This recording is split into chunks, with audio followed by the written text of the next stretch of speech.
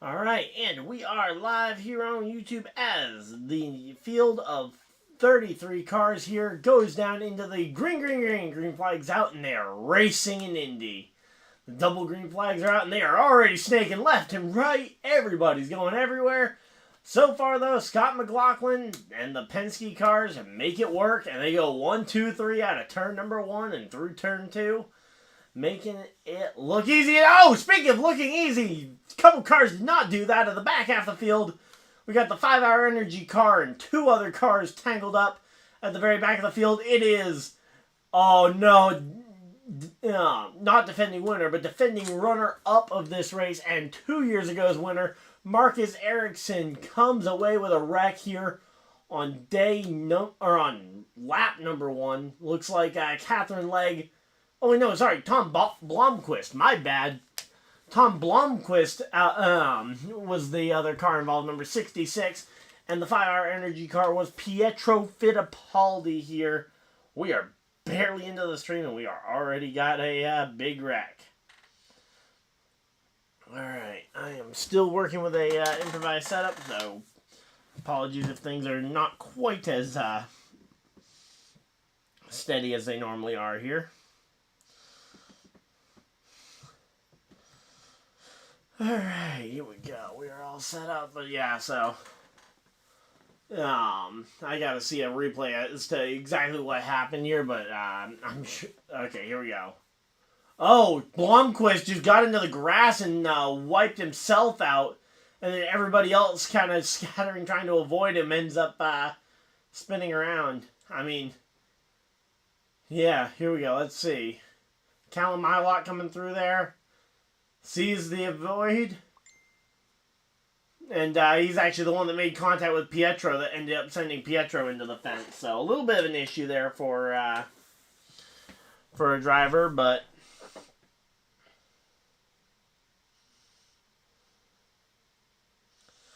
yeah, they ended up making that one work pretty well, though. I will give them credit where credit is due. So, I'm going to say, again, the back half of the field just kind of having a little bit of trouble. One driver just gets a little too much grass. I mean, that is something I've done on iRacing probably 100 times. It's one of those mistakes. It seems so simple. Just don't drive into the grass. But when you're going at these speeds, especially for a rookie like Blomqvist, I would not have classified that as one of those ones that I would have picked. And, in fact, I think Marcus Ericsson did virtually the exact same thing that led to his crash in turn 4. The only thing is he didn't get the grass. He only got the rumble strip. Tom Blomqvist did get all the way down into the dirt, though. Alright, so there we go. Got that all done. Alright. How's everybody doing? We got 5 people hanging out in chat. Hopefully everybody's having a good time. I don't have a leaderboard for the Indy 500. We will have one, though, for the Coke 600 when it gets going. And so I wanted to make sure I hopped on here early enough to cover some of the Indy 500. Looking forward to seeing how KyleLarson does. But, yeah, here we go. We're under the yellow flag for the first time here. And, yeah, only one corner in, and we already had a wreck.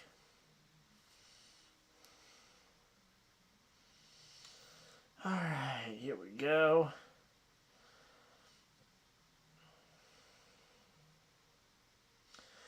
And we are all set and ready for this one. Hopefully everybody's having a good time.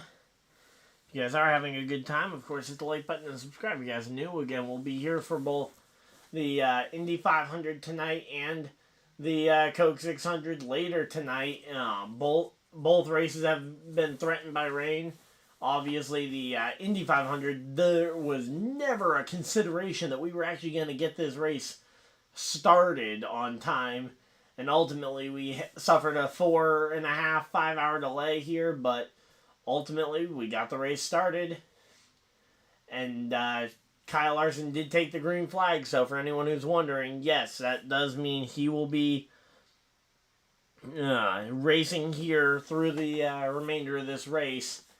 And we'll have to try and, after this race, whether he ends up crashing out early or whenever the race does end up being ended, he will be absolutely trying to rocket ride to Charlotte Motor Speedway. I do not know if he'll get there in time for any of the Cup race, though. The Cup race starting in only about an hour's time from now. It's not going to be an easy one to try and meet, but if they can do it, it would be impressive. Alright, so there we go. Thank you guys for everybody that's tuning in. And yeah, we're just chilling here. We got ourselves a nice, long night of racing. Got a chance to listen to the Monaco Grand Prix. Unfortunately, that race, as per usual, looks like it will have the least amount of passing of the three major races. I mean, there was not even a single pass attempt in the top 10 starters after the lap 1 crash. That didn't even record a single lap because they technically didn't hit a single scoring loop, so they had to go back to the running order from before the first lap crash.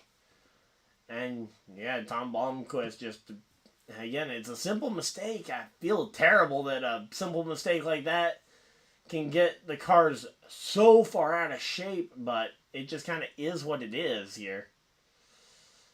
But yeah, here we go.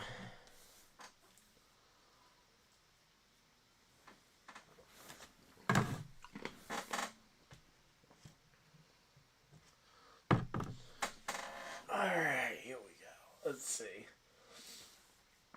Alright, and say, Marcus Ericsson visibly upset with the situation being out this early, but again, it's one of those things that, at the very least, it wasn't intentional, unlike some of the stuff you would see in NASCAR where someone, I mean, even in IndyCar, you see people trying to place blame, but in this case, I mean, it was just a simple mistake gone really wrong. Alright, so there we go.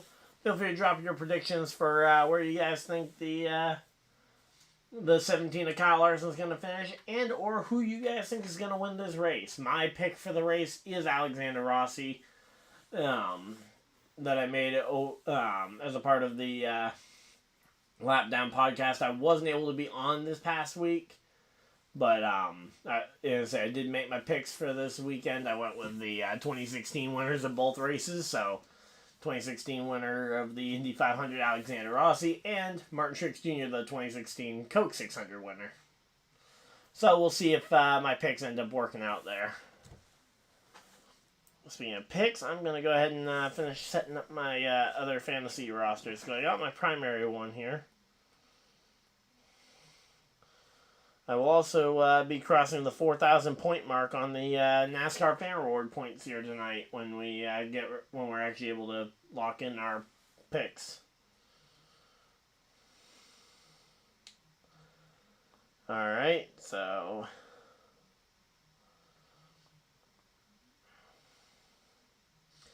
also a reminder for you guys, if you guys play the NASCAR fantasy game, that KyleLarson has been swapped out with Justin Allgaier for the fantasy. So if you guys have KyleLarson in your lineup, potentially consider swapping him out, because that is now a Justin Allgaier pick. Now, granted, it won't burn a KyleLarson use of yours, but I also don't know if I would trust Justin Allgaier coming from the back of the field compared to KyleLarson racing from the front. Or from the top 10, because I think Larson qualified up inside the top 10 at least. But yeah, we're just chilling here. And there we go, showing how ingrained in the local community this Indy 500 really is here. Let's say, which drivers are these that are... it's all 33 drivers taking part in that. That's pretty cool. Getting to see the Indy 500 drivers racing around on scooters. That's pretty fun. Nice to see them outside of their usual hyper-competitive mindset, but obviously they're still in a very competitive, realm here. Alright, let's see. It's hard not to want to pick Ty Gibbs since he's starting all the way up there. Yeah, Ty Gibbs on his very first pole position here. As they're showing some of the highlight moves that Scott Dixon tried to do as they were as the yellow flag came out. He was going to be right behind his teammate of Alex Palou here for the restart. Still feels weird seeing Justin Allgaier in the 10 though.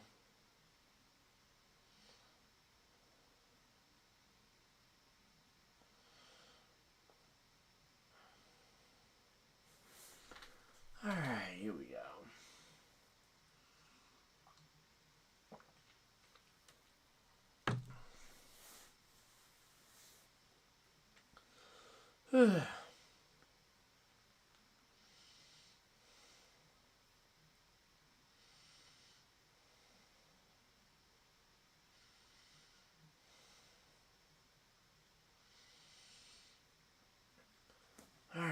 So yeah, we're just chilling out here. Hopefully everybody's having a good time. If you guys are. Maybe we should also just throw out some of our favorite Coke 600 or Indy 500 memories. I know everybody's got a different story from this one. I was at the Coke 600 last year. Was not able to make the trip down there this year. So, but yeah, it was a cool race to get to see in person. Of course, last year's Coke 600 rain delayed to Monday, and then rain delayed even further to late Monday night. Alright, here we go, and let's see, who do I put in here for a final pick? Oh, let's go him. Alright.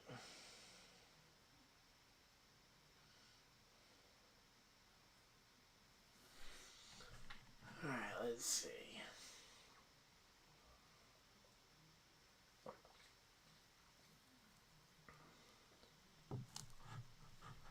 I think this is the first time I've seen a commercial for those big bags of off-brand cereal. Like, legitimately, I think this is the first time I've ever seen a commercial for them.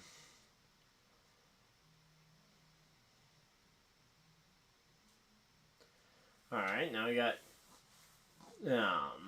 is an ad for Adobe. I'm seeing a lot of commercials for stuff I don't normally see. I mean, Adobe, I'm used to using it. I use it all the time, but oh, and climbing out the car. Number 11. Who is that? That's one of the Ganassi guys, right? Kiffin. No, that's Marcus Armstrong. Sorry, I was gonna say Kiffin Simpson, but no, that is Marcus Armstrong, and he's climbing out of the number 11 car. Yeah, it looks like an engine failure on the number 11. And that's a Honda. That's a Honda with an engine failure here. Yeah, there we go. There's the smoke coming out the engine compartment there. So, an engine failure for a Honda. That's the first real engine issue that we've seen from Honda this year. And, speaking of Hondas, there's Marcus Ericsson, who is now out of the infield care center. Going to talk with the TV there for a bit, but guarantee we're not going to hear much good from him because, well, let's see. Yeah, no, I can't believe it. It's unbelievable. Yeah.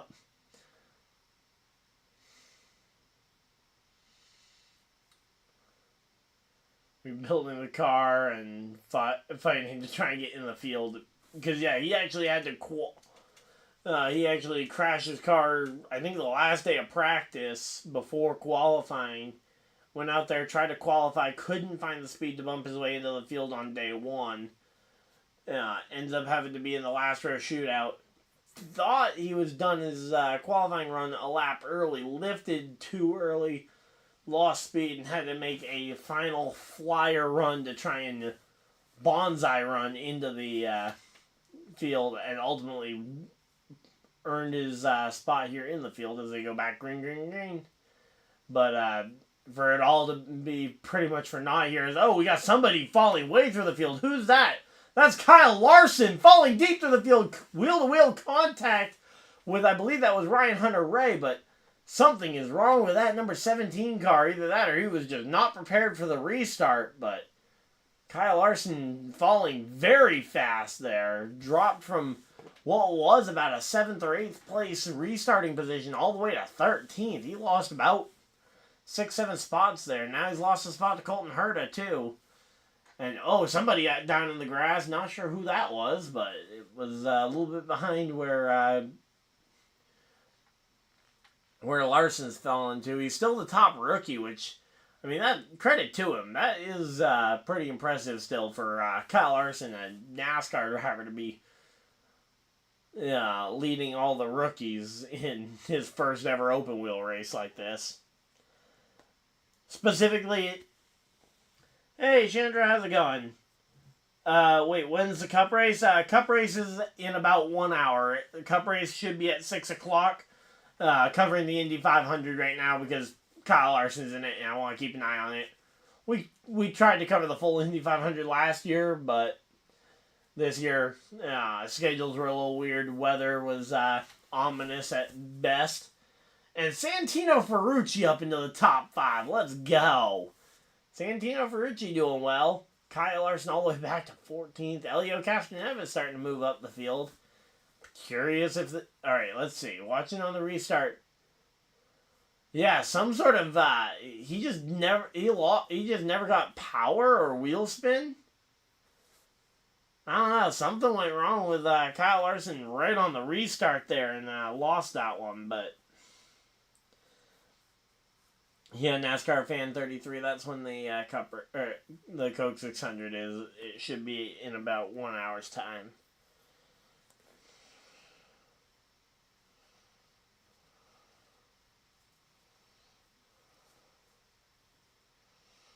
Alright, there we go.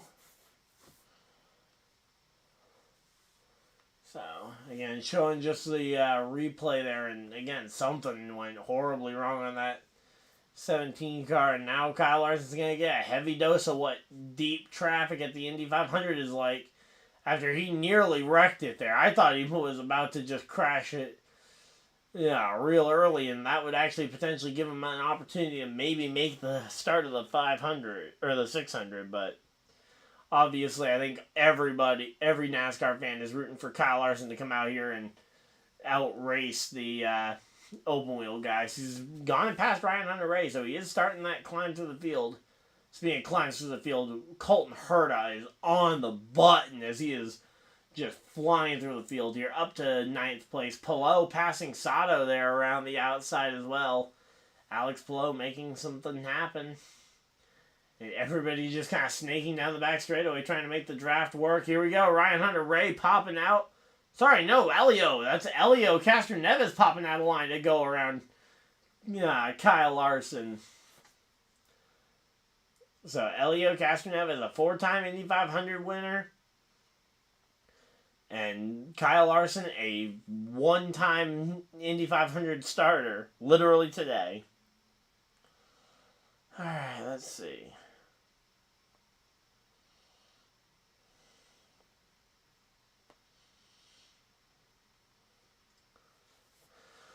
Alright, so, let's see. VK's moved his way up into the 6th position after his worst qualifying effort of his career in Indianapolis with a 7th place starting position. Oh, how horrible.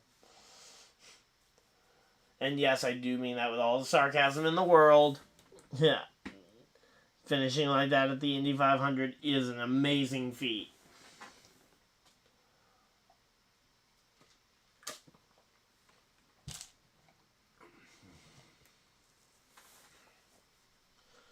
Alright, here we go. So, KyleLarson again, he's settling back into his run, but he does not seem overly comfortable in that car here. Which is weird because, again, all week he's had no real problems in practice, but potentially the pressure of the moment just getting to him. I mean, that would seem a little odd because, again, he's been a NASCAR Cup Series champion. He is your current NASCAR Cup Series points leader. So, I mean, one would imagine he's been at the top of pressure. And there's Tom Blomqvist getting to talk about his teammate Felix Rosenqvist up there. Still the top Honda in the field for right now, as Herta has not made his way up to Rosenqvist quite yet. But Rosenqvist in the 7th there.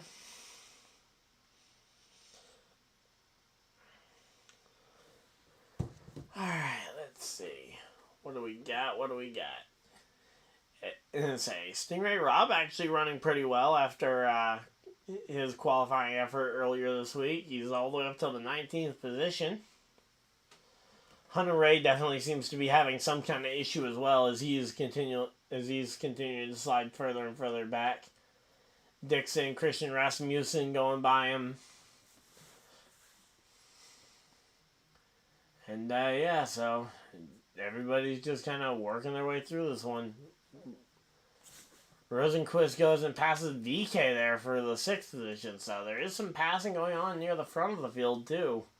But I think right now the biggest name of the game right now is going to be for the 3 Penske cars to try and Penske power their way to the front.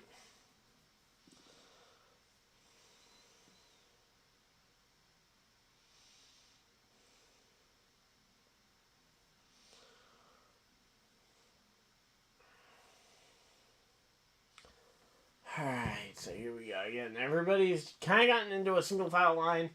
Again, the 3 Penske cars, they want to try and dominate the early part of this race.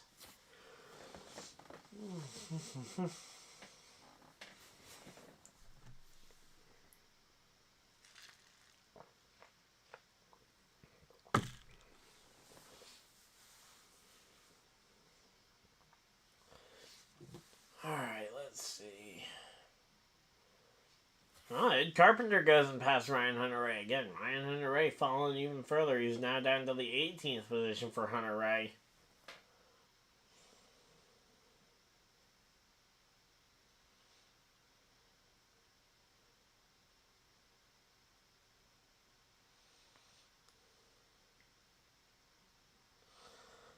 Alright, here we go.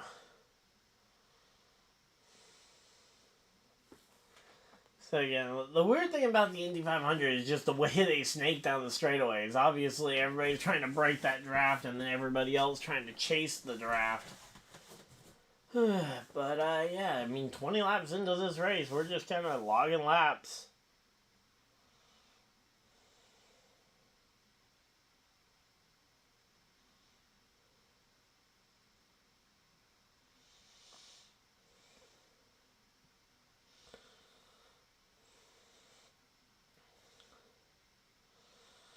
Alright, here we go. Let's see.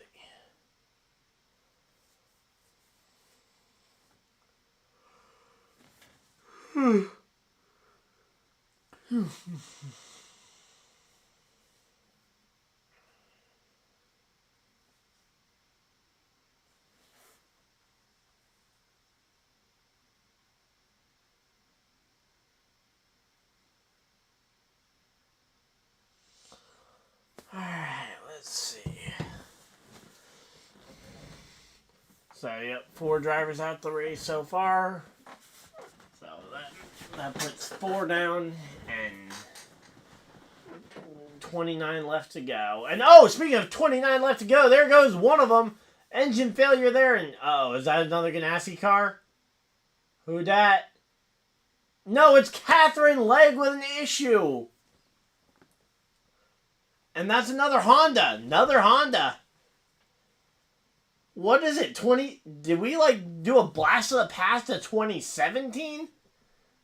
First off, if so, that is the wrong year to have blasted back to, because I needed 2016 with Rossi winning and MTJ making the Cup race borderline unwatchable, but now we got Catherine Legg. I mean, I think she's guaranteed, she's guaranteed a new best finish in the Indy 500. This is her 4th attempt at the race, and this will be her first time finishing better than 30th. As she will finish 29th, it looks like, as she climbs out the car here.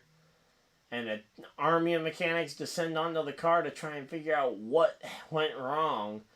And again, at this point, if I'm one of these Hondas, I am getting considerably worried here. I mean, first off, the first 4 drivers all being out of the race, or actually first 5 drivers all out of the race, are all Hondas. Now, obviously, 3 of those are crash-related and are kind of a fluke that they all happen to be Hondas, outside of the fact that the Hondas qualified worse than the Chevys. But the 2 engine failures that we've seen now starts to lead me to believe that maybe something's going wrong with the Honda engines. Alright, let's see.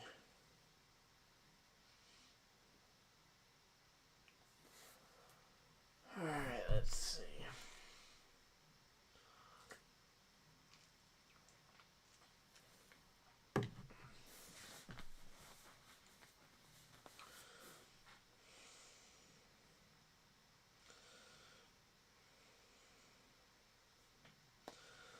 Alright, so we're at a commercial break. I'm going to go run a quick ad and I will be right back.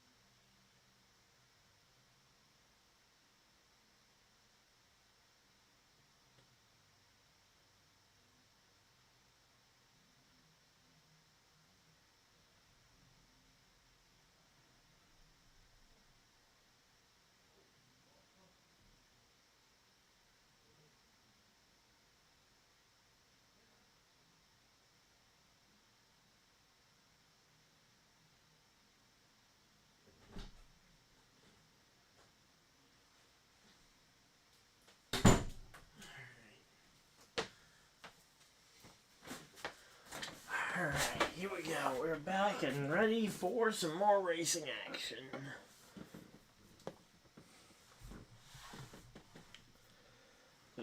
Just going ahead and using some extra time here to set my lineups for a couple of different fantasy leagues that I'm in. Got my main one set up. If you guys want to play NASCAR Fantasy against me and you haven't already set up an account, you guys can go ahead and join through the link in my description to go ahead and join my fantasy league. Obviously, we are significantly into the season, but you could still potentially show off and brag about potentially winning a single week in the thing. And say it's open to pretty much anybody that wants to. Here we go. Green, green, green. Green flag's out, and we're back to racing. And everybody's snaking, and somebody wants to split up these 3 Penske cars. You do not want the 3 Penske cars at the front. And in fact, actually, a couple of guys stayed out here on strategy. Meanwhile, I think the rest of them came and got some fuel because McLaughlin Power and Newgarden are now 4th, 7th, and 8th here. Meanwhile, Connor Daly leads at the Indianapolis 500, now 25 laps in. There we go. Now we got our first little bit of shakeup in the field here. You got Daly, Stingray Rob, Christian Lundgaard out in front of the field. As we got some. I thought I saw somebody with smoke coming out there the back of their car getting there down the front straightaway as they were weaving in and out of line. And oh, there is a car with trouble. It's the number 8 of Kiffin Simpson. That's a... I think, is that Kiffin Simpson? No, that's Linus Lundqvist. My bad. Yeah, that's Linus Lundqvist in the number 8 car that goes spinning out of control here. And Linus Lundqvist is going to be another Honda retirement from this race. I mean, at this point, it's got to be just coincidence, but so far, legitimately, every driver to retire out of this race so far has been a Honda. I mean, at some point, you got to wonder, is there going to be a Chevy to go down here at some point? By the way, for anyone who happens to be interested, because I know this is definitely a NASCAR-centric audience, KyleLarson is currently in the 16th position here after the pit stops. A little bit of a split strategy there.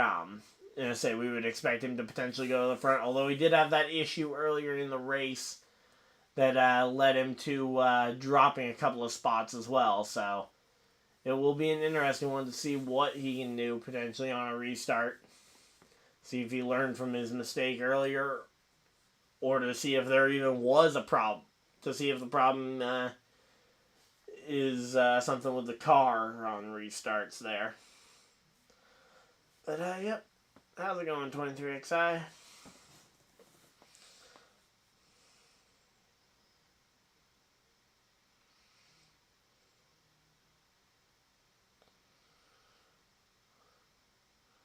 Alright, here we go.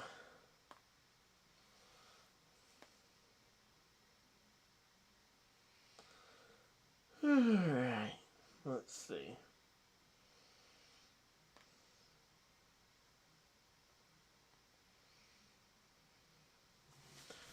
Two more lineups to set for NASCAR Fantasy, and again, that now puts 27 cars still on track here with a potential there. Off Monday due to Memorial Day, yeah, that would be nice. I'm not off for Memorial Day. I got to be at work tomorrow, but yeah, had to be to work today, had to be to work tomorrow, but we're still here and we're going to be enjoying some good old racing. Again, we're about 40 minutes out from the start of the Coca-Cola 600, but we are also here enjoying some Indy 500 racing, so having some good times.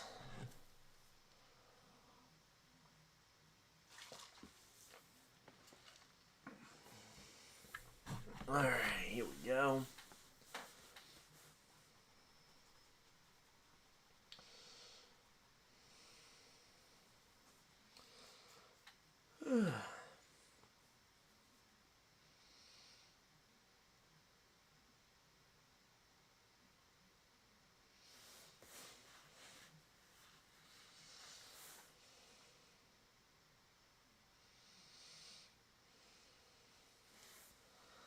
But, so KyleLarson being in the Indy 500 means that he will not be there for the start of the NASCAR race.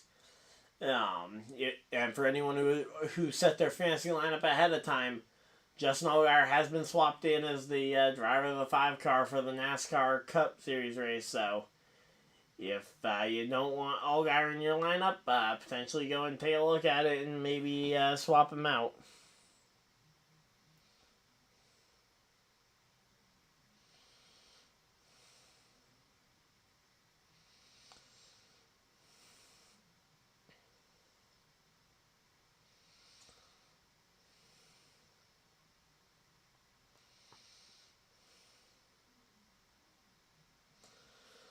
Alright, there we go.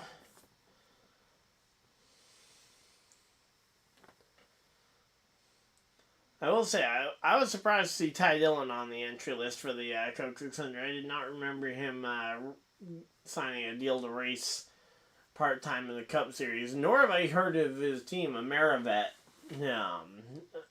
Racing here.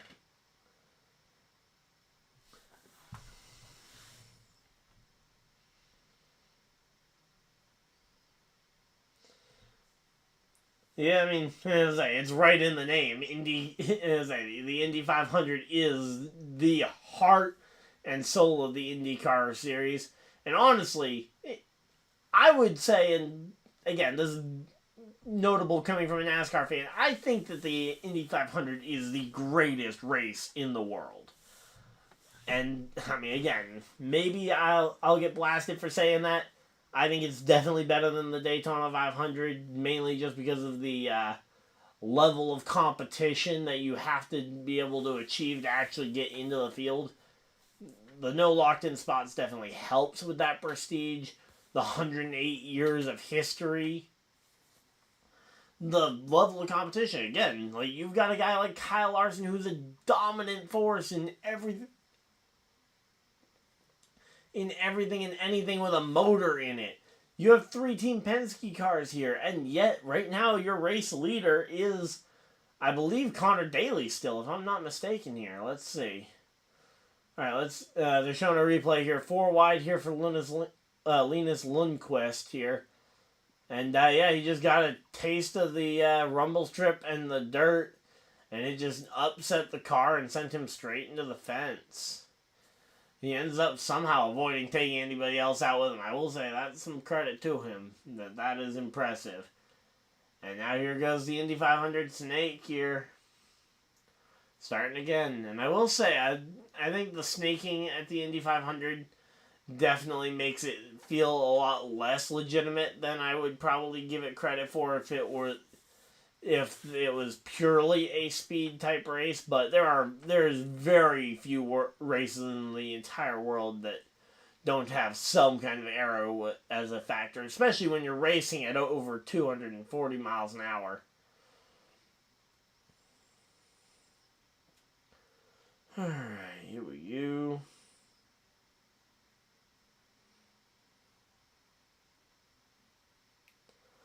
Alright, let's see again right now. Rahal actually up into the Rahal up quite a bit. I think Christian Lundgaard though up in the 5th position, still the top Honda in the field actually after leapfrogging them.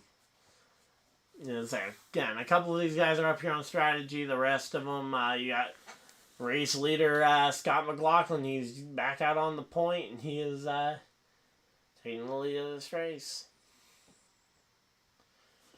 Alright, let's see.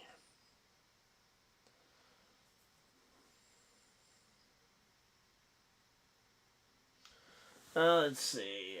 It's just like I don't like how NASCAR, like, they just got Charlotte and put it inside of a...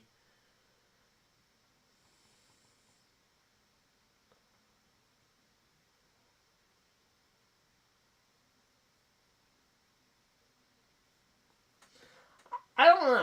I actually quite like the Charlotte Road Course, and it certainly beats...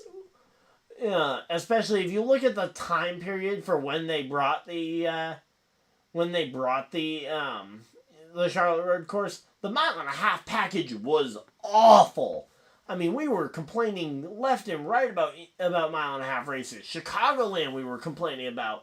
The fall Bank of America 500 from CharlotteMotorSpeedway, we were complaining about that one. Even fall Kansas we were complaining about back in like the 2016, 2017 season. And NASCAR responded to that negativity by like, hey, let's go ahead and change one of our mile-and-a-half races into a road course race. And I will say, I think it's actually one of the better road courses in the series. I think the Charlotte Roval is probably the 2nd or 3rd best road course in the entire circuit. Now, if we could get a 3rd date at Charlotte, I mean, I would probably just give them the All-Star date back, but I wouldn't be opposed to a 3rd Charlotte date with how good the next-gen car has been at these types of intermediate tracks and how pretty terrible it's been at the short tracks. But, again, I mean, you go too far in any direction and you end up with an unbalanced series. I mean... Oh, 1 second.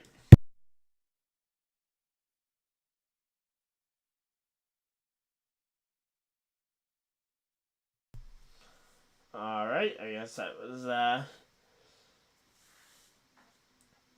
But yeah, I will say though, I don't want every track to be a roval. Obviously, like I don't think the Indy roval ever really worked well. I don't think it's really worked well for IndyCar. I don't think it's worked well for NASCAR. Obviously, NASCAR responded to that as well by going back to the Brickyard 400 later this year. Also, how did Connor Daly get back up into the top, back to the top of the board? 1 second, what?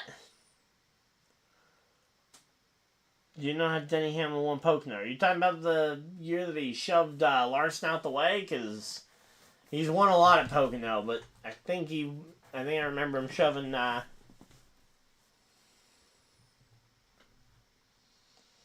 But yeah, I think he ended up shoving Larson out the way at Pocono a couple of years, last year or something to try and get a one of his Pocono wins. Alright, and here we go. Colton Herta now with the top Honda in the field, all the way up to the 6th or 7th position here.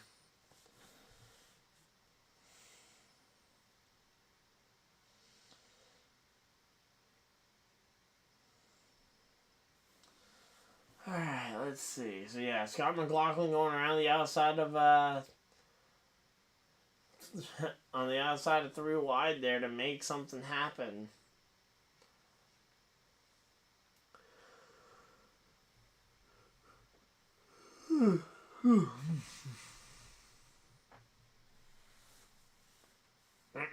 KyleLarson up to the 13th position there.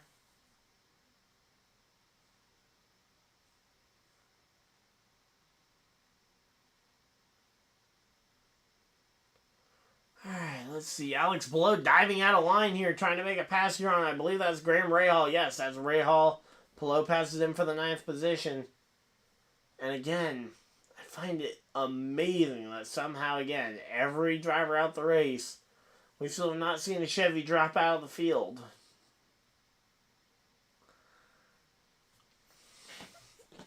But yeah, here we go. Let's see. Again, Rahal's on an alternate strategy. Him drifting back is not overly surprising.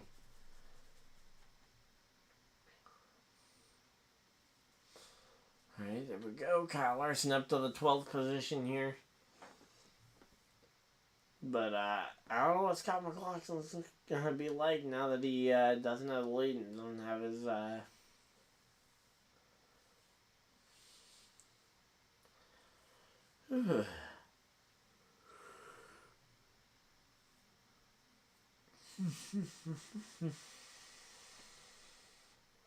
But yeah, the race win cars are always pretty fun with the confetti and everything. In fact, I've actually got 2 race win cars up on my shelf here, right in front of the TV.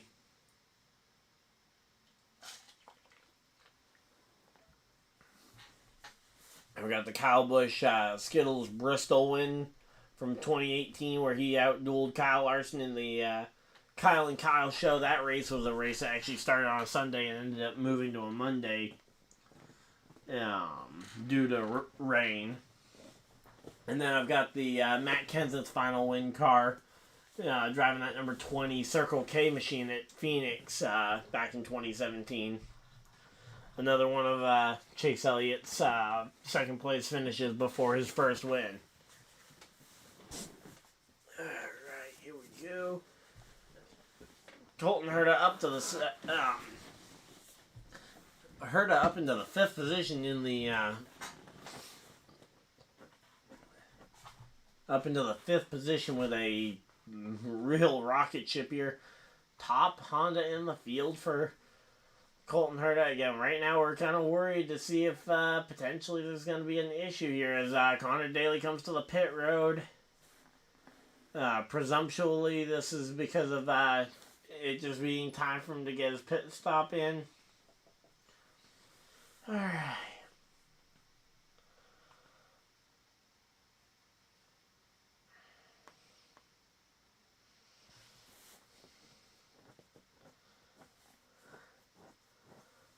Let's see. Again, right now you got Christian Rasmussen versus Will Power back in 12th. Wow. And so, the Penske car is going to be mortal today? I thought for sure that they were going to be immortally fast all day long, whether together or separate, considering they are all very fast. But ultimately, no, they opted to... there we go.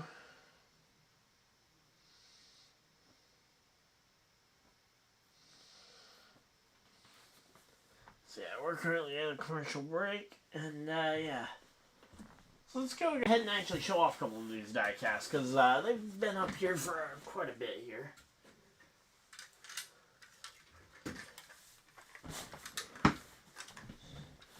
Yeah, so they're almost always up by my head, by my TV. But yeah, we got the Kyle Busch Skittles car from that 2018 rain race with the that ended with the Kyle and Kyle show. And then we got the the Matt Kenseth final win car here from Phoenix. No autographs on either of these. Hopefully, I'm kind of hoping that I one day maybe get to meet some of these guys at the track themselves, get an autograph or two. Speaking of meeting guys at the track, I actually do intend on getting to meet Kyle Busch at a local race up here over 4th of July weekend. So hopefully can bring you guys some footage there. Just not sure if that's the if I have to pick one car to get autographed. I just don't know if this is the Kyle Busch car I'd want autographed. I also have his 2018 Coke 600 victory car in one of the boxes. Trying to think of some of his other paint schemes that I've gotten. I don't remember if I have his caramel car, even though it's one of my favorites as well. So, Despicable Me 4? Cool. I didn't realize there was a 4th one here.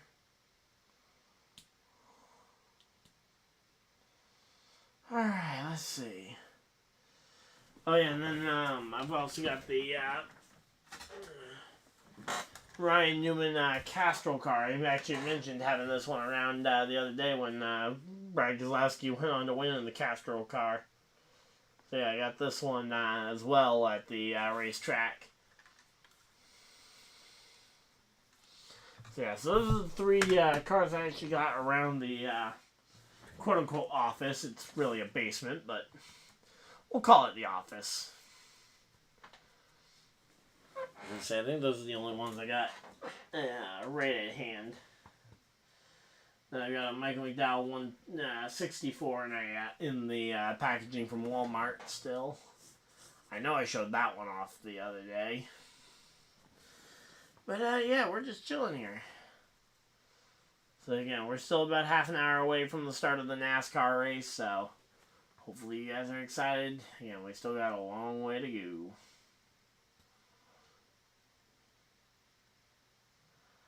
So, 50 laps completed. We are 1/4 of the way through the Indy 500 already.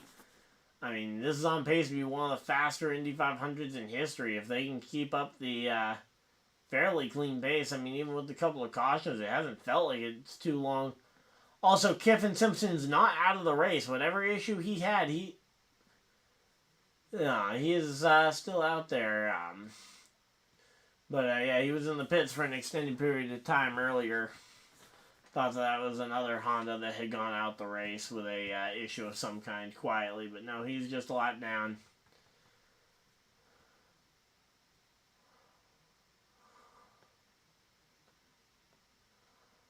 Alright, let's see. Again, right now we're just working our way through this one. Again, a lot of Hondas with a lot of different issues here.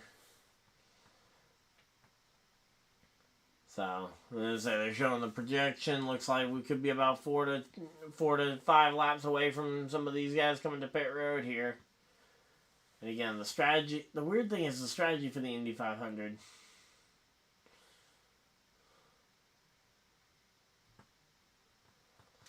Alright, let's see.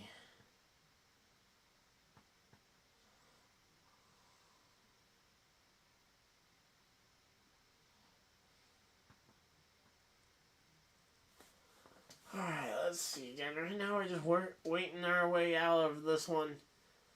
McLaughlin's been able to actually do a pretty good job of maintaining that lead even without his teammates there to help block. And there we go, Lundgaard. Was Lundgaard getting passed, or was that somebody else doing the passing? But all right, let's see. So we got 24 cars on lead lap. Lundgaard, the last one, currently 1 lap down. If we got a caution, he would get a free pass.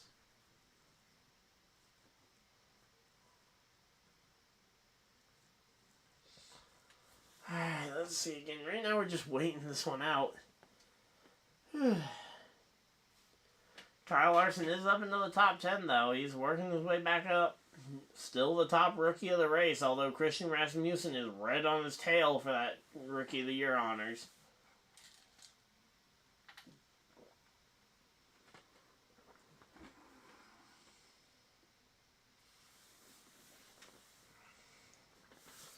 Alright, let's see. So strategist for the for Santino Ferrucci is Larry Foyt. And I say, honestly, it makes sense to just keep as much of Ferrucci's crew together as you can from his, not win, but from his speedy performances over the last couple of years. Don't mess with what ain't broken.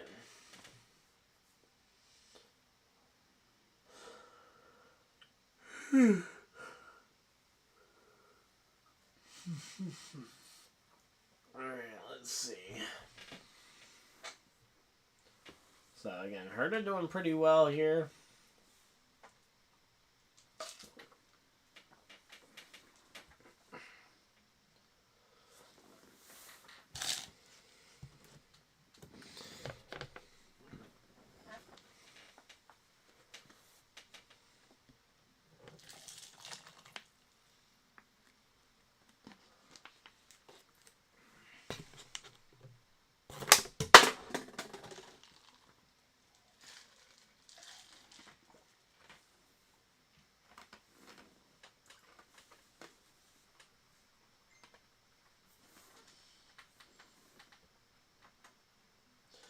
Oh, another engine gone for Honda. Uh-oh. Come on, not another engine going for Honda, but yep, there it is. Another Honda. And that's Felix Rosenqvist now. Another Honda.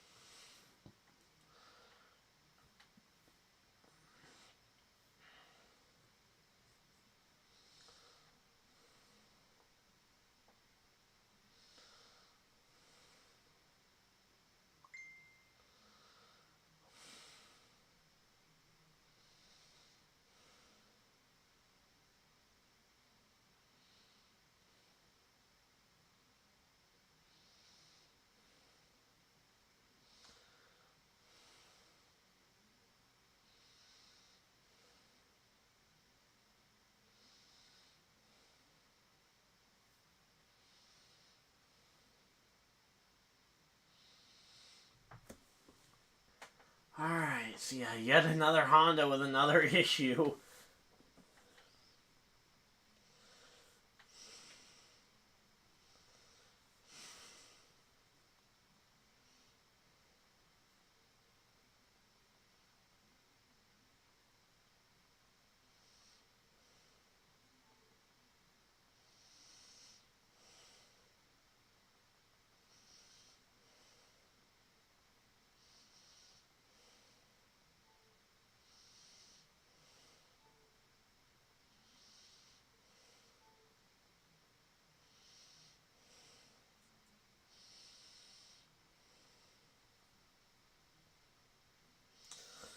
Alright, here we go.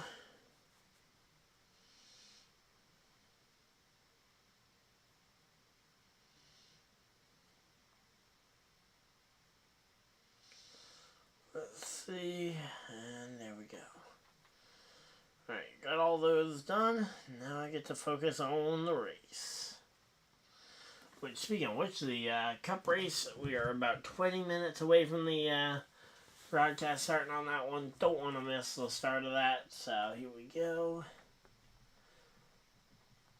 Again, KyleLarson up into the top 10 here as we got, again, another engine failure for Honda. Good thing, yeah, good thing the special driver of the race this time is in a Chevy.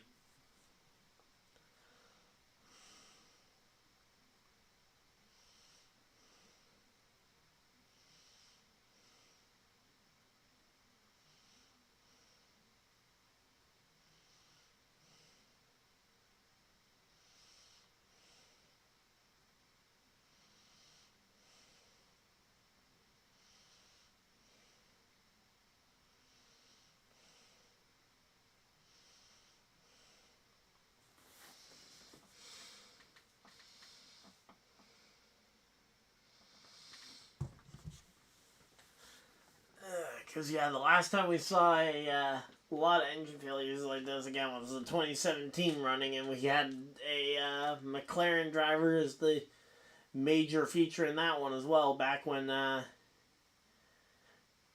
you had Fernando Alonso opting to skip the Monaco Grand Prix to come run the Indy 500 here. And,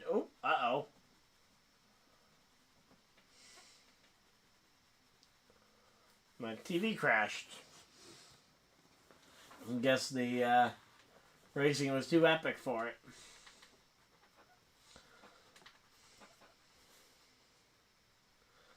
But, yep.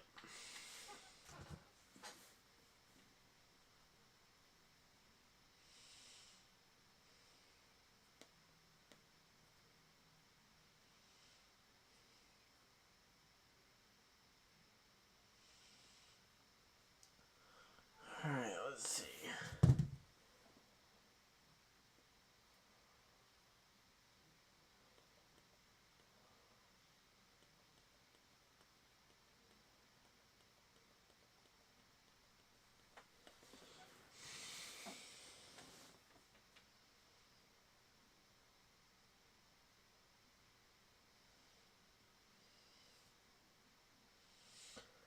Alright, so I'm pulling that up there. Gonna pull up the NASCAR race on the phone for now, and that way we can keep updated on the pre-race.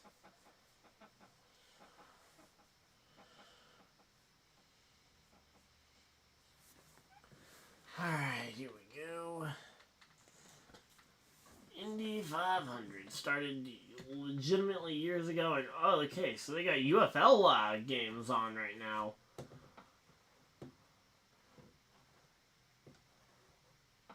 Alright, there we go. Come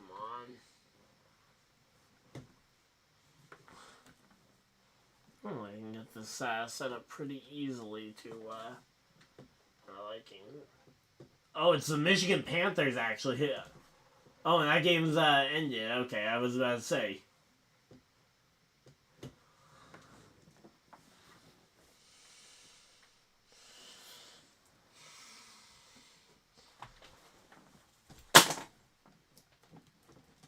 Alright, trying to readjust this. High-tech technology that we're using to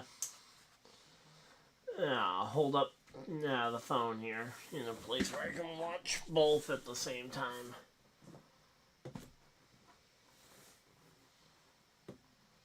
There we go.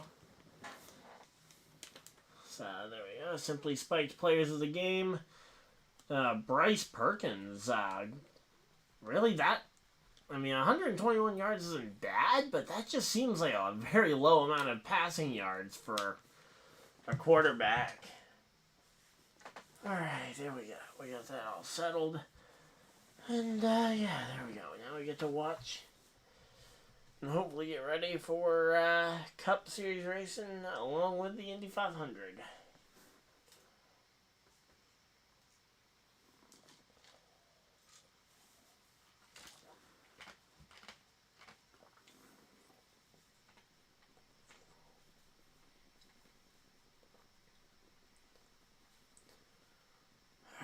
let's see. We're coming back from commercial on the Indy 500 front as well. Alright, here we go, here we go.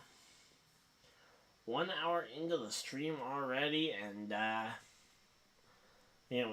we're coming up on the start of the NASCAR race.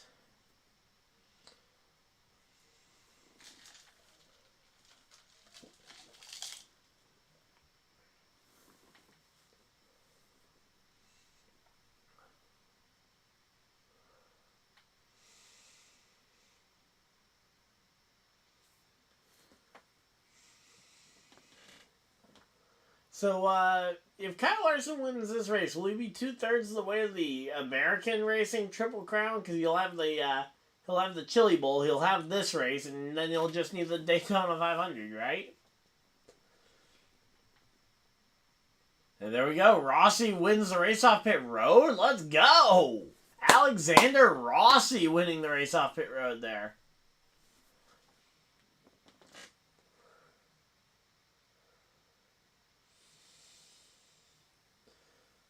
And, oh, we had some contact in the back of the pit pack for the pits.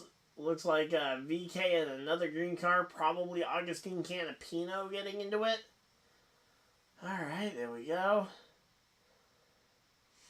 And then, yeah, some showing off some other drivers who had some close calls on pit road.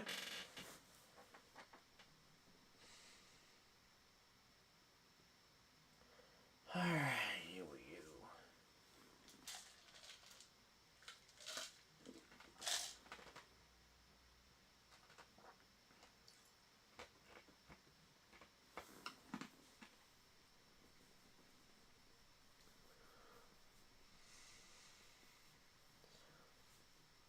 Alright, Elio Castroneves going around here. Let's see. Yeah, they're just showing this race off pit road here, and yeah, Rossi making the big move here to try and take the lead.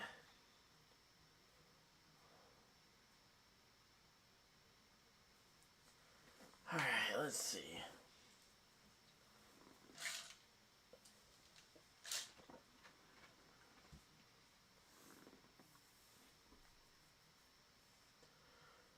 Alright, well, we are working this one, and let's see. Again, we're over a quarter of the way through the Indy 500, and Connor Daly is back out in front of the field. All right.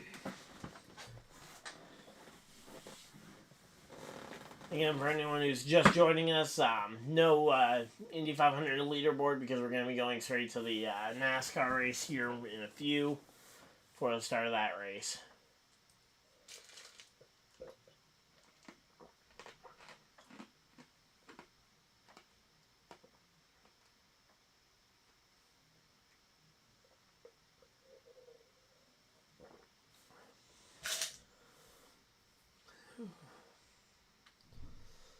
Alright, let's see.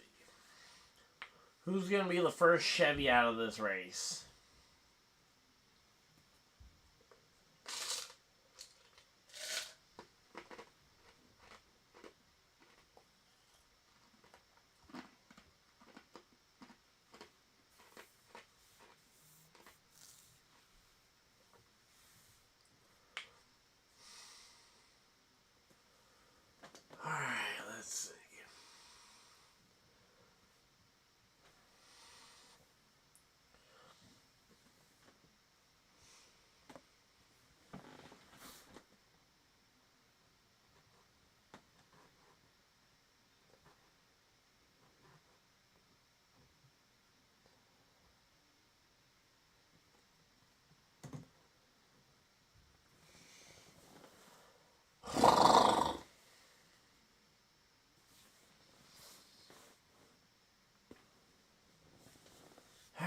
Here we go. Pace car's off, and we are ready to go back to racing at the Speedway.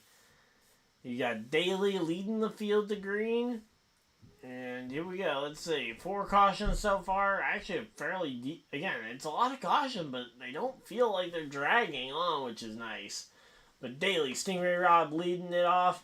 Then you've got Alexander Rossi in the third position here as, oh, there we go. Scott McLaughlin tries to everything he can to just jump to the lead here.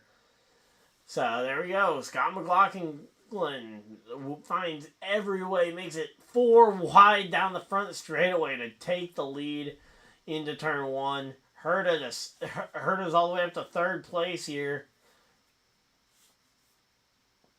Colton Herta's got to be worried, though, because these Honda problems don't seem to be exclusive to one team. Happened to a Ganassi car in Armstrong. Happened to a coin car with Catherine Legg. Then it happened to a who was next? Was it another Ganassi driver after that with the Ada? No. Linus Lindquist lost it due to a spin. Then we had Rosenquist, who we lost from the Rahal team.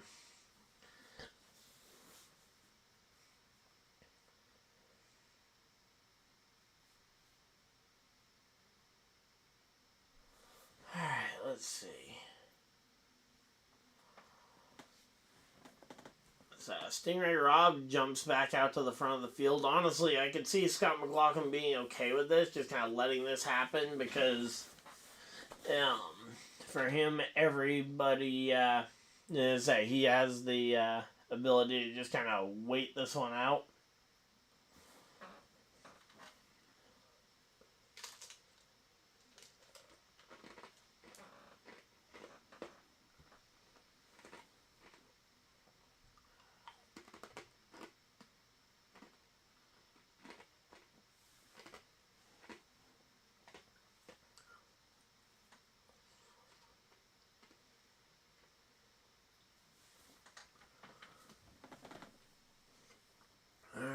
Everybody's just trying to figure out what they want to do here.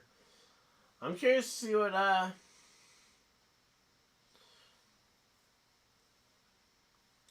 definitely curious to see how Larson decides to pick through this path.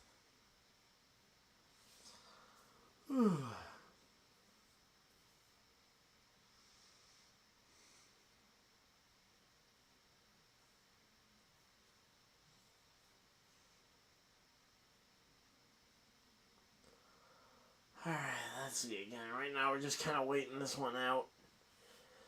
Not a lot's happened in the NASCAR pre-race. Again, we're still a little bit early. The actual NASCAR broadcast window starts in about 6 minutes.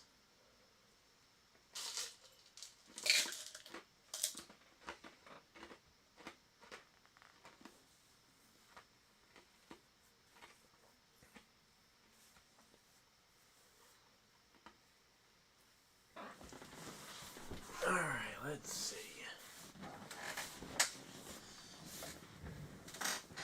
So again, right now, KyleLarson actually isn't the top rookie. Christian Rasmussen actually managed to make his way around Larson on the latest restart. Let's see how long that lasts. Because KyleLarson does not like being told he's not first at anything.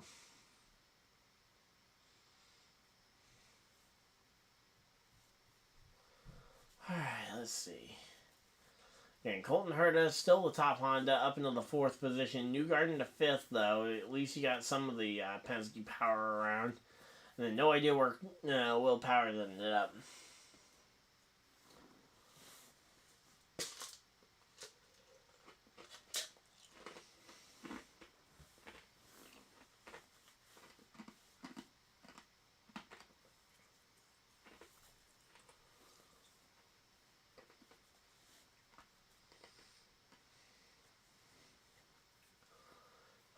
Let's see, 70 out of 200 people right now.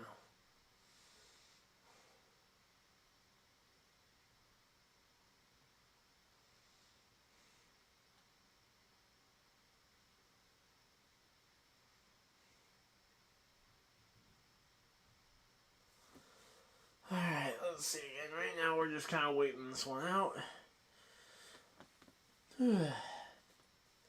Stingray Rob out in front of the field right now, although I assume McLaughlin is just toying with them, letting himself save fuel. And here we go. Let's see.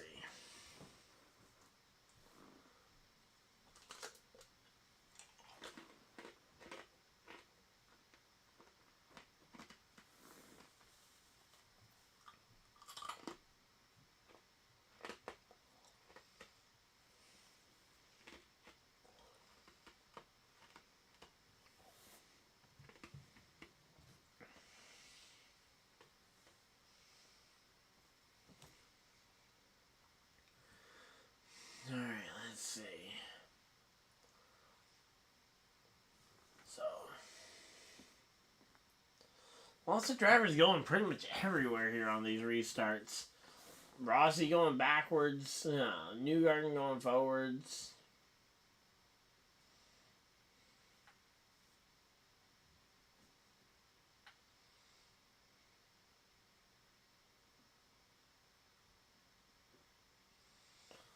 Alright, let's see again right now.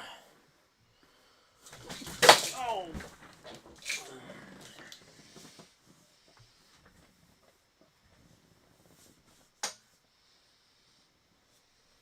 Actually, surprisingly, didn't spill anything.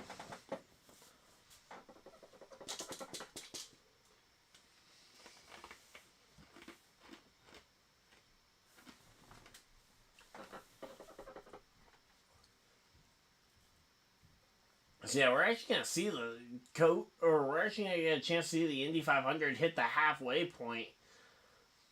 I mean, it's definitely possible to see this thing, to see KyleLarson potentially make something happen in both races. It's just gonna be a whole lot easier for him to do something in the race where he's already in it versus the one that he's gonna be showing up to halfway late.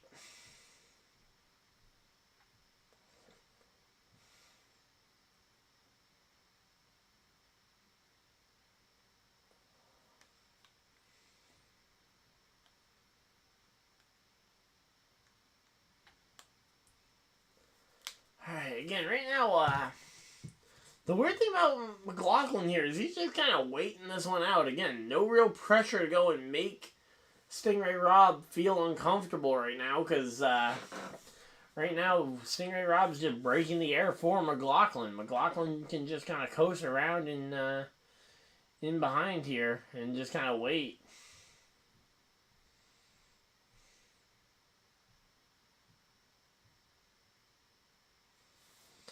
Alright, let's see.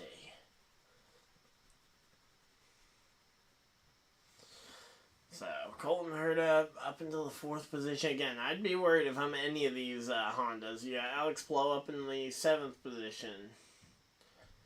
And I don't know what manufacturer Rasmussen's with.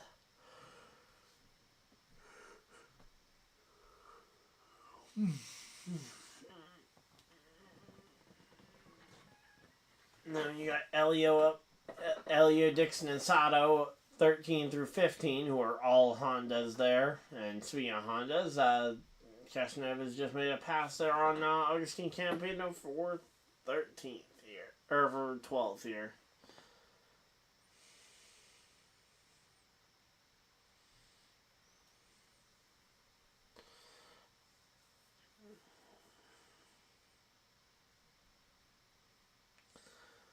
Alright, here we go. So here goes the commercial break. Michael Waltrip is on the grid walk talking with Denny Hamlin. Alright, let me go ahead and drag this back over here.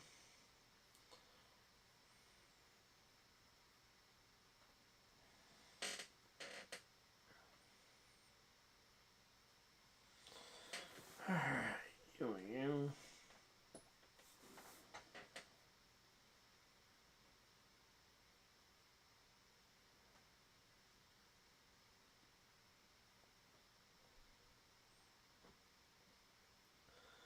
Alright, there we go. Got the NASCAR thing ready.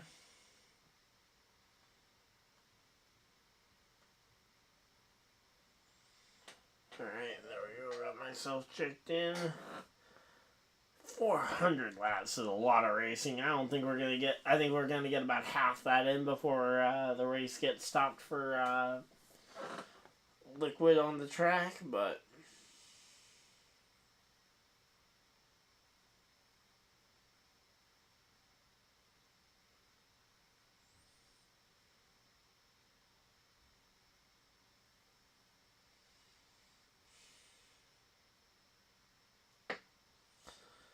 all right, let's see.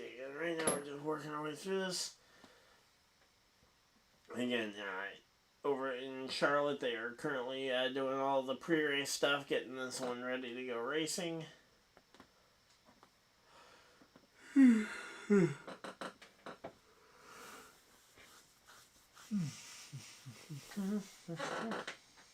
let's see.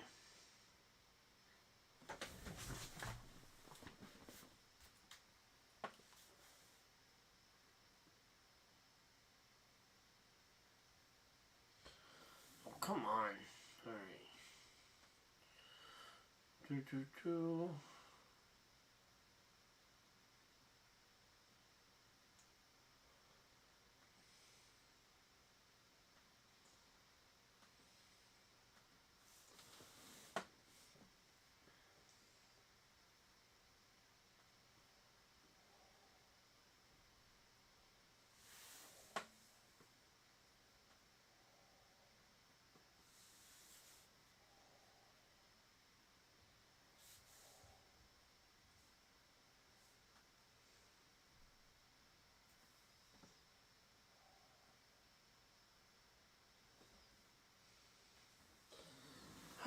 So we are currently at a commercial break. We got that all set up. Getting ready for the NASCAR race. And let's see.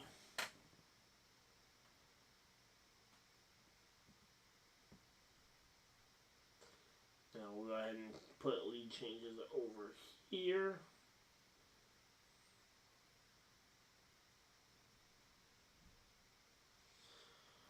Alright, so we got that all set up for the NASCAR race.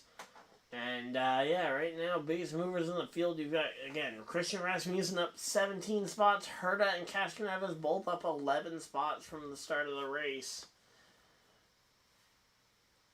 Although, honestly, I'm pretty impressed with the run here from KyleLarson. He's running right in the middle of the pack almost all day.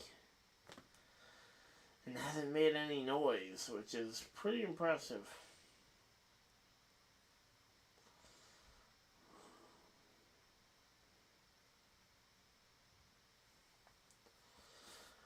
Alright, let's see. Again, right now there's 83 laps in, where 200 laps is the final distance.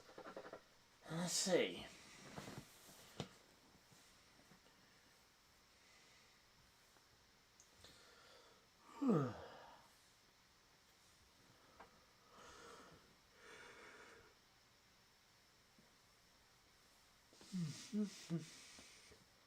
Alright, KyleLarson on the verge of being the top McLaren car. If he can just get one more gets open.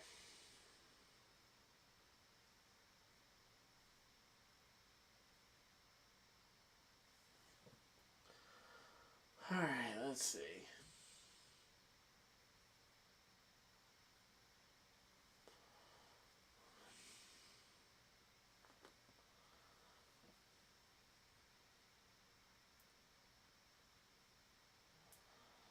Alright, let's see. Again, right now we're just working our way through this one. Hopefully everybody's having a good time.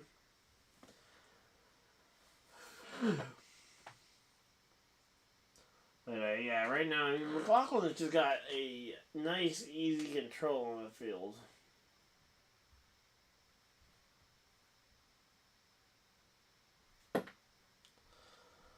Alright, let's see. Again, right now we're working our way through this one. 85 laps now down. Just kind of waiting for something to happen here.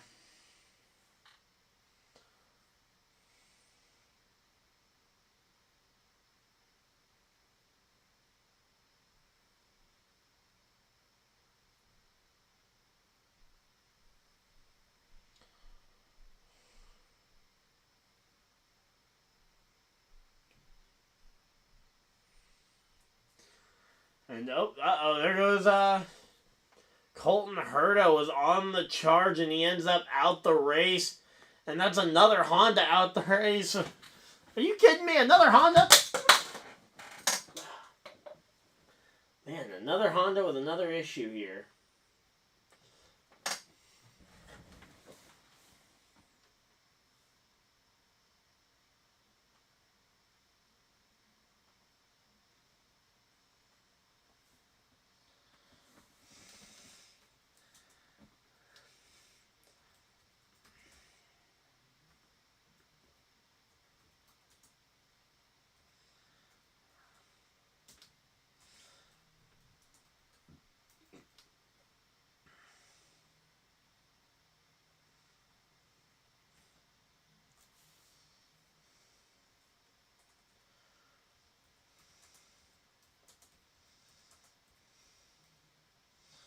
We have still not seen a single Chevy out of this race. And again, this one is spin related, just looped it around or something. I thought he was going to go ahead and save it. Ends up with just a broken wing, actually. He's not, I wouldn't say he's out the race, realistically.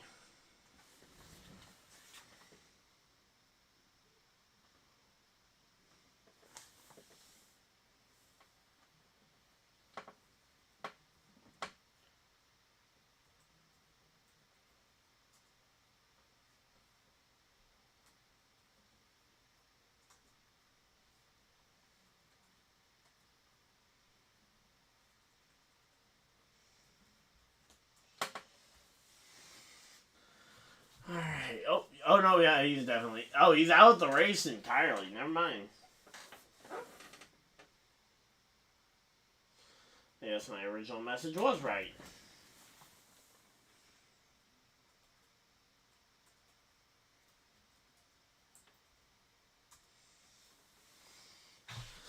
Because after I thought I saw him climbing out the car, but then I thought I saw him...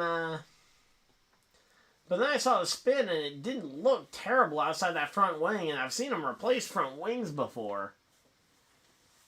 So I just assumed that that was a replaceable part. Then they went and put his car on the backhoe and on the tow truck, and that's how I know it's for sure done. 88 laps in, and here we go. Let's see again. That's a big loss there for Colton Herta in a year where I think he was really hoping to get the win here. That way he could feel good potentially going off to go race Formula 1 cars and not worry about, oh, I haven't achieved everything I wanted to on the IndyCar side of things. Of course, the teams that were interested in him in last year's silly season for F1, we don't know for sure if they're all interested again. Obviously, the most interested team isn't even allowed into the field with the Andretti team. But here we go. All the cars pretty much coming down pit road. You got Newgarden, Larson, McLaughlin, and Ferrucci. Ferrucci, the first one into the pits.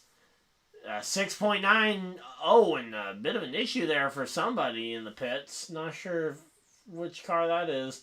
Newgarden with a 5.4 second pit stop, a 6.0 for a 6.0 for McLaughlin, and then another 6.9 there for KyleLarson.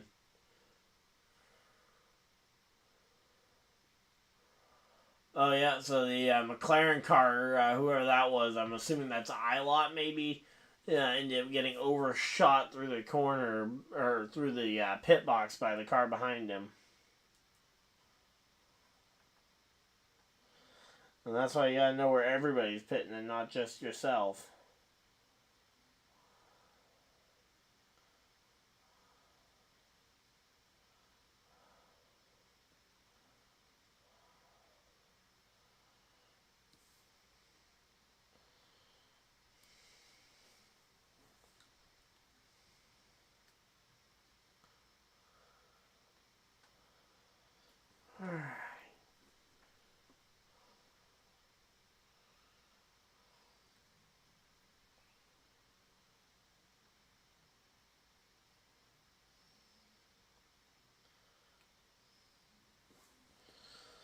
Alright, here we go. Let's see. Again, we're getting ready for Coke 600. Should be getting ready to start here momentarily. And we'll be figuring out a balance here for the flipping back and forth between the two.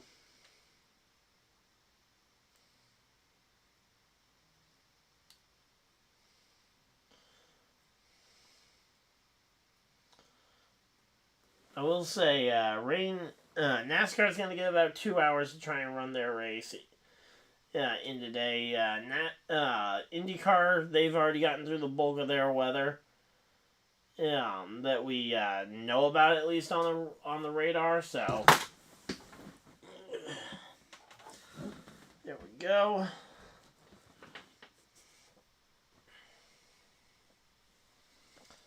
All right. Go, Harvick and them in the booth. We're going to go ahead and swap the main TV over and put the phone over on IndyCar.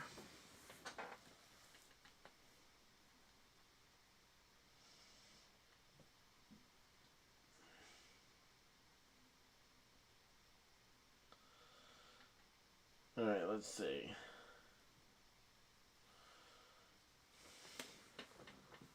Come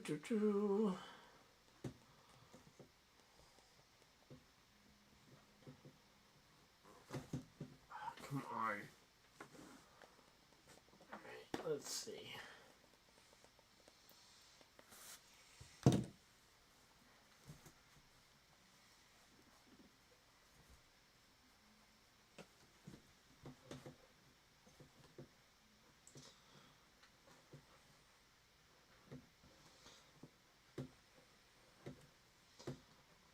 Alright, there we go.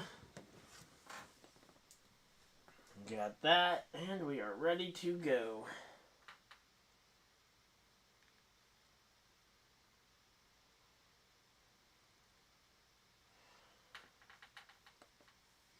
And here we go, coming back to green, green, green. Green flag's out, and the IndyCar and the Indy 500 is back underway.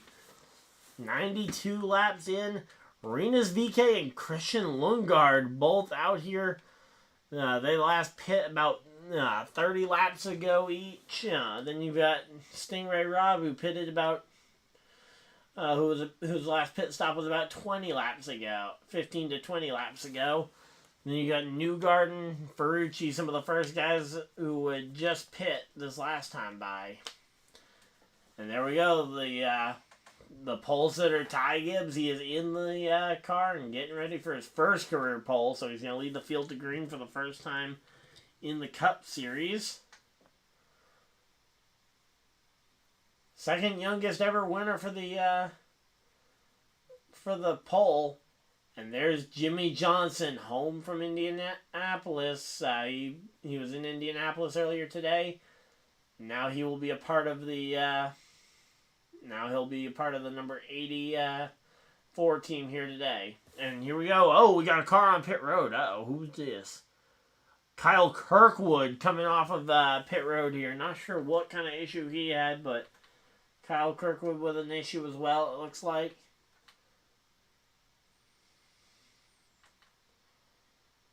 Alright, so they started getting Allgaier seat fit done during the back at at about 3-4 o'clock earlier today.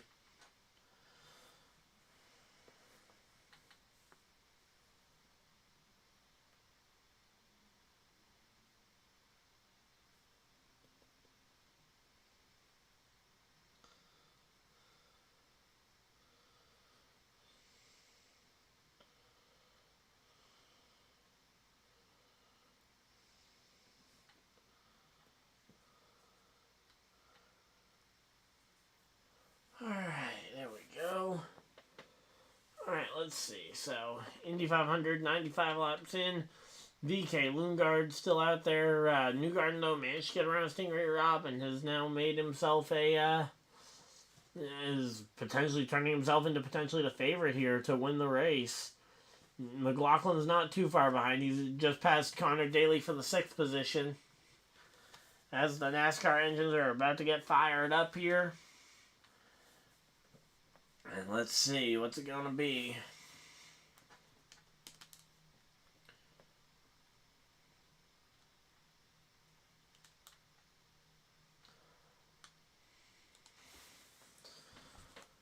Alright, so KyleLarson, he is the leading rookie of the race right now, up in the 9th place position. He's done a very good job of just hanging around. Like, he never really has to be, he doesn't have to be, again, he doesn't have to be like a top 5, top 10 contender all day long, but he's gone and proven that he can very well be inside the top 10 here.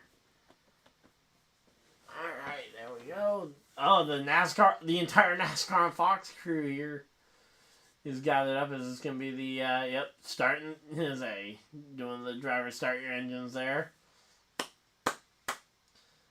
Yep, gentlemen, start your engines, and we are going racing. Buescher, Gibbs, Blaney, Logano, I mean, these are some of the best in the series here. And again, the only driver we're really missing to have all the best in the series would be for KyleLarson, who is currently, again, as we mentioned, 9th place in the Indy 500. He's the only full-time Cup driver we're missing from this field. And again, I think NASCAR will almost certainly grant him a waiver here for the playoffs. If he does end up missing this race. Now, I don't know if he needs a waiver if he ends up showing up halfway through the Coke 600 and then getting in the car.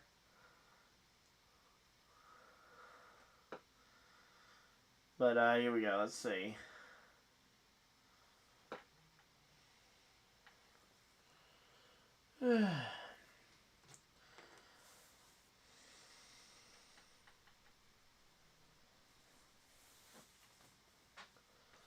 Alright, now, okay, here comes VK down pit road. Definitely seems like Renus VK is becoming kind of a fuel-saving prey type of driver here. Obviously, you got a ton of drivers who have crashed out.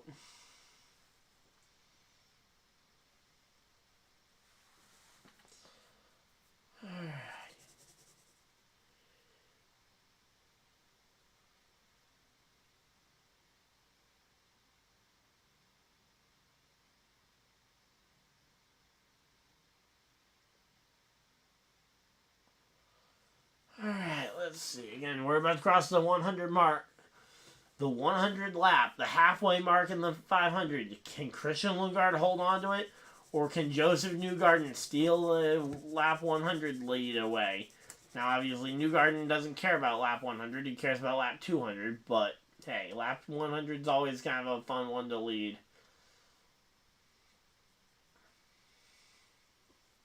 Could also be a precursor of what's to come. Ooh, and next Saturday we race at Portland at 4:30. All right.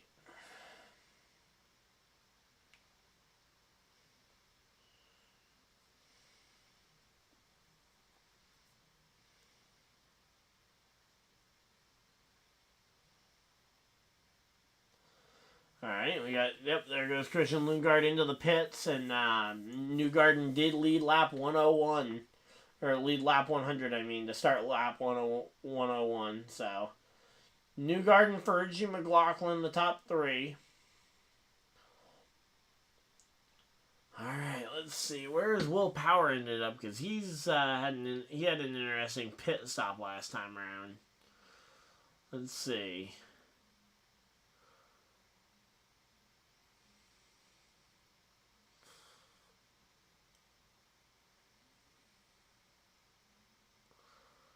Alright, so here we go. Let's see. What do we got?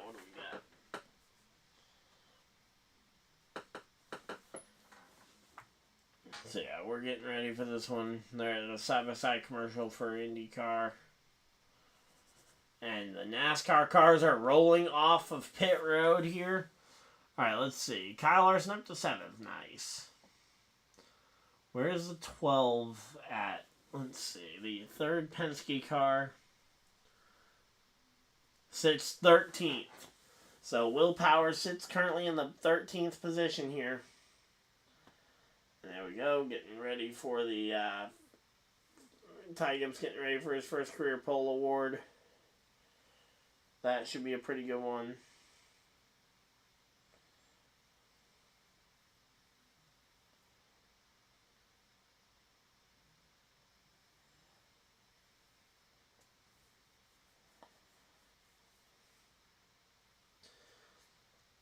Alright, so here we go. Ty Gibbs, he swept the poles in qualifying as he started on the pole of yesterday's NASCAR Xfinity Series race. Yeah, he and Kyle Busch started on the inside and outside of that one, respectively, and the 17 of Chase Elliott ended up going to victory lane. We'll have to wait and see if... Obviously, William Byron, runner-up last year. He starts in the second position, starts right where he left off last year at this track. Obviously looking for a win here. Could this be the next driver in the line of, oh, wow, he dominated the race? Because obviously it was perfect. It was nearly perfected by Martin Truex Jr. back in 2016 when he went and led 194 laps on the day. Or 394 laps, I mean. But ever since then, we've seen other guys go and dominate the race. We saw Kyle Busch lead over 300 laps. We've seen KyleLarson lead over 300 laps en route to victory. So it is curious to see if we end up seeing another driver go and add his name to the list of, yeah, he just kind of dominated the race that year. And if so, what will that mean for William Byron? Because, again, this is his home race. I'm sure it's one that he would love to go ahead and get. Also, Tyler Reddick with a penalty here. He's going to have to do a drive-through penalty on lap 1 of the race. That is going to be a really rough one. So, again, Justin Allgaier will be having to restart this race at the rear of the field.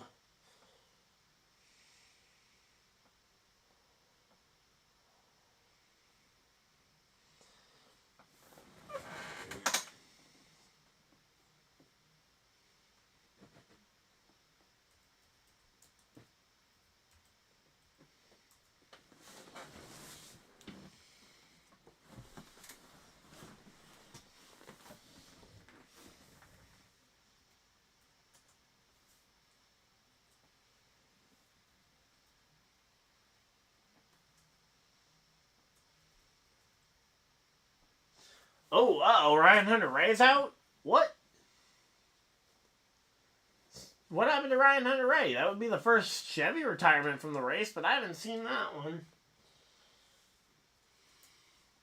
Oh, yeah, there he is going through the grass, and yeah, that is the first Chevy to...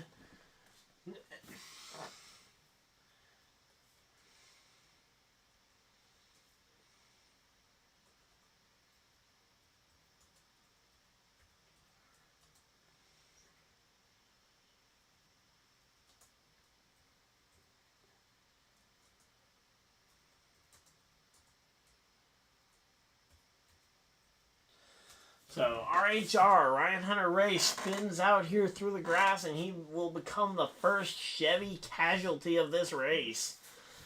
And I don't even know, okay, so what happened? He just tried to dive way too low, caught the grass, and just looped it around, and luckily didn't spin back up into traffic. Who was he trying to go underneath there? Oh!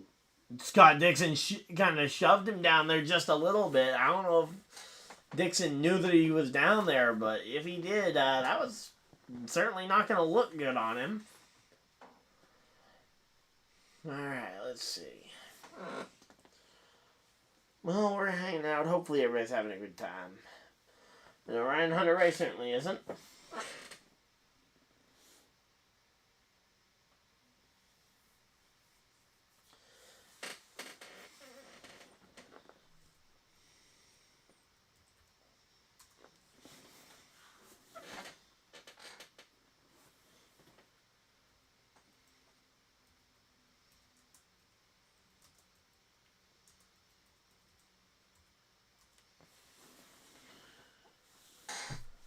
But yeah, so they've gone and cycled through pit stops, and we are getting ready to go.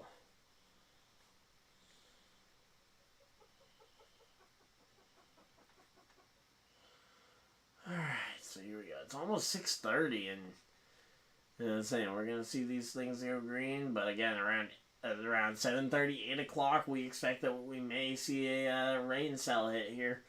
Now, maybe if we're lucky, the cars will just repel the rain away. But I don't think we're going to get that lucky.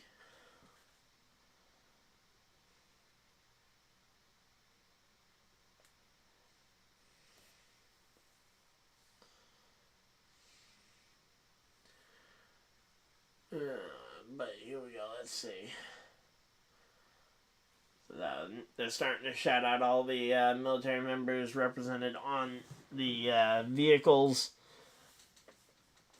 Said that there's actually enough casualties of war to fill out every car in the field and every tow truck with a different name. But yep, racing to remember. And here we go. Track temp 112. That is a massive track temp. I mean, 87 for an ambient temperature is pretty high as well for Charlotte. We do have a friend. I do have a friend at the track. We're gonna try and have him call into the again, I'll say studio here at the halfway break. Give us some thoughts, but yeah, 100, 100, 100, and 100 laps for stages 1, 2, 3, and 4. And say after caution flag pit stops and everybody's cycling around. And here we go. There's Justin Allgaier. He will be dropping to the rear of the field and starting back there with Chris Buescher. He'll also be starting back there with Reddick. Tyler Reddick going to have to drop to the back here, but we should be getting ready for green flag racing here any moment. There we go. Yep, lights are off the pace car. We are ready to go green.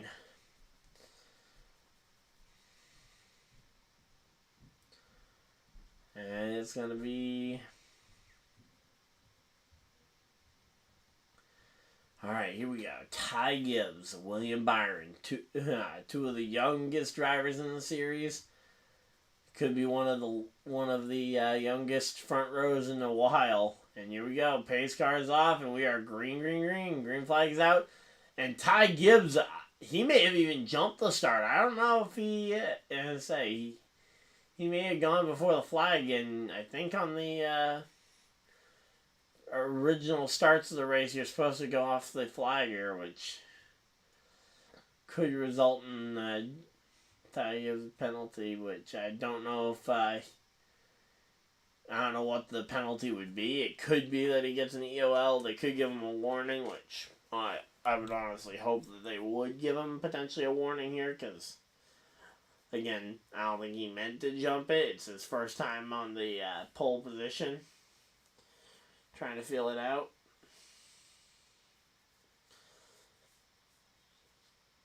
But again, it's a 400-mile race. There is nothing sprint-like about this race. Alright, let's see.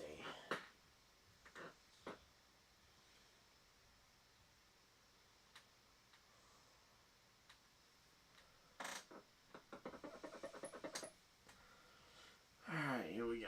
You got ChaseElliott versus MartinTruexJr here battling it out for what looks to be the 4th position here. And there we go. Michael McDowell passing it. Michael McDowell holding off DennyHamlin for 11. But I thought that might have been Michael McDowell making some passes here.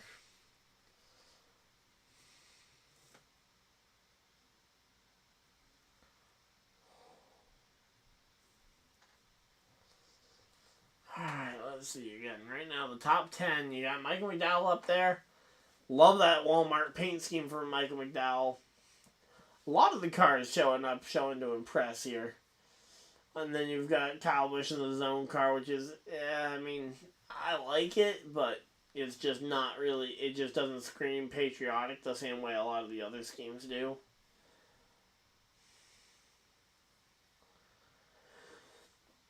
Alright, here we go. Let's see. Yeah, 5 laps into this one. Bubba Wallace all the way up to the 6th position here, and he's making a pass on Chase Elliott for the 5th position. Bubba Wallace is making something happen.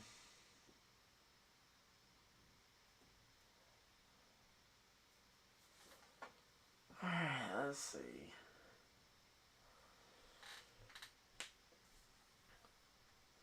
Say Indy 500 coming back from commercial break, and 6 laps into the Cup race. And we are getting ready for a fun one here. And wow, Elliott, and I say something's got to be wrong with Chase Elliott's car, because he just lost a spot now to Bowman too with virtually no effort.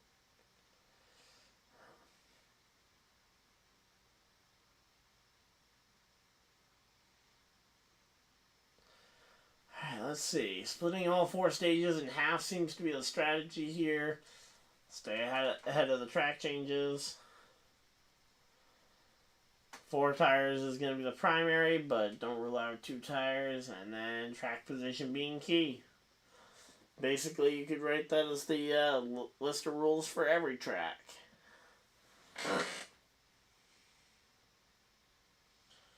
Alright, here we go. Let's see.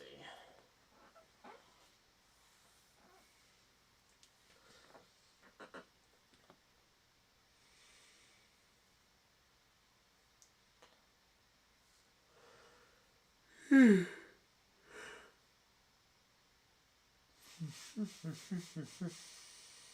here we go. We got Denny Hamlin looking at the inside on the Walmart machine, but the Walmart machine of Mike McDowell able to hold him off. Let's go.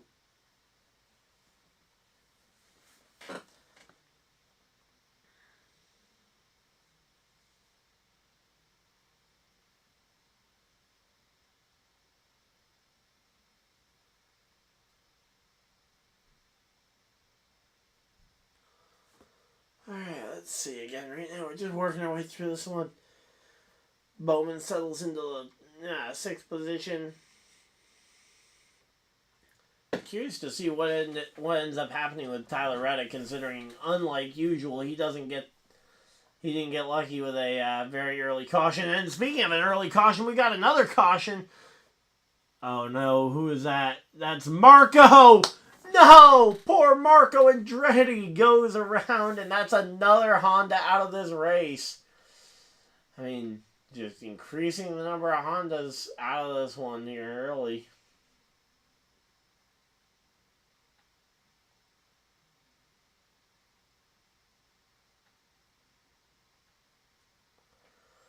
Alright, it looks like the Cook 600 is getting ready to go to their first commercial break, and we're now 10 laps in, and Michael Andretti is, he is not happy about something. Didn't catch what happened to Marco, outside the fact that he spun.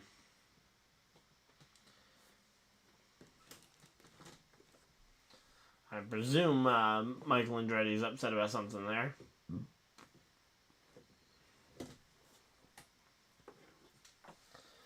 Let's see.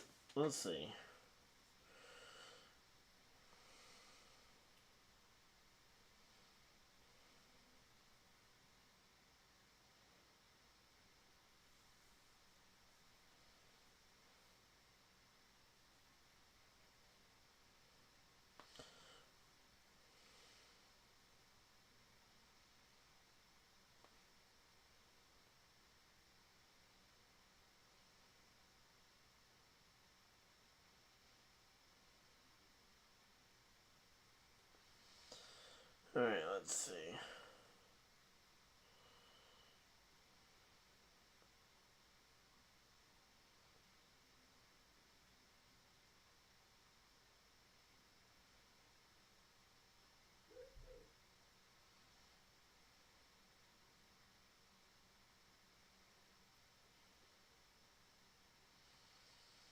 Most owner victories.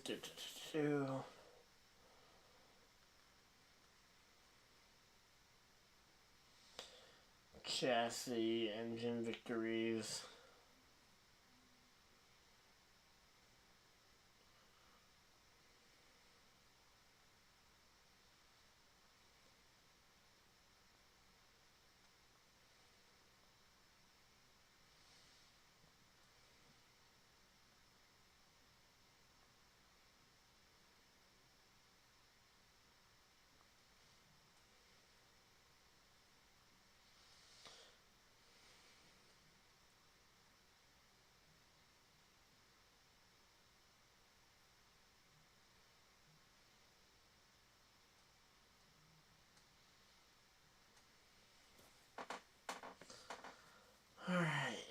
back from commercial break there. I'm trying to find this one. Here we go. Let's see. Here's cars running at the finish. 7.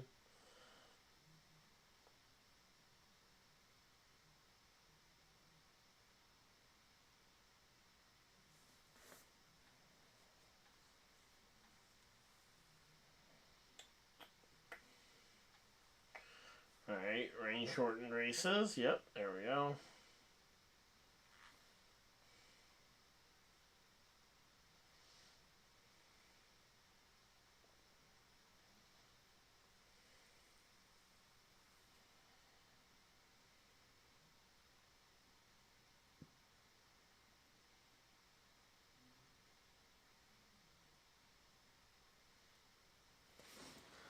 Alright, well, 17 laps into the NASCAR Cup race. Couldn't find the stat that my friend was looking for to see what the record number of cautions in an Indy 500 is. Maybe one of you guys has the answer or can Google it for me, because I didn't find it. But yeah, here we go. Got ChaseElliott sliding all the way back. He's into the 8th position now, under heavy fire now from the 9 of from the 1 of Chastain in the 9th position. Then you got Hamlin in 10th here as Michael McDowell slid back to 11th here, and Kyle Busch is all over his rear end trying to get him to move. Speaking of moving, Chris Buescher is already up about half the field here. He's moved his way all the way up into the 23rd position from a 39th place starting position. Alright, here we go. Let's see.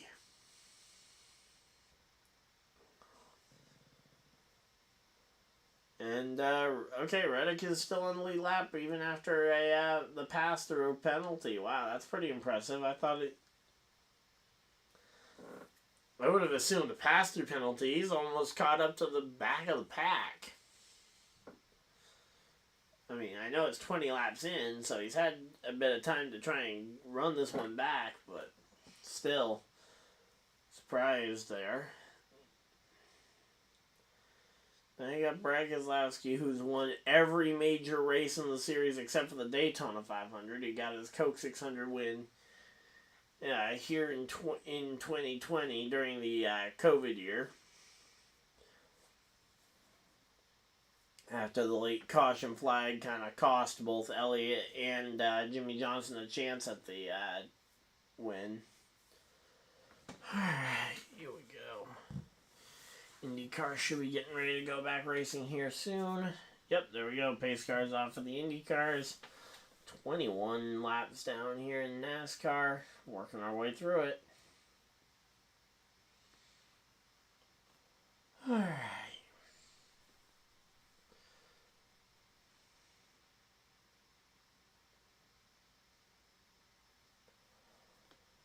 Let's see again. Right now, Ty Gibbs has been able to just kind of calmly move himself out to that lead and just kind of run away with it here.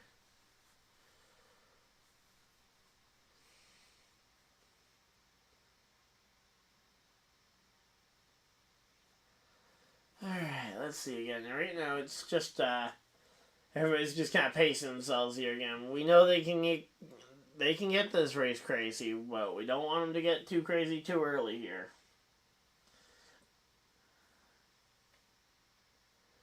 Alright, let's see. McLaughlin, Newgarden, and Rossi are the top 3. Ferrucci 4th. KyleLarson, though, up to the top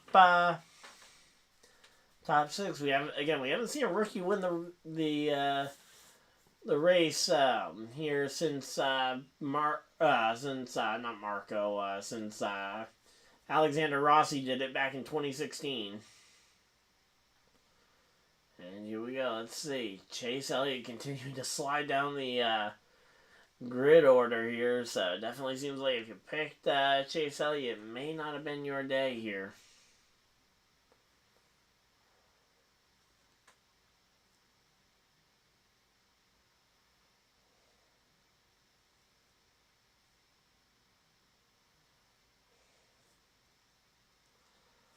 Alright, let's see. Right now, they were just showing some radio there from the 9.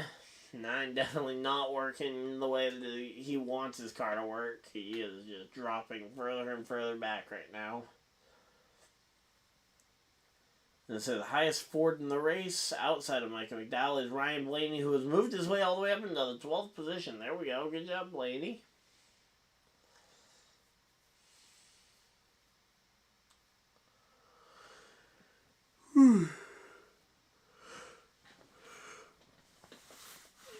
Oh, man, here we go. It is definitely a long race here, and we're only just beginning.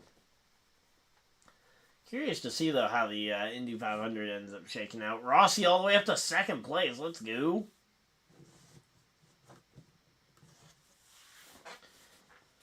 Alright, let's see. We go into commercial break again here. We're now 20-something laps in. Would make sense if we're going to commercial break. Yep, going to commercial break. Alright. Or are we? I thought we were going to commercial break. Now we're just going to a piece where the Cup drivers are talking about and shouting out the military members who are on their cars. Which again, this is a great part about the sport, showing a ton of respect to these men and women who gave the ultimate sacrifice for the country. And let's see.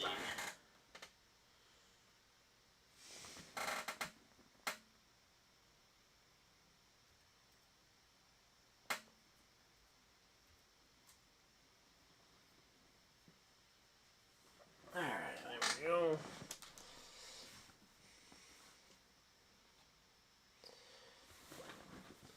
So let's see. Again, right now, my pick for the Indy 500 is actually looking pretty good, though. I had Rossi pegged for this one. I feel like he's come up second to the Penske's in 2019, and I think he wants to try and go ahead and prove he's back.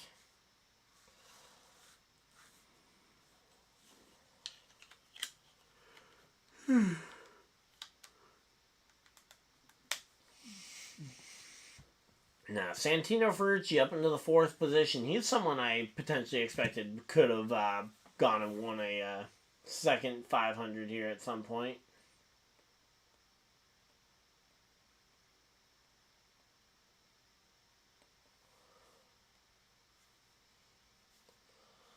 Alright, here we go. We're going to flip back and forth between the two races. We got IndyCar up on the screen now, and Christian Rasmussen, he is going to try and give KyleLarson a run for his money in terms of the Rookie of the Race. I think at this point, if Larson doesn't crash out or DNF, I think absolutely Larson should be Rookie of the Race. He's done so well all week long. And, yeah, here we go. Let's see. They're showing this block again. And, yeah, okay. The more I watch it, the more bad the block seems from Scott Dixon there. He just goes and completely chops the nose off of Ryan Ray, who was pretty clearly there. Alright, and then, here we go. So they're talking with Ryan Ray, who's now out of the car. Augustine Canapino up into the top 10. There we go. Alright. Herta is not out of the race. Okay, I was right on that one. I didn't think Herta was going to be out of the race officially.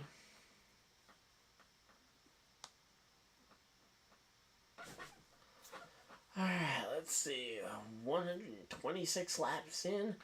127. Just working our way through this one here.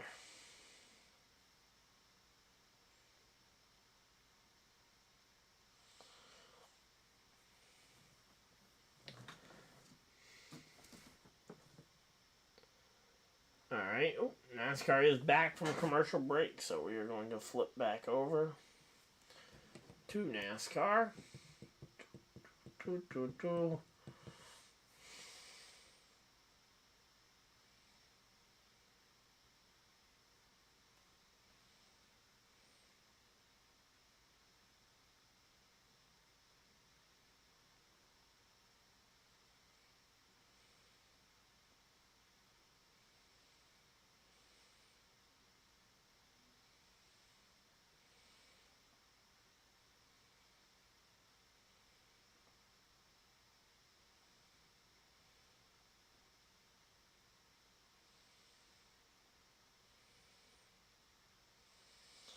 Alright, come on. Where is, there we go, NBC. The NBC isn't listed as a sports thing going on right now because the suggested TV window for the Indy 500 passed a couple hours ago already. Alright, so McLaughlin actually passed Rossi up to the 3rd position over there. Meanwhile, the top drivers in the NASCAR side of things are just kind of settling into position here. Although, here we go, Alex Bowman on Bubba Wallace. They're trying to make some battles here happen. Bubba Wallace versus Alex Bowman. This is more passing than we saw all day in Monaco.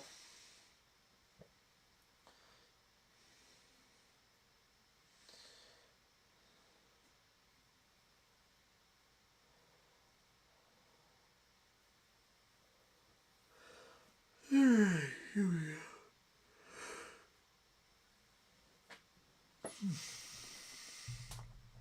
Alright, let's see. Yeah, right now we're just kind of working our way through this one.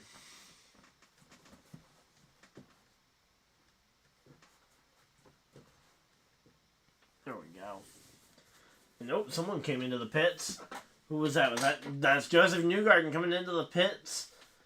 Not sure if it's within range for a final stop here yet or not. It seems kind of early. Potentially going to try and two-stop it from here. Alright, here we go. Let's see. So Ty Gibbs is now trying to lap cars here for the first time in his career. At least first time in his Cup career.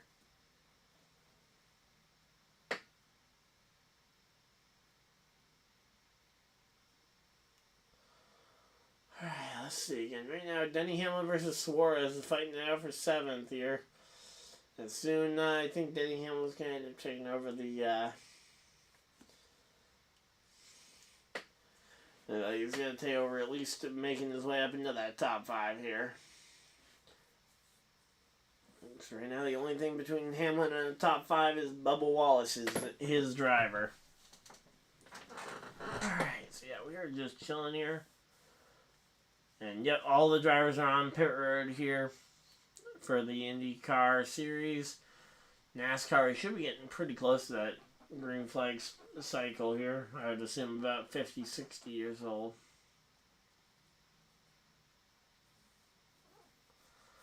Alright, let's see. Ryan Blaney coming out of pit road here. He just had a green flag stop. Cindric coming into the pit, so we are having some drivers cycling through. Briscoe coming to pit road. Harrison Burton hits pit road.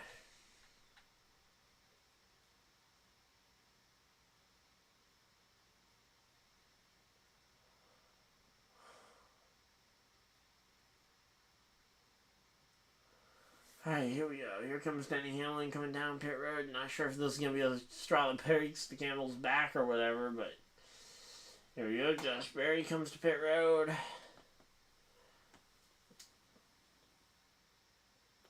Alright, let's see.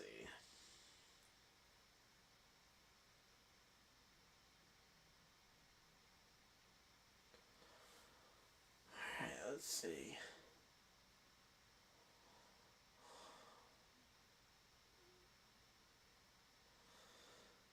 Here we go. Everybody coming into the pits this time by. You got the 15 of Kyle Crowley. You got the 8 of Kyle Busch.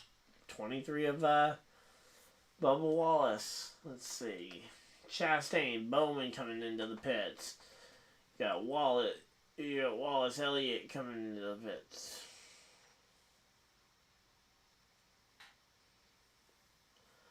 Alright, here we go. Race leader Ty Gibbs comes into the pits and he drags Byron Bell Truex with him.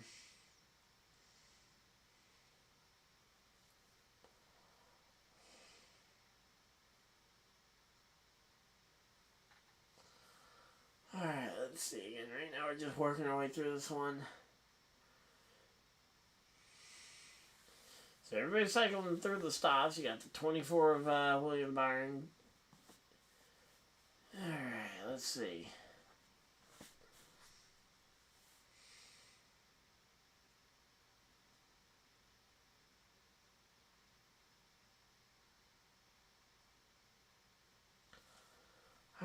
let's see.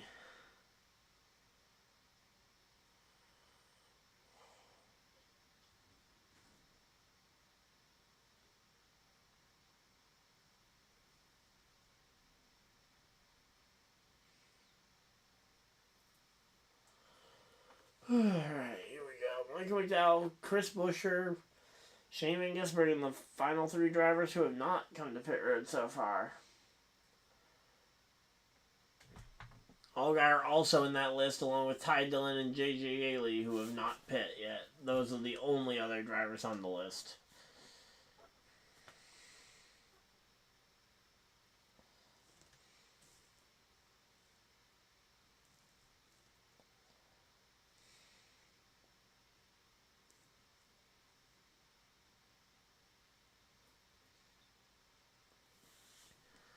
Alright, here we go. So Michael McDowell, he's going to try and make this one work here. I don't see any reason why he can't make it work. And here we go. Here comes Ryan Blaney trying to unlock himself here.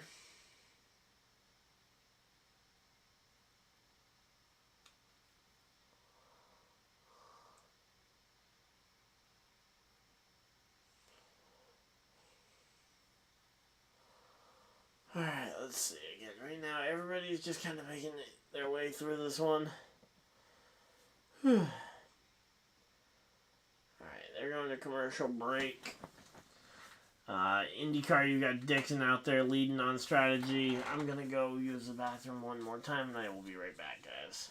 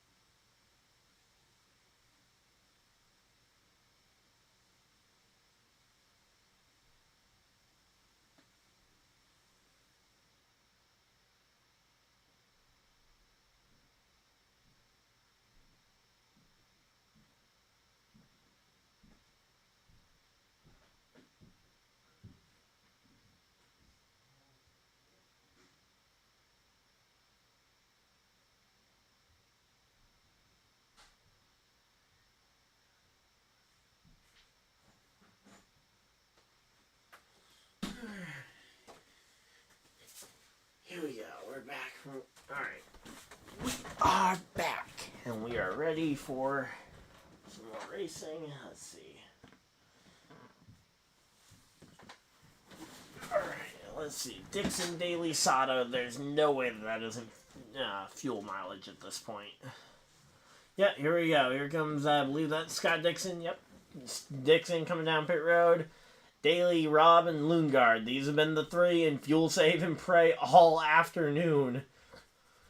Daly in the 24 for Dreyer Reinbold Racing. Rob in the Stingray Rob. And Christian Lundgaard.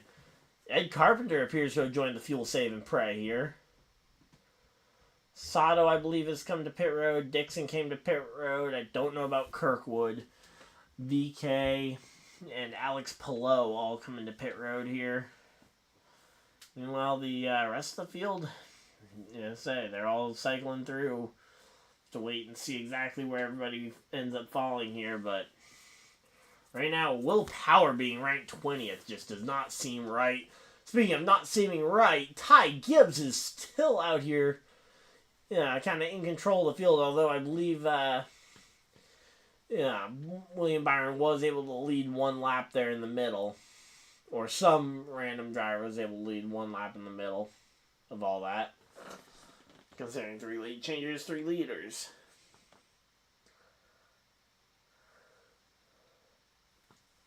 So DennyHamlin with the best pit work on pit road. Michael McDowell, come on! Are you kidding me? We can't have a good pit stop. We're hanging on in like 11th, 12th place, and we end up 18th off of after pit stops. Come on, man. Why can't we have a decent pit stop? I mean, I know the obvious. We're not going to be back at Ford next year, so why would Ford keep working with us? But we still got a long season ahead of us. I mean, I'm surprised we announced our departure this early, but we did.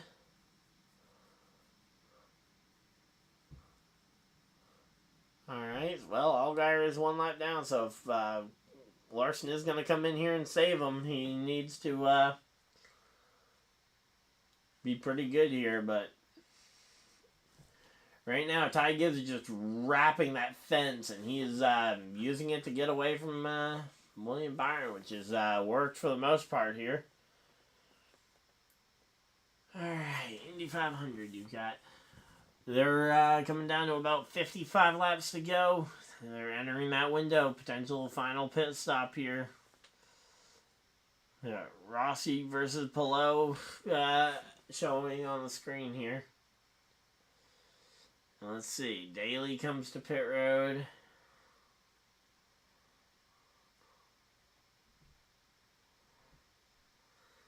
Alright, let's see. Again, right now, you got Justin Haley and actually a halfway decent looking medical car. At least I assume it's a medical sponsorship. It's on the 51.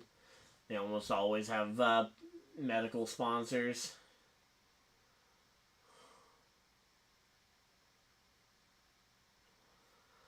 Alright, let's see. Here we go, here we go.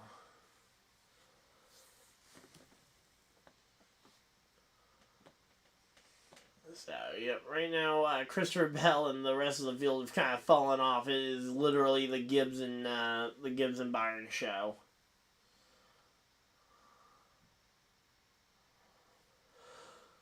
Alright, let's see. Michael McDowell hanging out in the top 15 still. And oh, we got a spin and crash, and it's Will Power! A Penske car crashes out. And Will Power is out of this race.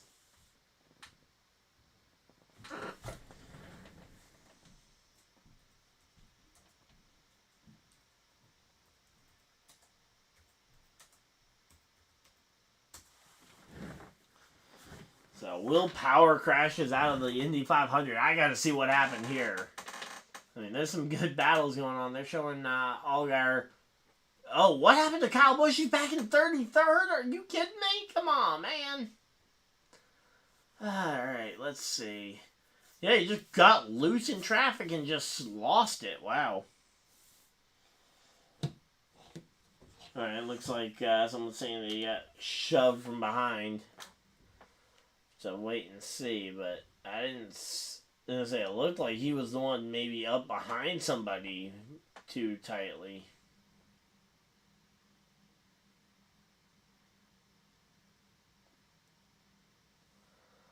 Alright, let's see again. Right now, that makes for another Chevy out the race, and we're starting to balance out the number of cars failing to finish the race between Chevy and Honda. And let's say, the Indy 500 is always a race of attrition, and this year seems to be absolutely no different. Alright, so there we go.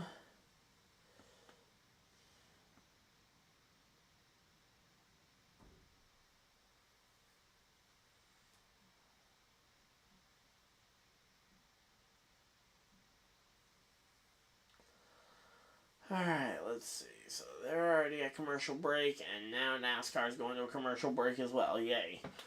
Everything's at a commercial. Yay, you get a commercial, you get a commercial. Everybody gets a commercial.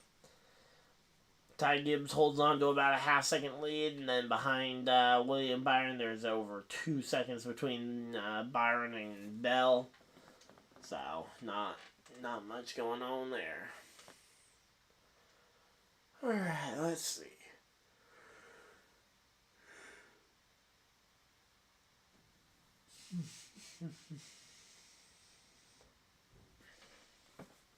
But, yeah.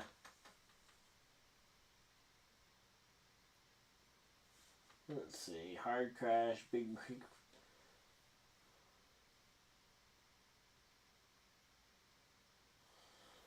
Oh, wow. KyleLarson, the lucky dog on this one. With the timing of the caution.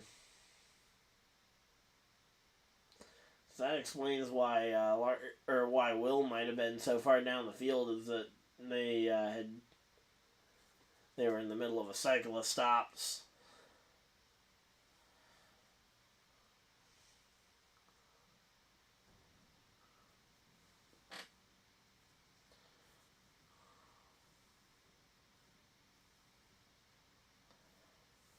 Alright, let's see.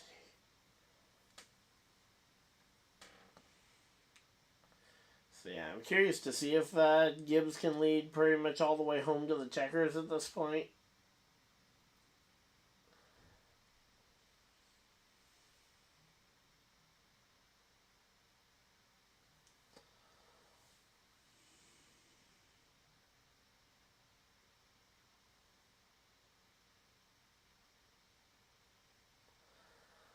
Alright, let's see. Again, right now we're just kind of waiting this one out. Ty Gibbs now has a 1 second lead over William Byron. Alright, let's see. Again, we're at commercial break, so you're not missing much. At least not that the rest of us aren't missing, because, yeah, I gotta love yellow flag. Or not yellow flags, but commercials over green flag racing.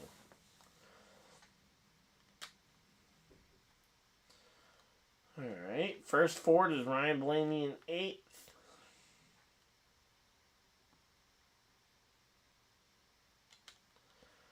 Alright, let's see. The Indy 500, they're going to go ahead and talk about the big move here. Meanwhile, we come back from to NASCAR. We got 33 laps to go, and Ty Gibbs still leads by over a full second, and it is growing. Alright, let's see.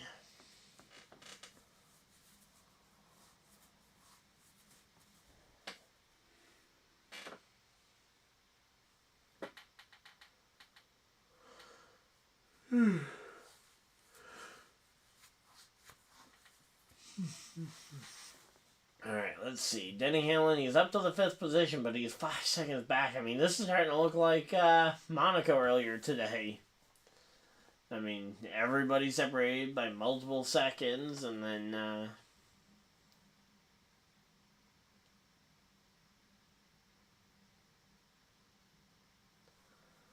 alright, let's see.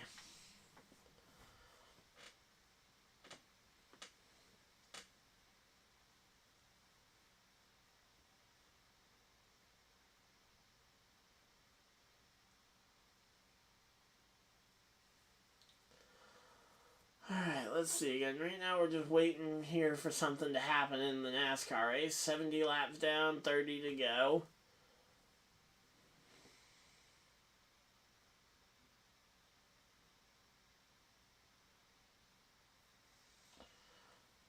And here we go. Let's see. Here comes Allgaier trying to unlap himself from the 54 Ty Gibbs.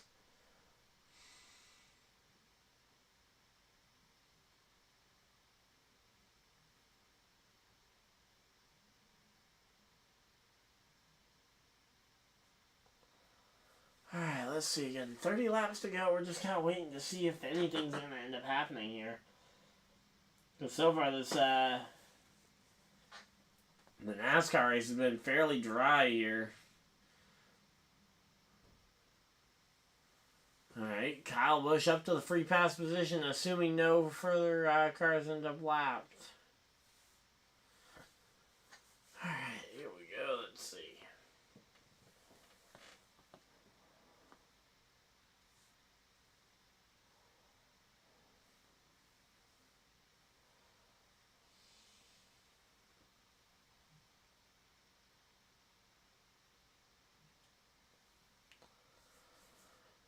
let's see again. 28 laps to go, and again, these stages are really long, and honestly, I just don't know what kind of energy I got today for this race. Because, yeah, these weekends are always going to be long.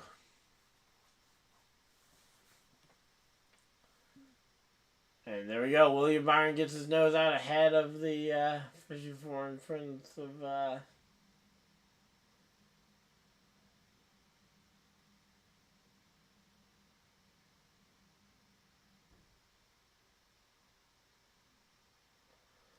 Alright, let's see. Again, 27 laps to go. Byron does get ahead of Gibbs, and that will make 4 different leaders and 4 lead changes.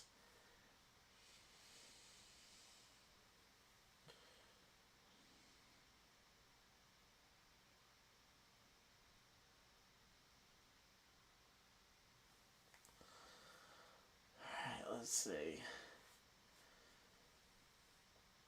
Alright, let's see. Anything from IndyCar? Nope.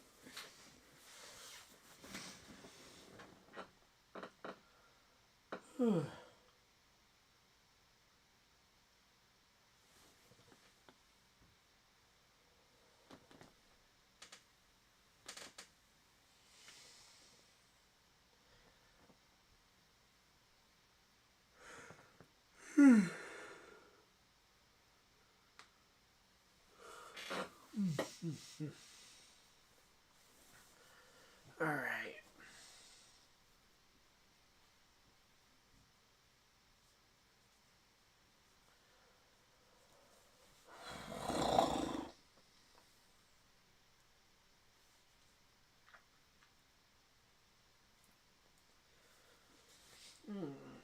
Alright, let's see. What's the swing gonna be here?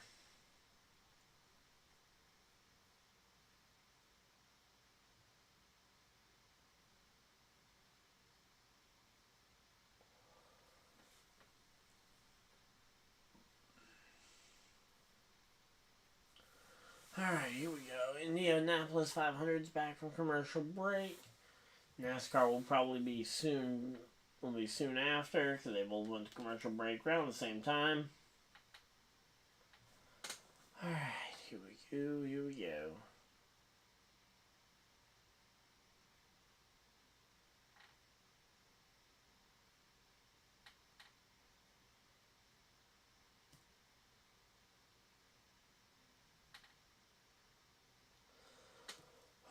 Man. Let's see, what do we got going on? Be another thing if there was actually chat messages to keep up with, but I've already checked all the chat messages and nothing new over there.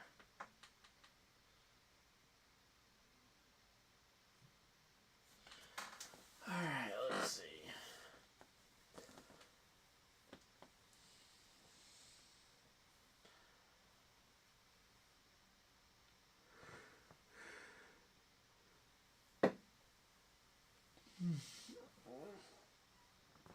Alright, let's see.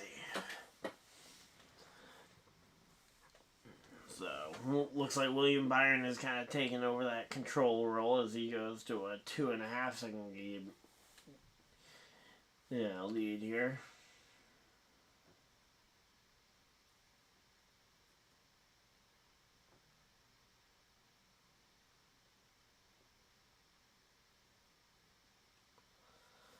Alright, let's see. They're fixing up KyleLarson's car, getting him ready for the final 45 lap sprint to the checkers. And here we go, let's see.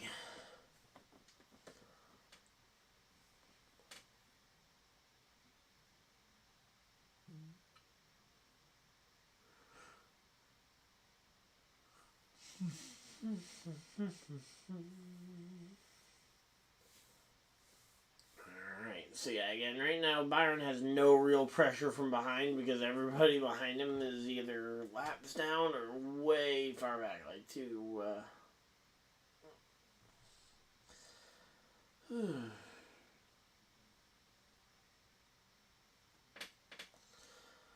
Alright, let's see.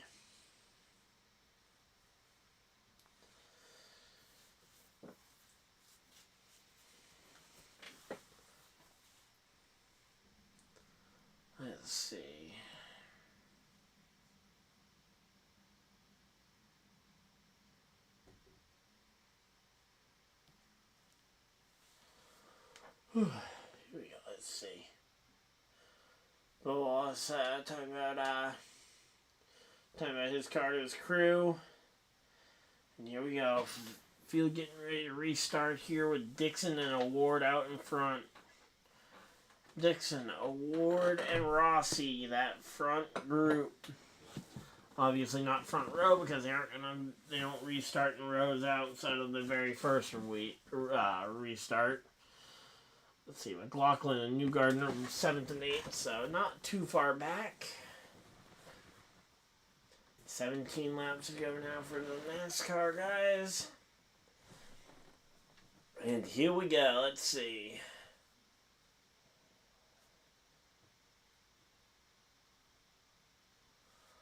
Alright, let's see.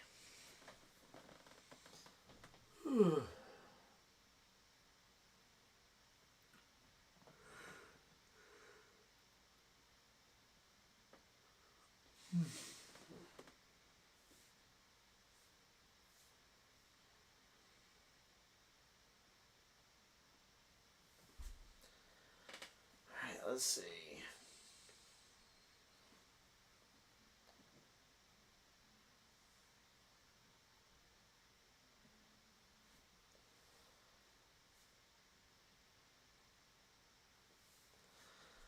Alright, let's see. And we got ourselves a caution flag. Caution flag's out, and let's see what it's for.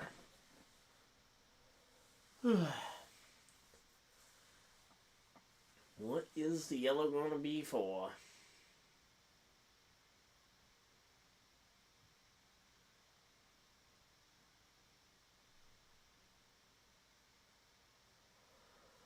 Alright, let's see. Still waiting for this caution flag to fly. Not sure what the cause of it's going to end up being. But I know it's coming, so I know it's going to eventually come crawling down.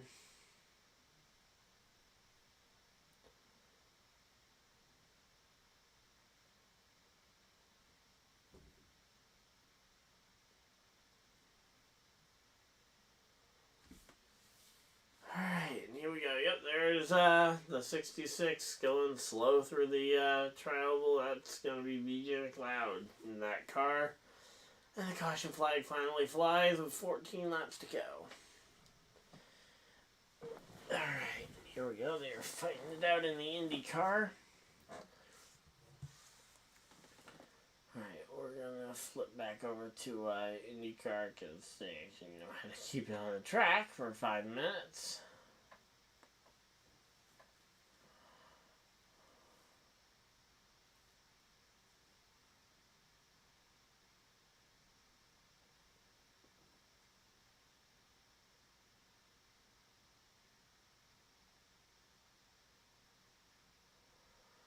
Alright, let's see. 58 laps to go, and we are just working our way through this one. It has been a long day. Rossi and Award out in front of the field. Let's go! 40 laps to go, and Rossi, Award lead the field around here. Newgarden is in the mix, though. You can't mark him out, certainly. Let's see. McLaughlin popping out of line here.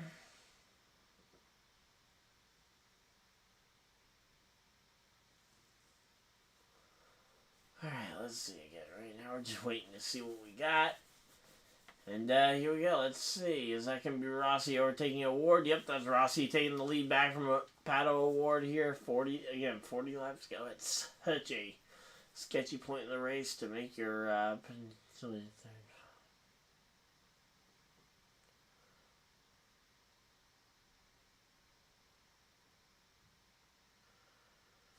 Alright, let's see. And right now we're just kind of waiting here.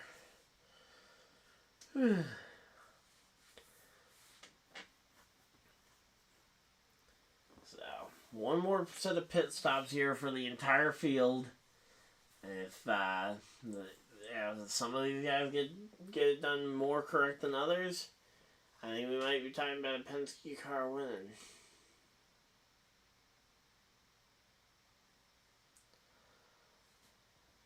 Alright, let's see.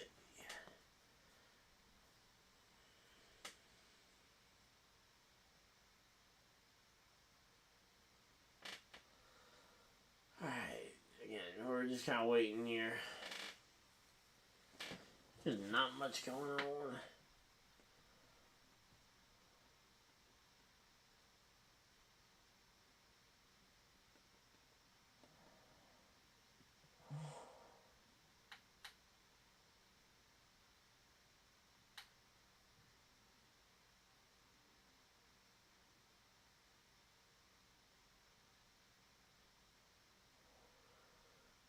Here we go, let's see.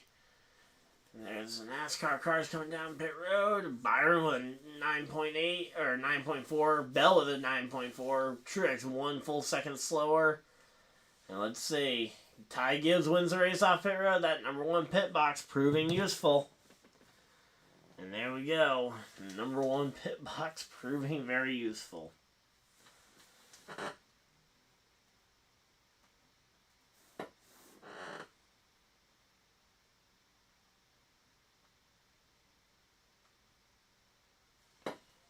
Alright, let's see.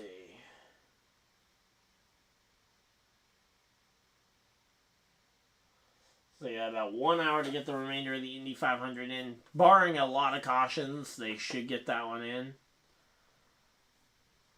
Alright, here we go. Let's see. Whew.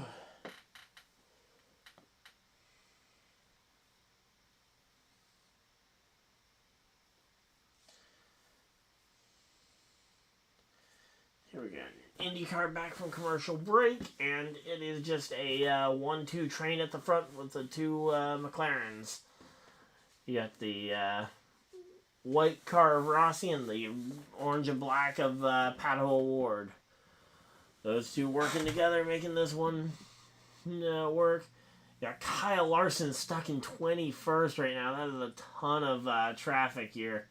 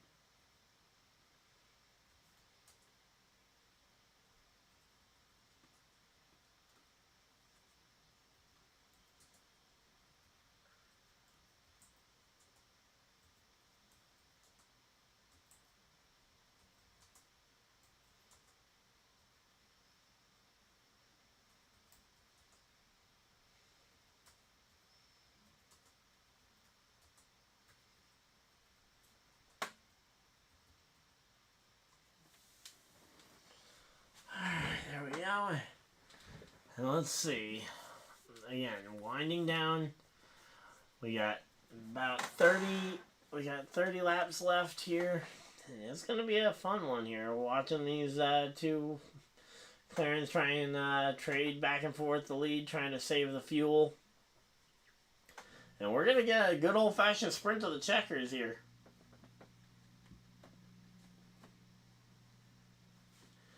Well, if you guys want to see what the NASCAR, if you want to see what the NASCAR All-Star Race should look like, hopefully this restart should give you a good view of it, because it'll be an 8-lap dash to the checkers for stage and playoff points. Let's go. Well, again, the IndyCar drivers just trading the lead back and forth here. Their last pit lap was at 1:32 and 1:37 respectively. That's pretty early. I don't know if that's going to be enough. I mean, they're going to have to definitely pit again, I think.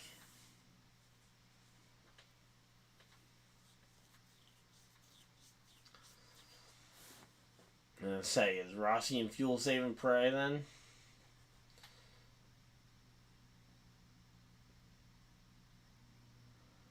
Alright, let's see.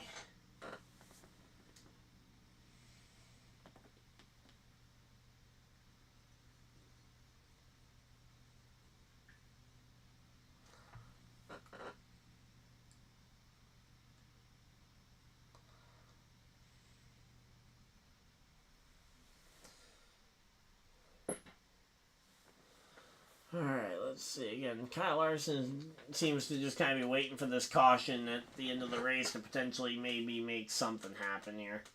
1 lap to go until they go green, and it looks like the 11's dropping to the rear. So you got Gibbs and Byron, Bell and Bowman, Truex and Bubba, Blaney, Elliott, Barry, and Keselowski, your front 5 rows here. Let's get ready to go back racing here.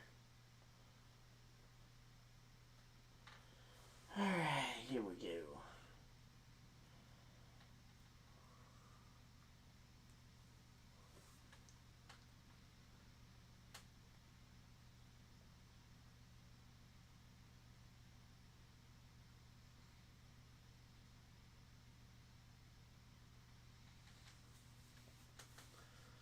So here we go. Chase Elliott's been second in 2 of the last 4 Coca-Cola 600s.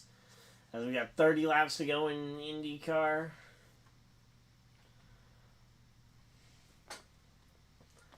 Alright, here we go. Now, at any point here, if I hear of anything that sounds like it could be a caution, I'm hitting pit road.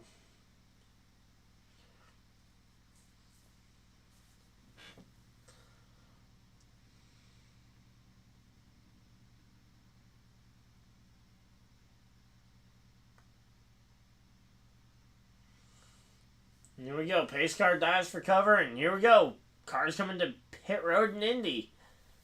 We got the pit road starting up here. We got Penske cars coming to pit road there, and meanwhile we've got 7 laps to go in NASCAR as they go green, green, green, green.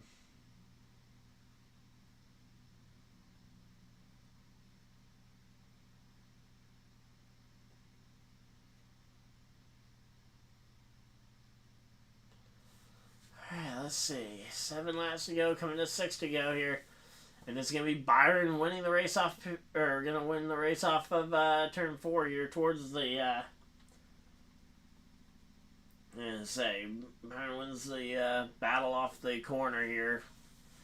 And Byron is showing down some good speed. Let's see, can anyone else challenge here?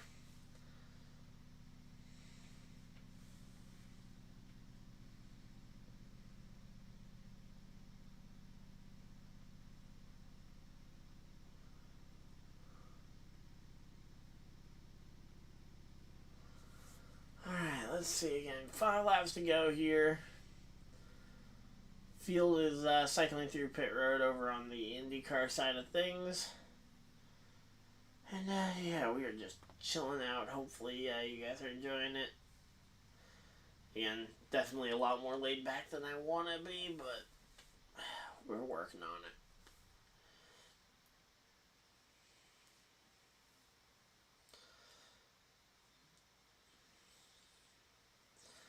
Alright, 4 laps to go for the NASCAR cars. They got a little over 30 to go in the Indy cars. VK, Kirkwood, Ilott currently the leaders. KyleLarson has found his way up into the 8th position here.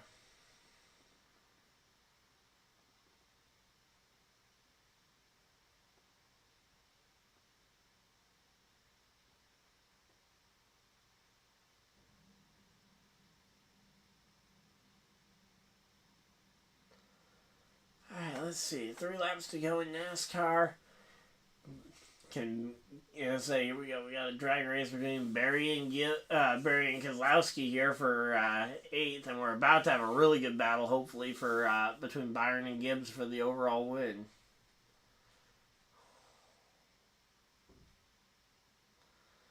Alright, here we go. 2 laps to go. It's going to be one more time around next time by. And it looks like it's going to be a William Byron winning this stage here.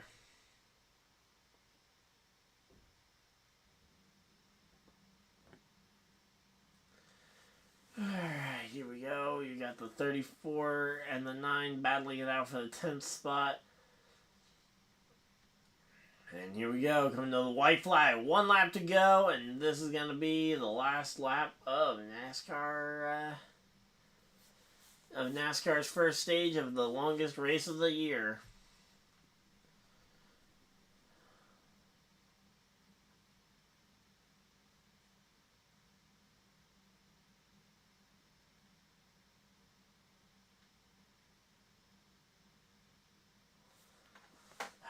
let's see. And coming off the final corner, it's going to be William Byron, Ty Gibbs, and Alex Bowman, the top 3. Bell Truex running out your top 5.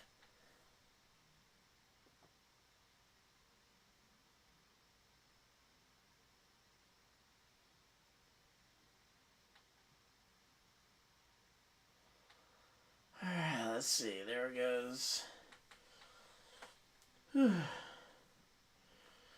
Yeah, there goes William Byron, and let's see.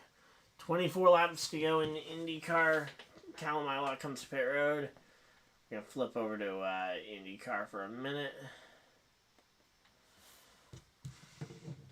Ilott, Rahal coming to pit road, and that's going to leave Ed Carpenter, and KyleLarson is up in 2nd place. Kiffin Simpson 3rd. 4th, going to be Dixon, it looks like, at the end of all this. And in fact, actually, ooh, Larson's in an interesting spot. Larson could, if Larson's been fuel saving back there, he might be able to fuel save and stretch this thing to the checkered. Larson might be able to do this.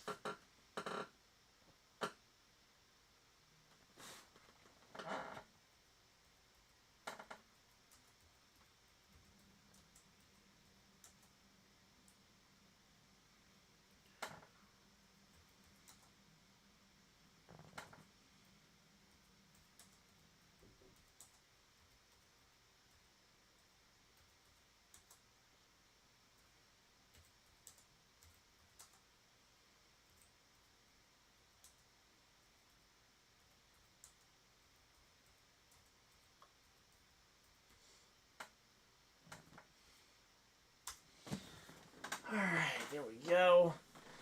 We'll see if my jinx applies to IndyCar as well, because I just went and put in a post in a group chat saying how, I mean, based on my math, I think Larson's actually pretty close to making it to the end of the Indy 500 here on this tank of fuel. Now the question is, what does Ed Carpenter do ahead of him, and what does Kiffin Simpson do behind him? But these 3 drivers, they're basically all by themselves in a league all their own here. I mean, if they can fuel save to the checkers here, I mean, who's going to stop them?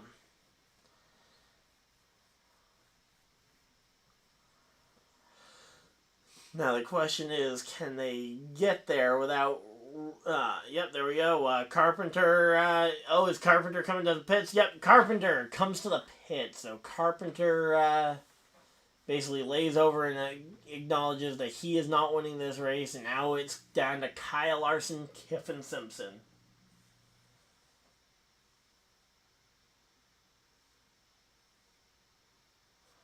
Oh, severe weather warning. Watch for lightning in Charlotte. No! Man. Severe weather watch. Great. Speaking of severe watches, again, I mean, what is that? That'd be a 47-lap fuel save? I mean, that is a long way to save it, but we've seen it happen. Problem is Newgarden. Newgarden is coming with a humongous head of steam. Oh, wait, nope, never mind. Sorry, I thought they just showed him at 11 seconds back. My bad. Their timing and scoring was just off. I thought Newgarden had just cut the lead and was running them down a couple seconds per lap, which would be utterly insane. So, here we go. Let's see. Again, we're going to focus on the Indy 500 here for a little bit and disregard the NASCAR just for a little bit, guys. Don't worry, we will be back on the NASCAR soon. While KyleLarson's leading, I want to see, can the math work? I mean, I think it does.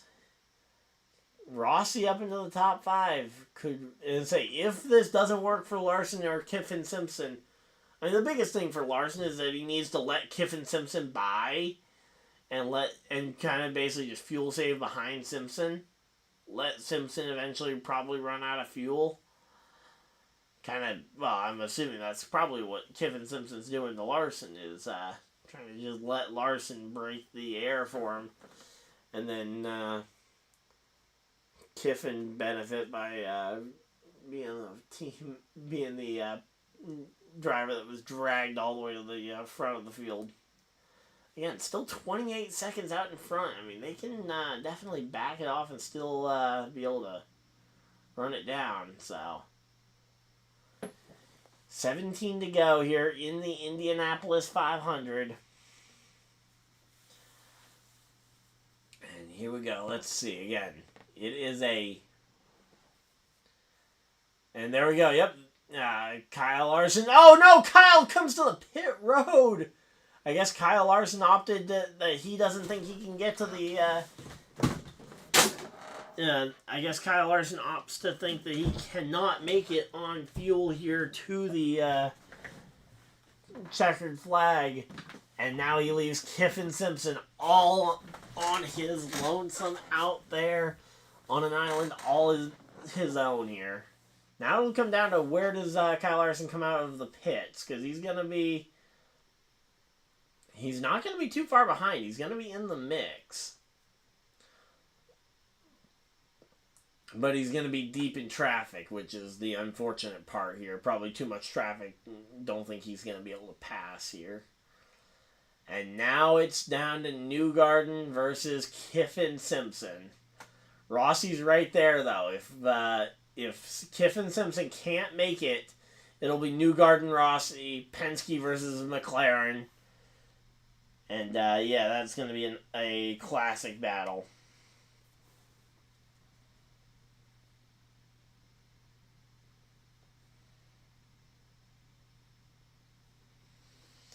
Alright, there we go. Got the Coca-Cola 600. They're at commercial break anyway. And Kiffin Simpson hits pit road. 15 laps to go, and all drivers have come for that extra set of pit stops, and now it is Rossi versus Newgarden. These two are going to be in a drop-down, drag-out fight here. Scott Dixon is also right there, so if they get to racing, Scott Dixon could be in the catbird seat here. Let's see.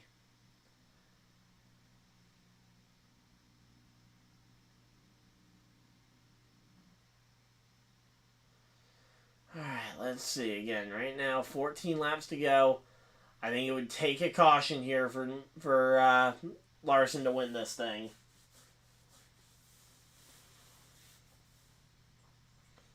And let's see. Again, Rossi versus Newgarden. This could be a very interesting battle for the win. Award, he's got the Arrow McLaren colors here.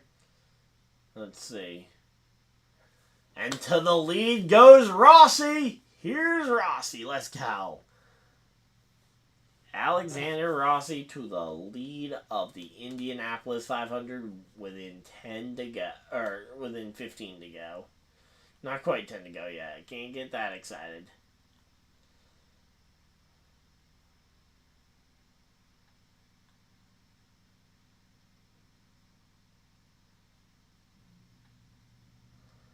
Alright, let's see. Again, right now they're working their way through this one, but I think Rossi's plan here is just to run away and hide and hope that nobody can catch him here. And honestly, it's not a bad strategy. He could theoretically try and do this one, but there we go. Newgarden goes and passes him back. And now it's going to be down to what does Rossi do as the second place car here. I mean, again, 12 laps to go. There's still plenty of time for lead changes and leapfrogging back and forth.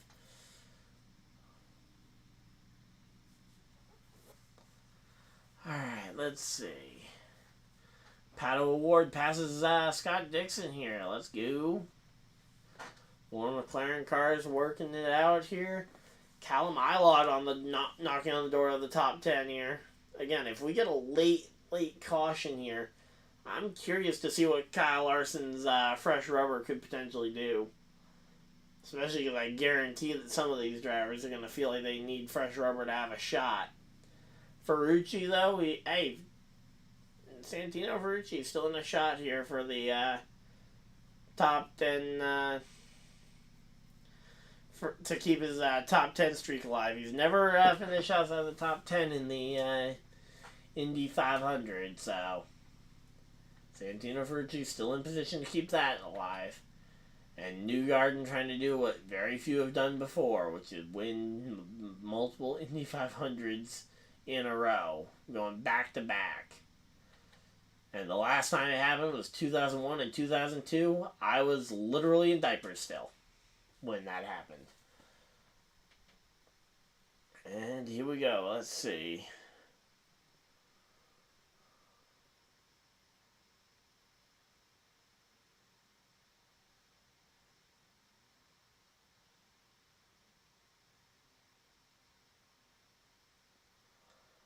Alright, let's see. 10 laps to go. Again, right now it's a Newgarden versus Rossi type battle, and Rossi's got a teammate right behind him. Here we go. Rossi back to the lead with 9 laps to go. Let's go. Oh, and the yellow back out, and they're not going green here. They're going to, for the NASCAR car, they just went and extended the yellow here after doing the choose cone. They went and did the choose, and now they've extended the yellow over there. So we got a little bit more time. Potentially going to just let us finish watching out the remainder of this race.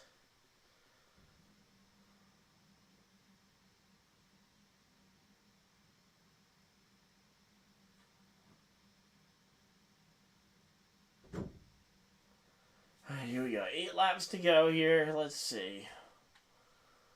What on earth is going to happen? McLaughlin in 7th. I don't think he's going to be able to win it from there.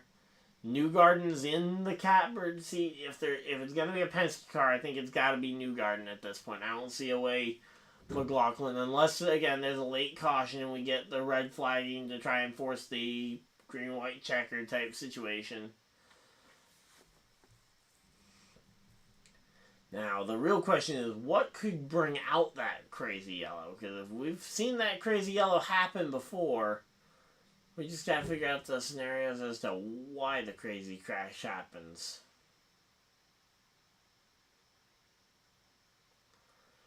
Alright, let's see. Again, 7 laps to go here. Can Newgarden, Award, or Rossi hold on to this one? Which one of the 3 of them? All the way. So we're snaking all the way down to the bottom line here. Award seems to have started to pull away from Rossi here.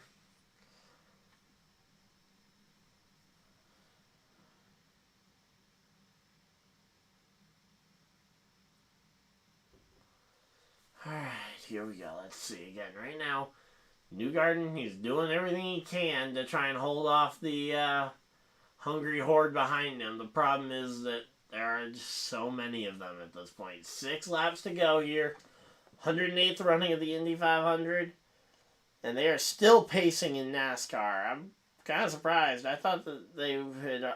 I thought when they added the lap, they might be just trying to make sure they get everybody in the exact right spots here, but I guess they're still going.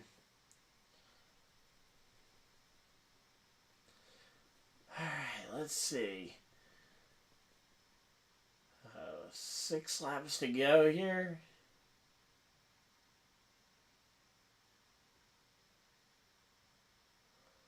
Alright, let's see again. Pato Award right now to the lead of the race. 5 laps to go. Is Pato going to be the one that's able to hold on here?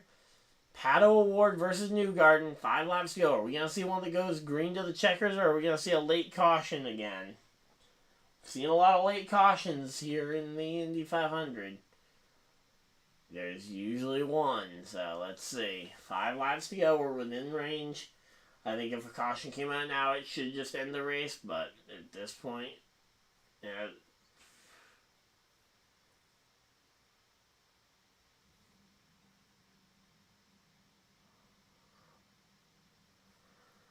Alright, let's see. 4 laps to go, and now Newgarden's back out in front of the field. Let's see. You've got both McLaren cars running second, third here, though. I think the 2 of them could end up working together, potentially putting Pato Award. Okay, let's see. I thought I saw someone go off course, but no, that was just a light in my room that made it look like there was a car going off there. But no, here we go. Pato Award to the back. He's going to suck up to the back bumper of Newgarden. Draft all the way up behind him. Alright, let's see. Again, right now, Ward and Rossi going to try. They've got 3 laps to go. Going to be 2 laps to go this time by. Can they pass Joseph Newgarden one more time? Newgarden, he's got the car. The Penske's were strong in qualifying. All Newgarden needs to do right now is put on 2 more qualifying runs. And right now, Rossi and Award both want to try and avoid that happening. Here comes Award. He's got the push. He's gonna follow the 2 car through 1 and 2 here. And we will see what's it going to be here at the end of the Indy 500. Come on. What's the answer going to be? The Award's to the back bumper. I don't think he wants to make the move until the white flag is out. Because I think he knows that if he makes the move at the wrong time, he ends up becoming a sitting duck. And just because his name means duck in Spanish does not mean that's what he wants to do. And here we go. Award to the top of the board. Pato Award to the top of the board here. And that might be all she wrote here as Pato Award takes it all the way to the top of the board. Can Newgarden counter? Is there a counter move Newgarden's got up his sleeve? He's got the power. The Penske power round the outside. Penske power, and that is Newgarden back around, and that is going to be just Penske showing off why Penske does what Penske does, and it is Joseph Newgarden back to back with just some outrageous Penske power there and now back to back Indy 500s for Joseph Newgarden. That is impressive. I mean, again, I thought once Pato O'Ward took the lead, I was like, okay, what is the counter move? And the counter move was just unleash all your Penske power, potentially get on that button that you had enabled a couple weeks ago. I'm not saying I think that they did it, but if they did, that would be a good time to have revealed it. But 20 Indy 500 wins now for Roger Penske. And there we go.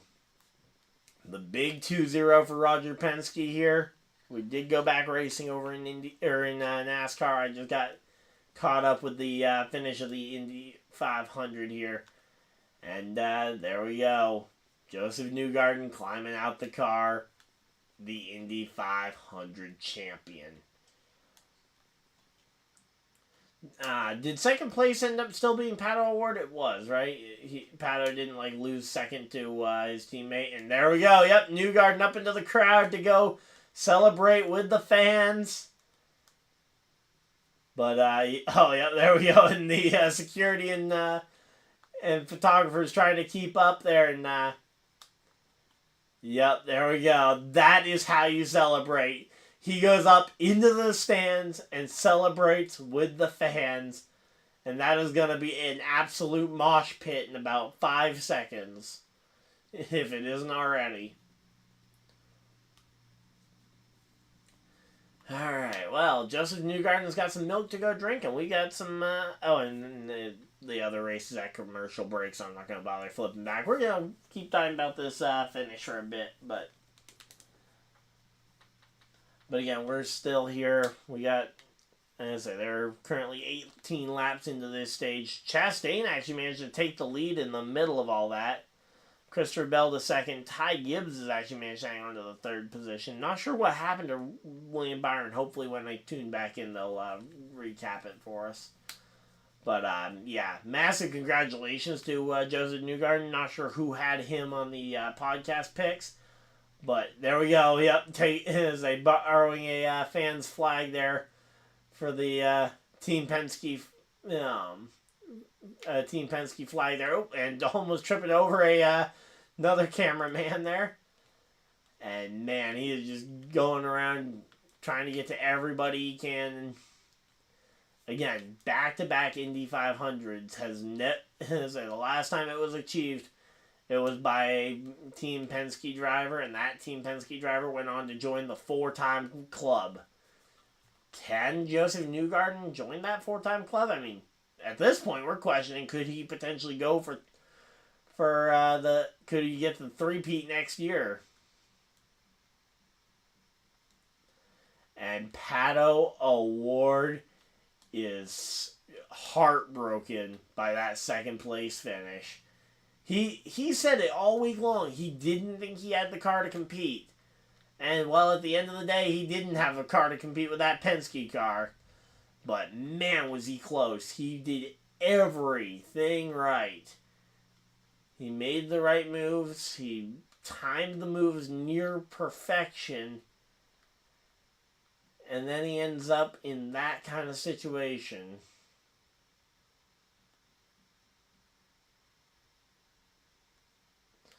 Man, that is just, again, it's one of those things that you don't see very often. You see these like once every 20 years. It's been over 20 years since we've seen a back-to-back Indy 500. Took him 12 years to win his first one, which that is going to be a little bit of a difference here between him and Elio. Elio got his first Indy 500 win in his first attempt, I believe. But 30th career win as well, so that means Newgarden now hits the big 3-0 on win count. Let's go. And NASCAR is back from commercial break, so we're going to flip back over there, but massive congratulations to Joseph Newgarden and crew. They put together a rocket ship. So here we go.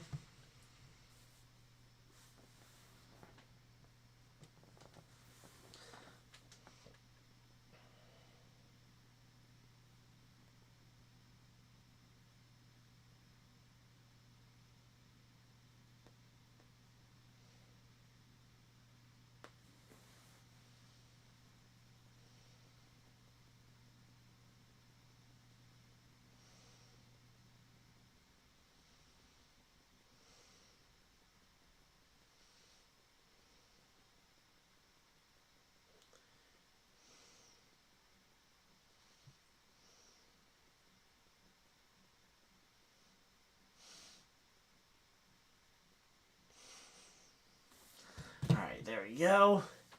And here we go. Christopher Bell, Chastain. Alright, again, not much really changed in the time that we were talking about that. I mean, Barry, and so there's a few more Fords near the front. Obviously, William Byron's down the field significantly from where he was, but really not many of the names really changed.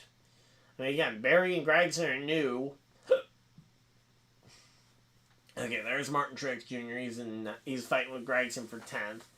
Again, a little bit further back than they were, but again, we didn't really miss out on much. Mike McDowell up still hanging out in 14th place. Everybody's in the 20 to 30 lap range roughly since they last pit. There's a little bit of an offset strategy there. Some guys at 38 and other guys at 23 for last pit lap. But it is getting dark. I just realized that track, I'm not just talking about, the sun's starting to set. I'm talking about that sky is not looking super friendly here. That will be something we might try and talk to our at the track guy about when we maybe get a hold of him. I don't know what his cell signal's going to be like if there is a storm. But, yeah, they are on call waiting for potential lightning here.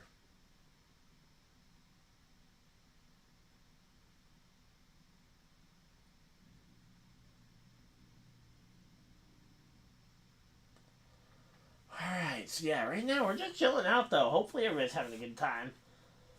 Again, Bell versus Chastain at the front of the field. That's a pretty good battle here. Again, it's just weird because, again, we got nearly 300 laps still to go, so I mean, or 270 laps, so it just feels weird because it's like, yeah, I mean, they can battle for another 3 hours and probably still not be at the end of the race. Reddick's battled his way all the way up into the top 15. There we go. After his penalty to start the race, he's fought his way back up.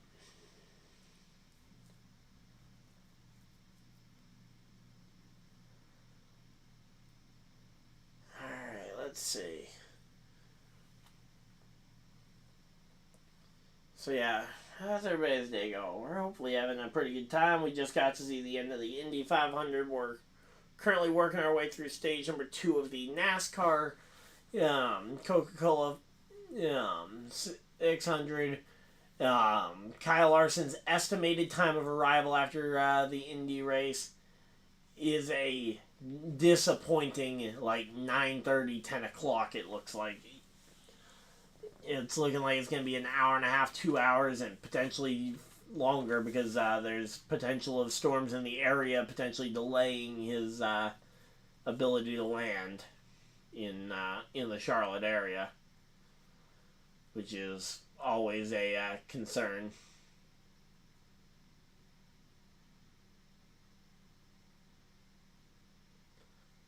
Alright, there we go. Let's see, Michael McDowell up to 13th, though. Again, Michael McDowell needs more respect here. Oh. Alright, there's Eli. What's he say?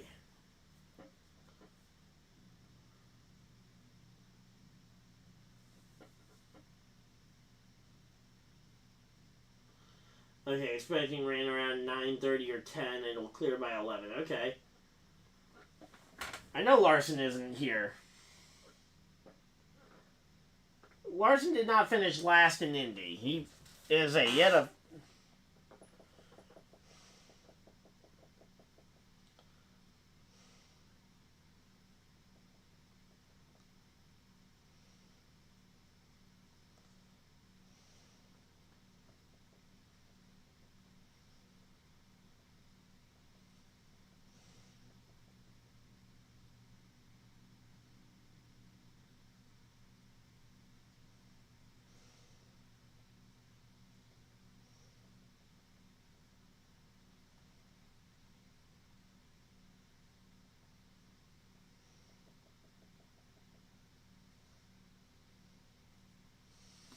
Let's see, where did Larson end up finishing? Because he did not finish last. And he did try a fuel gamble, which definitely did not pay off, which was unfortunate, but... Let's see.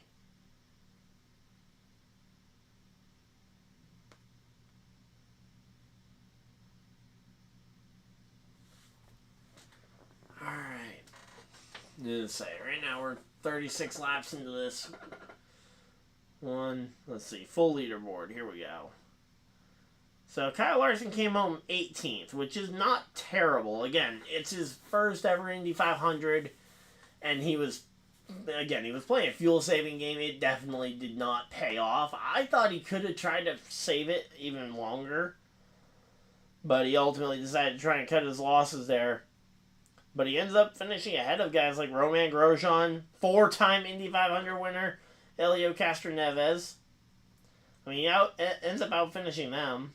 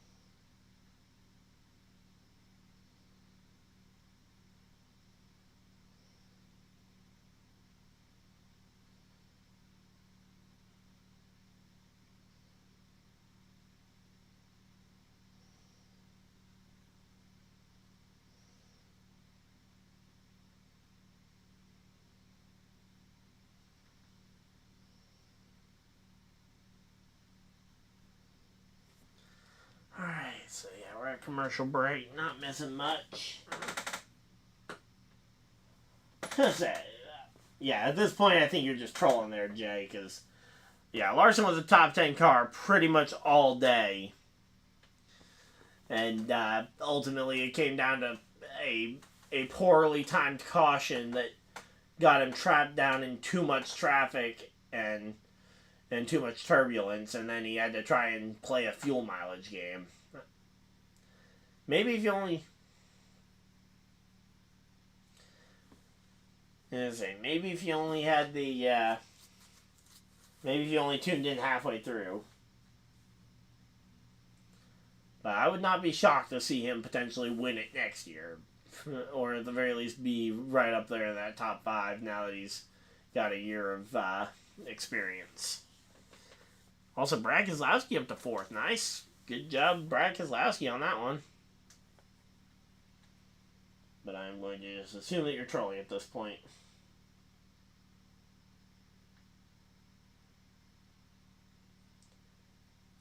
Yeah, and he won an Indy 500 less than 3 years ago.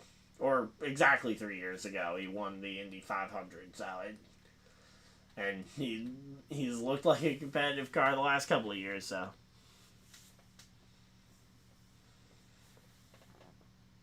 And they're talking about the new 2025 NASCAR Hall of Fame inductees, including my boy Carl Edwards, finally in the Hall of Fame. Let's go.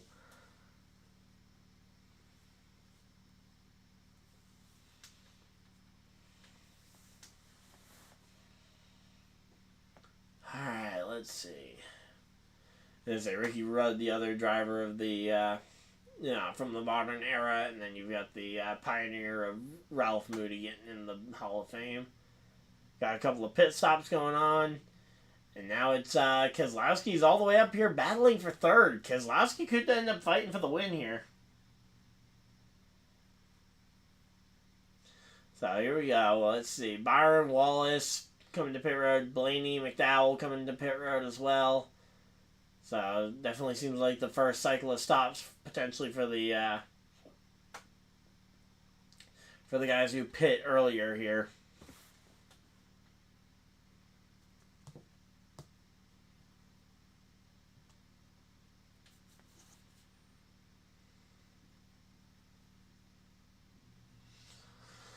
Alright, here we go. Here comes the 1, the 54, and a bunch of other cars. Bowman, Hamlin coming to pit road, a couple, and a bunch more.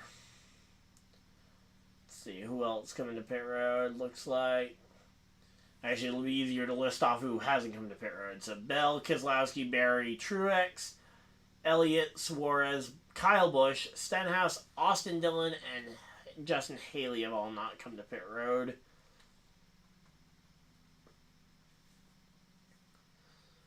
So I believe all of the top 10 have yet to come to pit road. I think everybody outside the top 10 has already pit. And here we go. Keselowski comes to pit road here. So Keselowski hits pit road. Oh, whoa, whoa, whoa, whoa, whoa. Big problem. Big problem for the 12. Ryan Blaney had a tire go completely flat. They're having to, currently they're trying to excavate the rubber from the tire. They got a major problem on that 12 car. I'm amazed they got that thing back to the pit road the way it is. But, I think Blaney's shot at a competitive day is done. Let me go ahead and make sure I take him out in my lineup.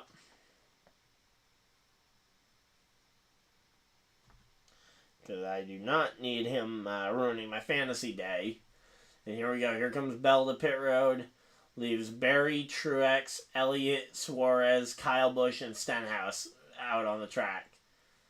Ironic that those two are out there.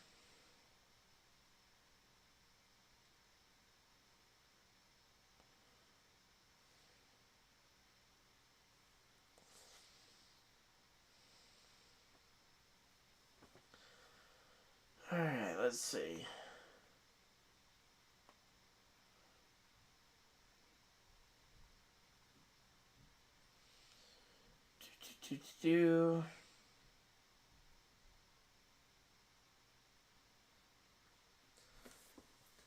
Alright, Suarez comes to pit road. Stenhouse comes to pit road. Kyle Busch pit last time by. And let's see. Fantasy. Oh, I didn't put Blaney in. I thought I put Blaney in last minute. I guess I must have made a smart decision and not. Alright, well, I guess I get to bench DennyHamlin then. Because he's my least effective teammate right now. And I'm actually, wow, I'm up in the top 3 in my league. Let's go. Oh, and yep, so they're showing, okay, that's the replay of what happened to Blaney. I thought that was something happening to someone right now, but then I saw who the onboard was. So MartinTruexJr comes to pit road. He's going to drop back just a bit. And that leaves Blaney and Barry and Elliott, the only two that have not pit so far in this cycle. So here we go. Let's see. Only 2 drivers who have not pit in this cycle so far. Hocevar is just way off the cycle. I have absolutely no idea what strategy Hocevar is trying to go with here. And yeah, right now Barry and Elliott are both just trying to figure out exactly where their fuel number lies, potentially for a run to the checkers here. And I think Blaney knows that his day is basically done. I mean, I know they always say, oh, there's still time, it's a long race, but at this point, with this amount of time they've lost, I think he knows it's not going to be a repeat of last year.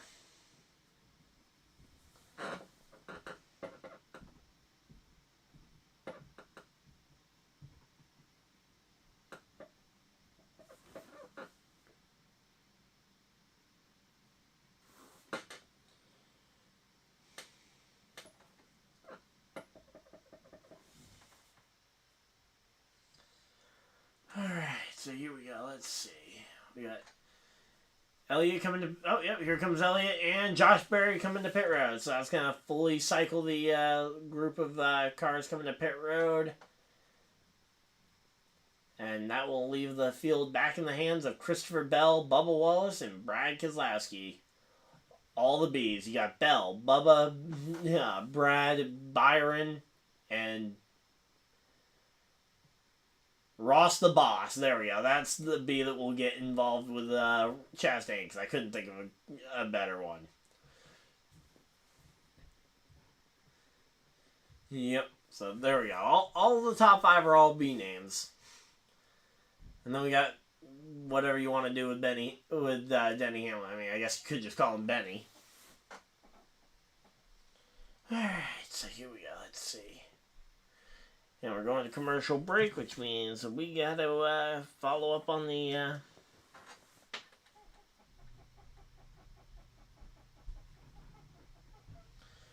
Alright, let's see. Profile. Yep, I'm over 4,000 points now on the NASCAR fan reward points. If you guys want to go ahead and collect some NASCAR fan reward points, you guys can go check out the NASCAR app. Their fan reward system, you can get free points towards stuff like race merchandise, potentially race tickets, or other stuff, just by checking in on the app or taking part in their little weekly quizzes. Not a sponsor, but figure, hey, if they're going to give away free stuff, you might as well go ahead and take it. I like free stuff. I feel like you guys do too.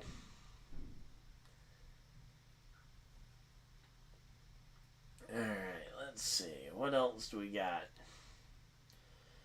So, just kind of waiting to see. But Bell having a 2-second lead is definitely going to help Bell try and relax at least a little bit here. But, yeah, the field is definitely starting to get spread out. Mike McDowell up to 11th. Let's go. All the guys staying out on those older tires and hurting them just that little bit. And, oh, we got a caution. Caution flag flies. Hey, Eli, you there? What happened? Because we're at a commercial break and we missed it.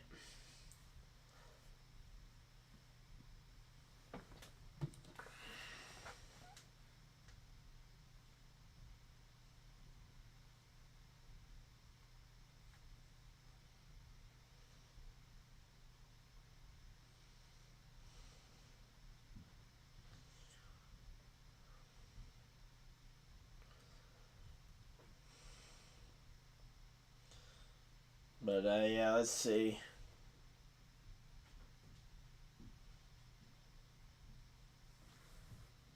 Alright, should be coming back from commercial break here soon, so we should have the answer regardless of whether Eli answers.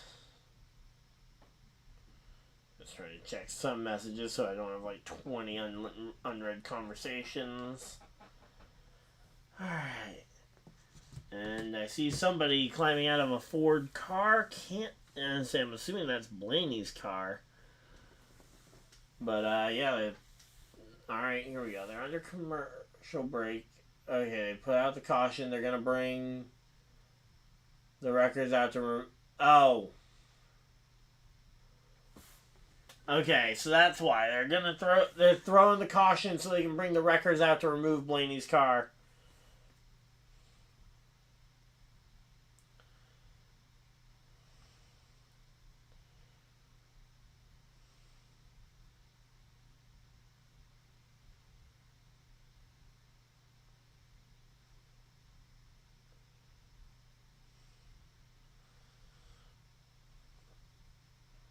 So there we go. Yeah, so the 12 was unable to get moved back into the pits. Now, granted, I don't see a problem with the 12 just sitting there in his pit stall. I mean, you can have him just sit there, as long as he's not in somebody else's pit box. I mean, yeah, it would be certainly annoying trying to get in and around it, but, I mean, hey, that's just what happens. And, I mean, you just completed a green flag cycle. I doubt you end up with another green flag cycle too soon.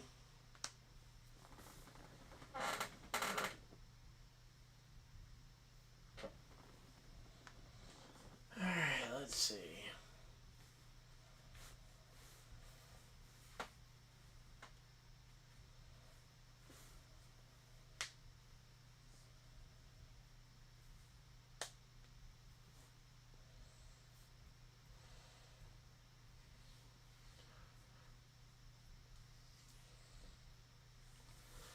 Alright, here we go, let's see.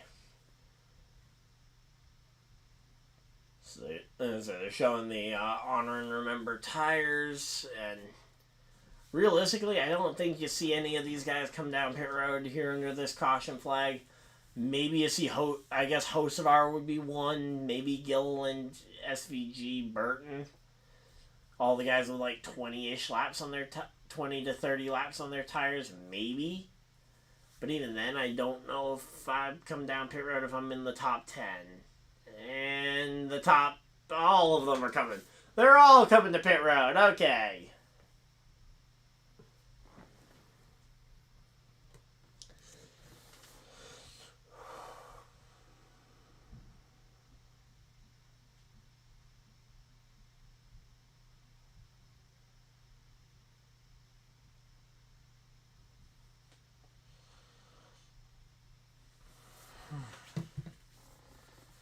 Alright, here we go.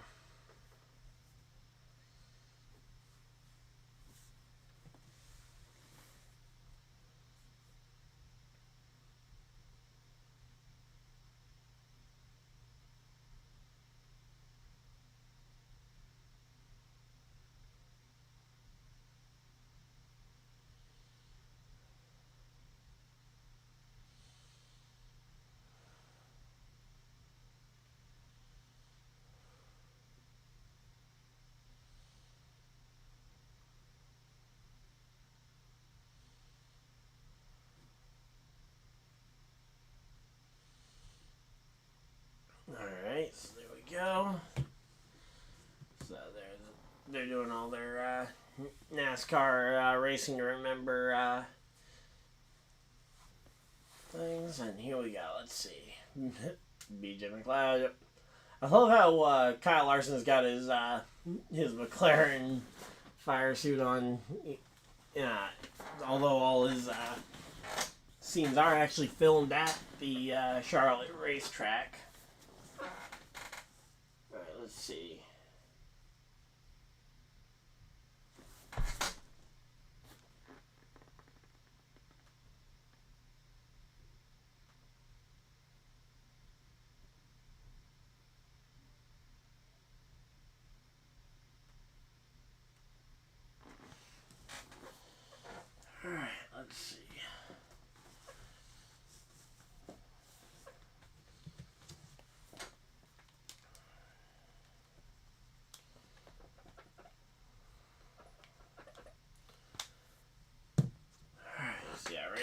just chilling. Hopefully everybody's having a good time. We got... Let me see. Does picks lock at the end of stage 2 or stage 3 with this week? Because there's usually not 4 stages. Let's see. Fantasy. Okay, rain could hit anywhere from 9:15 to 10:15.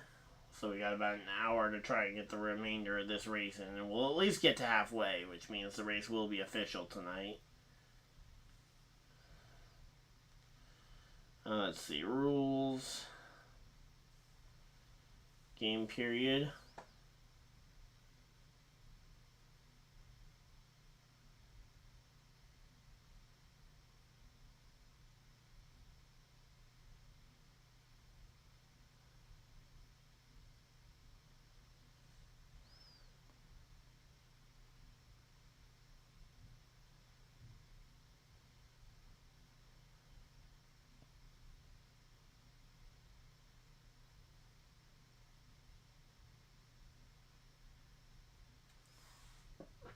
I'm just trying to figure out how, when the garage locks. Okay, it locks at the start of stage 4, okay. And I am now number 1 in the league, and I've got 1, 2, 3, 4, and 8. Oh, wow. Legitimately, if I just had Josh Berry in my roster, I'd be literally first overall. Let's go.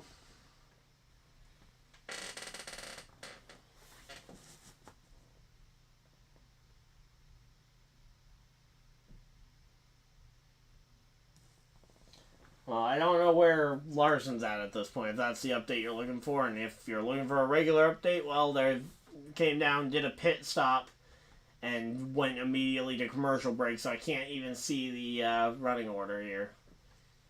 So, and the running order right after pit stops on here is usually pretty far off.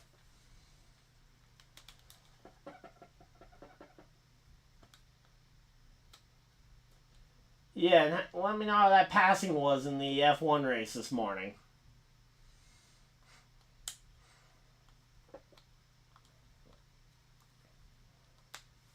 A total of what? 0 passes in the F1 race between the top 10 drivers?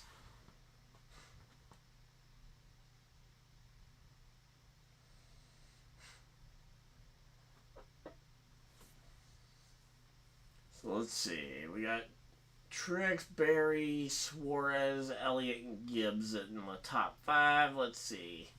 Mike McDowell up to 13th. Let's go.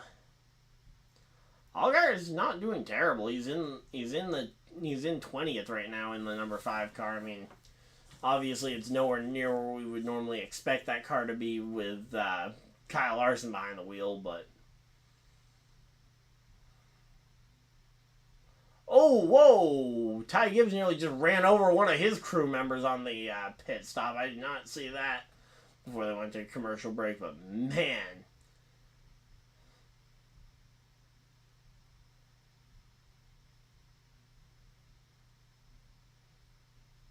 So, yeah, there we go. Glad no one was hurt there, but yeah, they had 4 tires on the wall, and I don't think all the crew guys knew that they were only doing 2 tires there. Where's Stenhouse Jr. here? Alright, let's see. Where's Stenhouse? As pace car is off, and they're going to be going green, green, green. Green flag's out. We're back to racing. Let's see. Stenhouse is currently sitting in 26th place. And, yeah.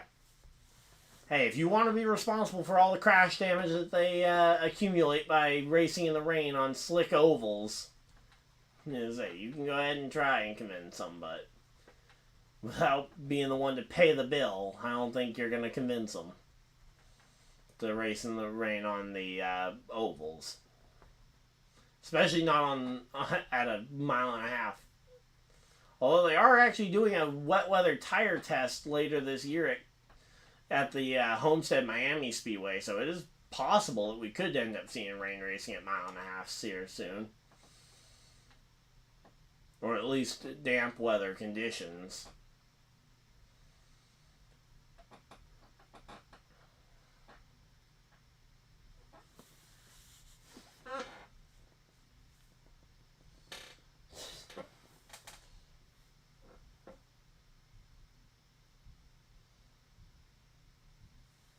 Alright, so here we go. Truex out in front of the field. And there we go. Just like good old... Whoa! Whoa! Uh-oh. Byron just smacked the fence. That could be bad. We'll have to wait and see. But, yeah, I'm curious to see what ended up happening there. But, yeah, it looked like Byron got hooked up into the fence. Not sure off of whose nose. Seems like the broadcast may be pointing at Barry as the person who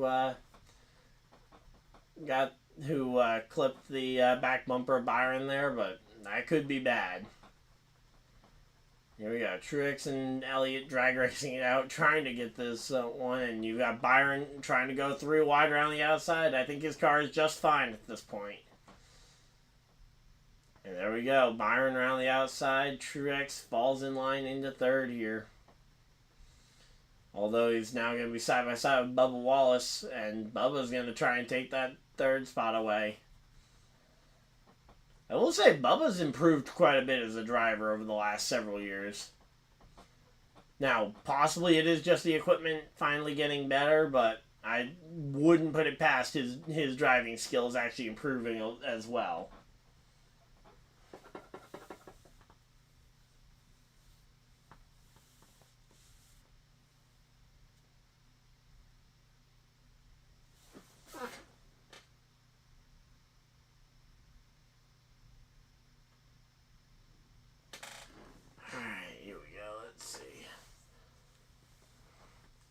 So McDowell's up into the top 10. Let's go. And we got 31 laps to go here in stage number 2. Stage number 2. We've got ourselves 30 laps to go. Michael McDowell, Ty Gibbs. We actually do have a pretty interesting... I will say, aside from the fact that the Toyotas and there's still some Hendrick Chevys in the mix... Honestly, the front, like, top 10 to 15 is actually a pretty interesting group. I mean, oh no, it's Noah Gragson. Noah Gragson goes for a spin and crash, and that's going to be caution flag here. Number 10 goes around.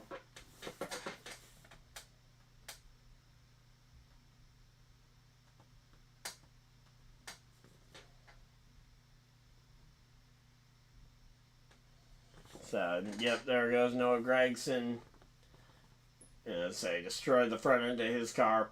Day is done, and not sure what caused him to spin like that. Did he have a tire go down, or did he get hooked? So let's see. See if they can back it up a little bit more here, maybe. But odds are they're just gonna, show the wrecked race car now.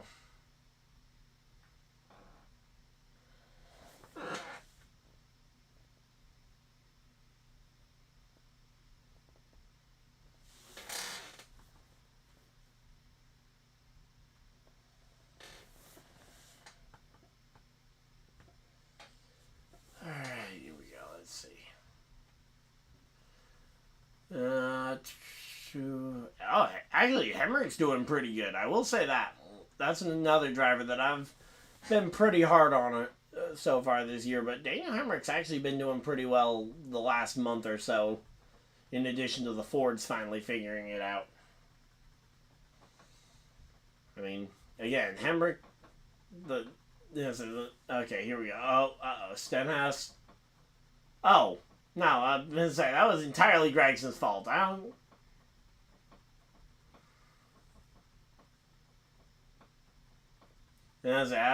know it was into Stenhouse, but that was entirely Gregson's fault.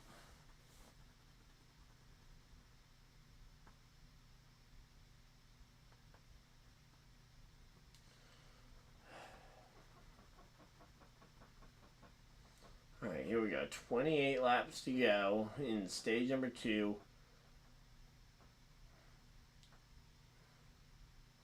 I mean, the earliest estimation for Larson getting there would probably be about when the rain hits at like 9:15-ish, which is also, again, when the radar says we should be in range of rain. So here we go. And we've had a lot of cautions, which means I don't think we've got that vortex theory going.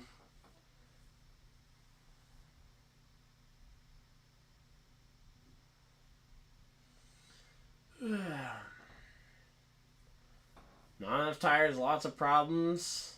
Okay, they started the race with 12 sets. And 13 sets total because they had their qualifying scuffs. Lead pack through will stay out. Okay, so they had a total of 13 sets. So started the race with 1 set. Then if they pit at the caution before the 9-lap dash, then if they pit for the caution for the stage break after that, then there's been 2 cautions since then. They're 5 sets of tires down, which means they've got 8 sets of tires left for the second half of the race. I mean, it's not terrible, but it's certainly the numbers are obviously not in their favor.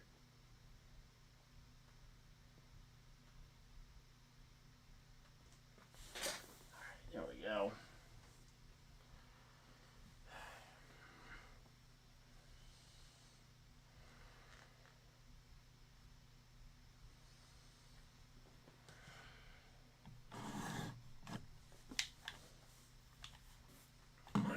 So we're getting close to halfway.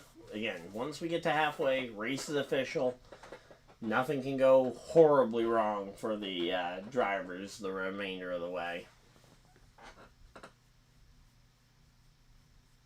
Alright, here we go. And say, all we have to do is get 25 laps in, and we can get to the end of this, or we can get the race official.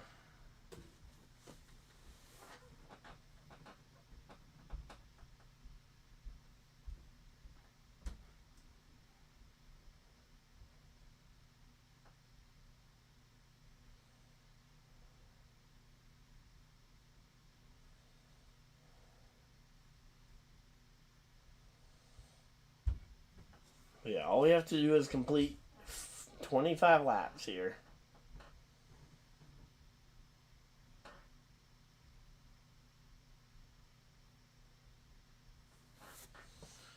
Alright, here we go. Let's see. We're still a commercial break, so you're not missing anything. But I'm definitely curious. Hey, Austin Cindric's doing well.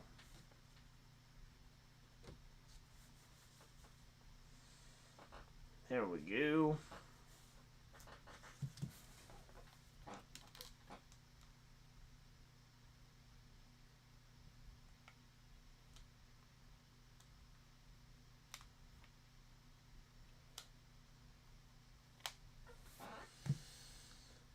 Alright, here we go.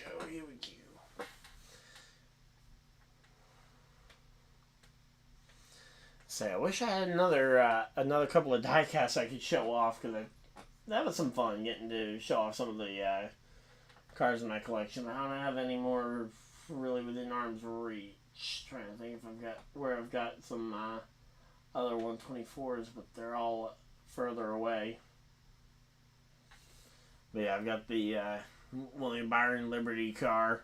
I've got a Jimmy Johnson rookie car that if I can get that thing signed, that'd be amazing.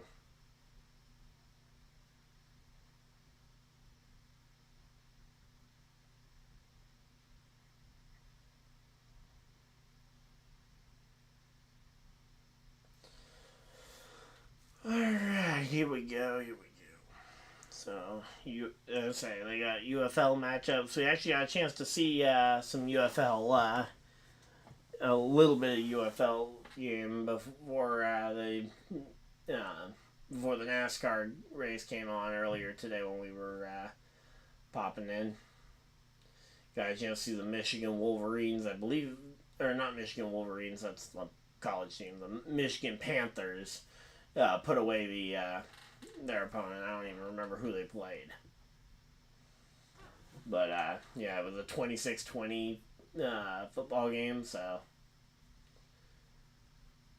Yep, there we go. Gotta love the gigantic cameras. Whew. So, here we go.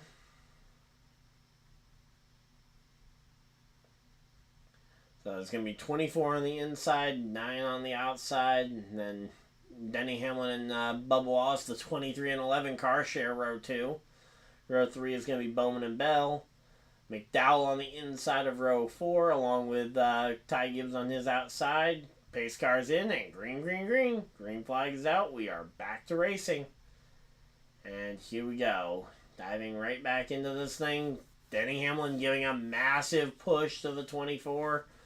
Gonna get him way out in front of his teammate. Gonna try and get him to get clear. And then it will be up to Denny as to what he does here.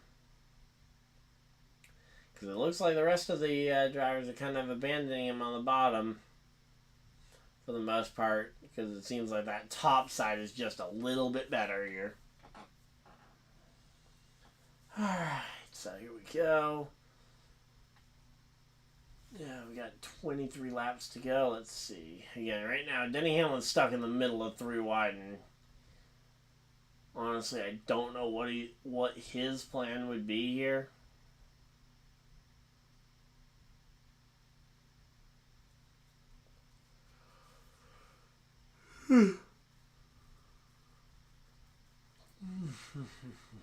Here we go. So 22 laps to go until an official race is completed, and we will have, and then the rain won't really matter. Zane Smith is doing pretty well today. Wow.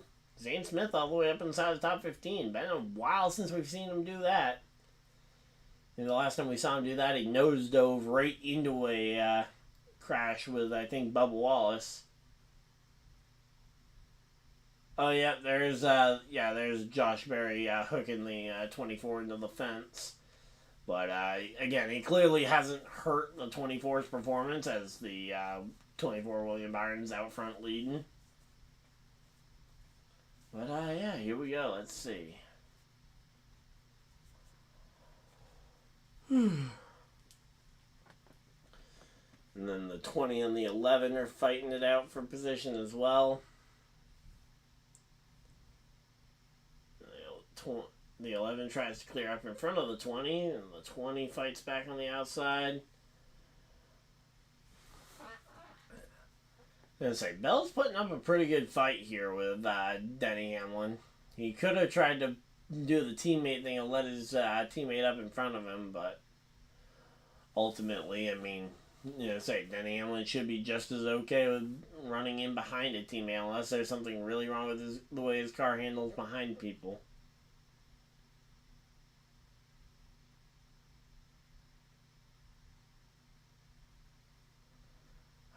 Here we go. Let's see. Again, right now they're trying to filter their way through the pack. They're highlighting Tyler Reddick right now, who is way in the mid-pack here. He's 13th. Battling with Hemrick for 12th here, but that's not going to last long. Alright, so let's see.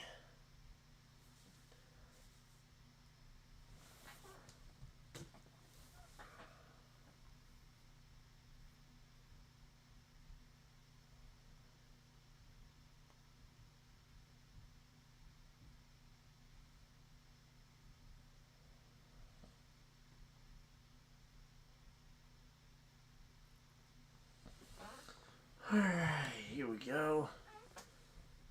So, 14 different lead changes. That's actually a pretty decent amount of lead changes so far. 17 laps to go, again, until we get the official race.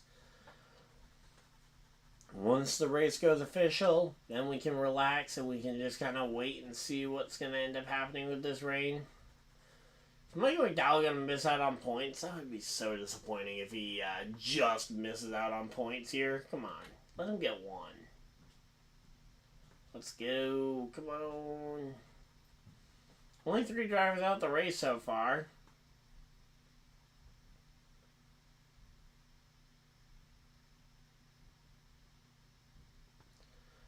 Alright, let's see. Yeah, right now we're just kind of waiting to see. We got 16 laps to go. I don't know if Bubba or Bell have the car right now to try and challenge the 24 of Byron. Byron's looked like he's been able to just kind of maintain the leads that he's had. But also, we don't really know what he is able to do in terms of defense because, well, we haven't tested it yet.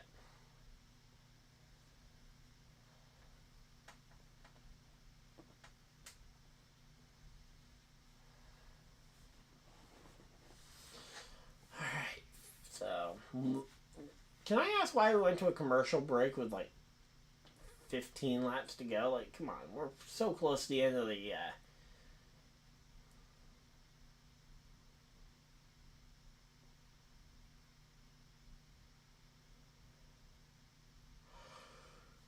oh man, here we go. Let's see what we got.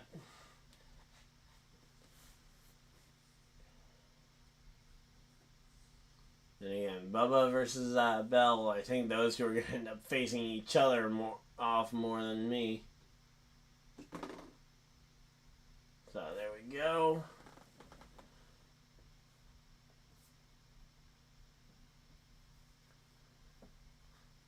Now we got the 20's going all the way to the wall here to try and wall ride and see if he can maybe make some momentum here that the 24 doesn't have on the bottom.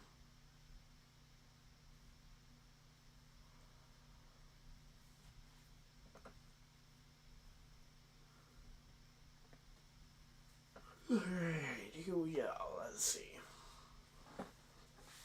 Kyle Busch back in 17th. Come on, man. Why does Kyle Busch got to be so far back?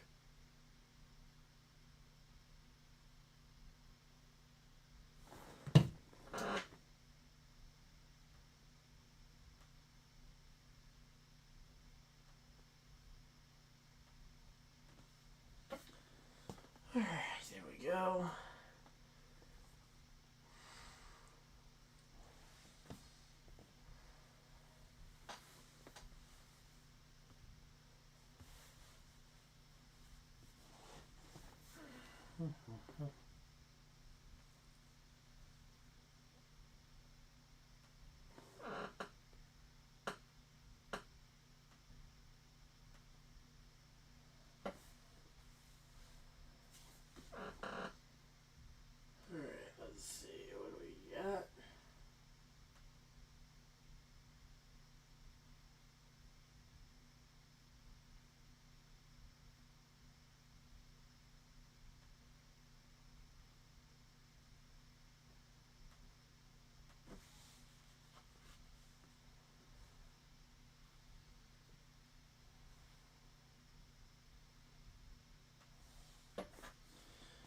Alright, there we go.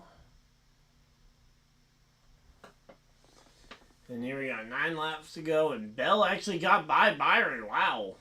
I was doing something over there. I saw Bell actually managed to find a way around William Byron. And we'll have to wait and see if Byron has some of that Penske type stuff up his sleeve to go and just power back around Bell on the unpreferred line.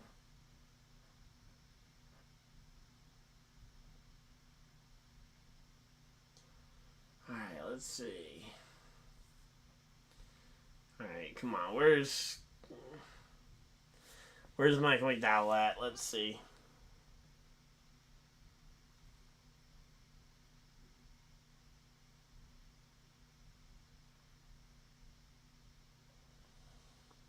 Alright, McDowell fell all the way to the 13th or the 15th. Okay.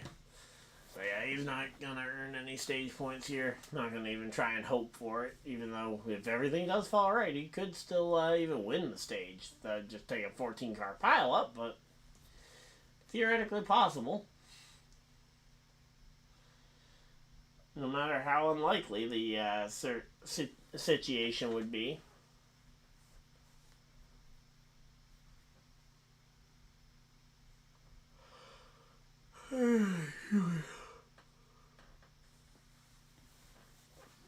Alright.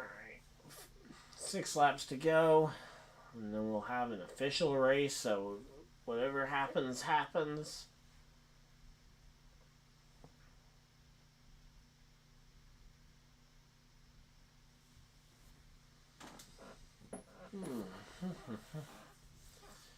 Alright, so yeah, right now it looks like Bell is going to have a little bit of cushion here. Meanwhile, looks like the others are going to fight with each other here, potentially.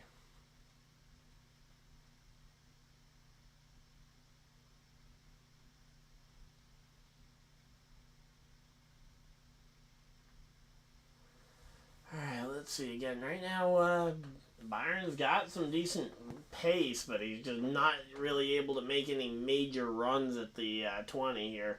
And we got a caution flag. Oh, we got a big wreck! And it's a 21 of Burton. Who could have predicted the wreck was going to be a Harrison Burton?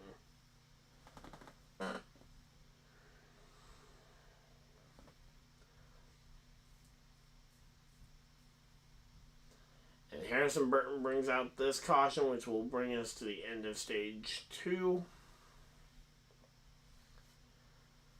Alright, here we go.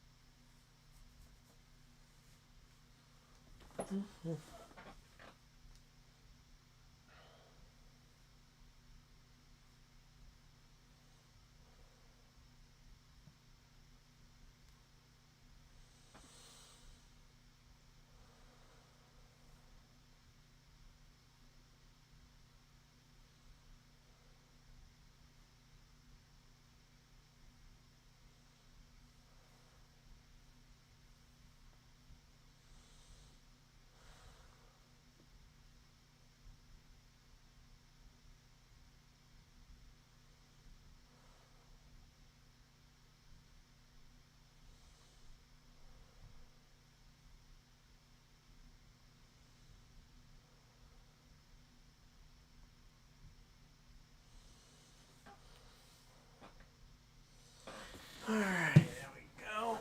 So again, 3 laps to go. I doubt we get this thing back racing.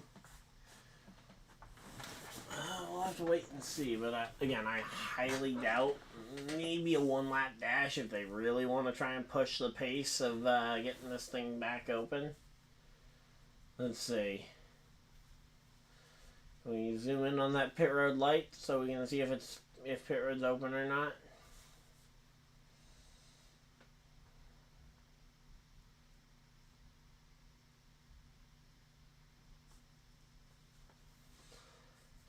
So there we go. Lights are on all around the track, and the track has descended into full nighttime mode.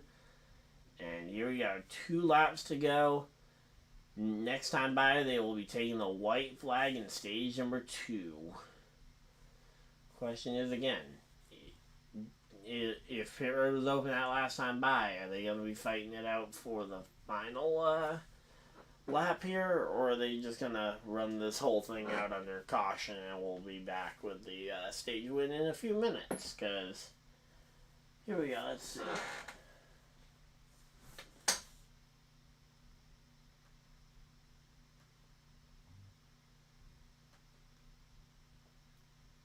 There we go.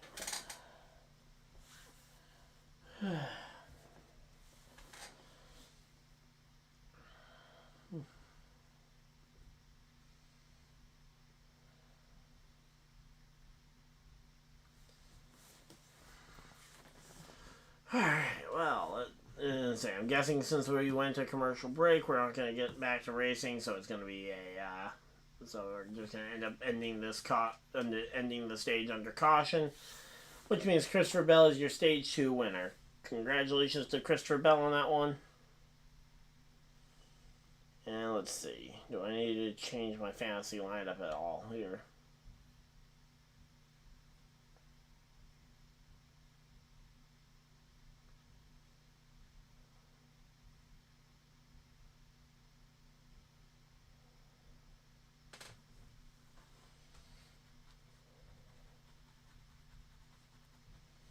There we go. Now it should be the undisputed number 1.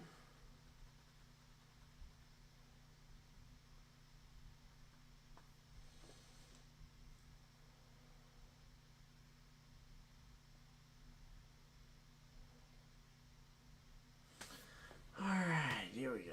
Let's see.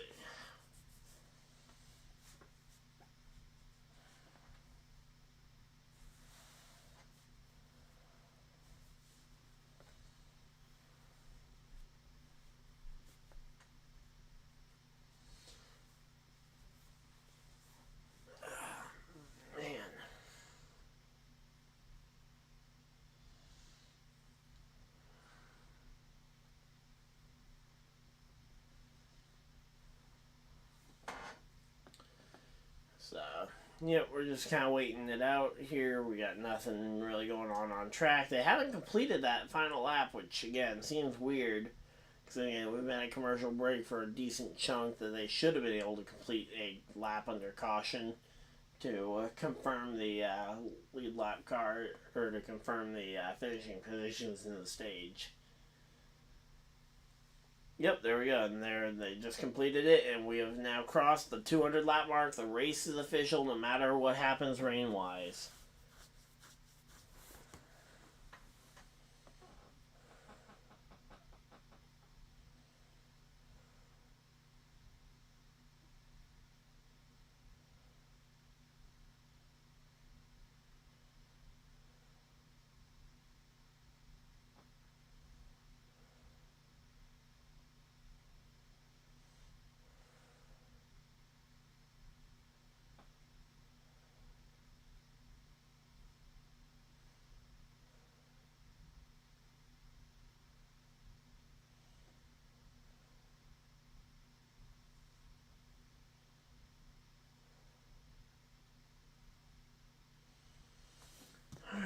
We got that all taken care of, and we are all set and ready.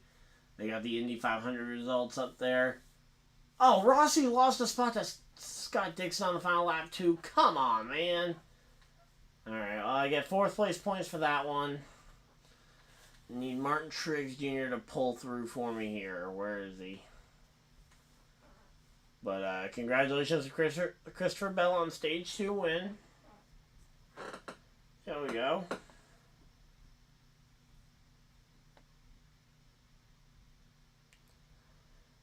I was going to pull down the pit road for the patriotic moment of silence. And that's going to be every single car pulling it down pit road here.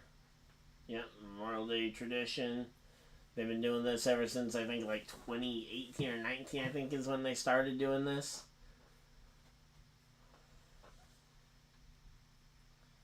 So, yep, there we go.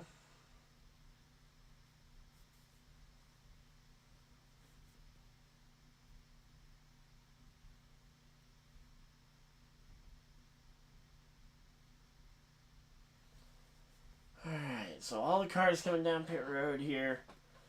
Got a nice, calm thing. Here we go, let's see. Moment of silence, so. You know, and they're going to pull all the cars down pit road, and then they're going to have all the engines actually turn off here for a moment.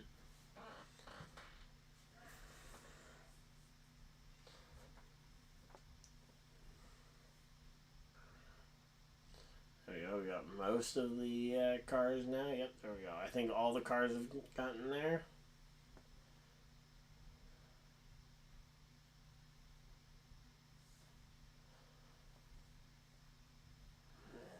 Here we go, let's see.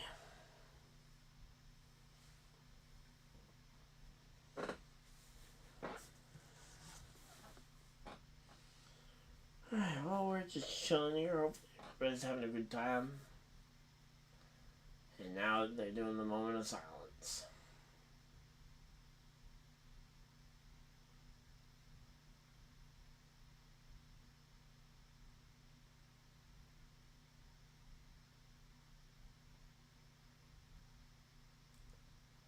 Alright, here we go. Yeah, we're just chilling here. There we go. Opening up the full honor and remember flag.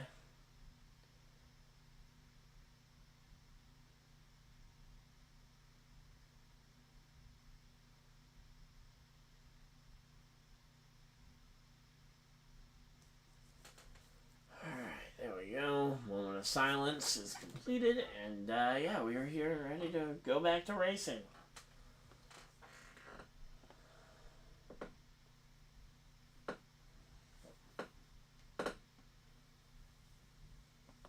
But they go to a commercial break, so I'm gonna go ahead and use the bathroom. And I'll be right back, guys.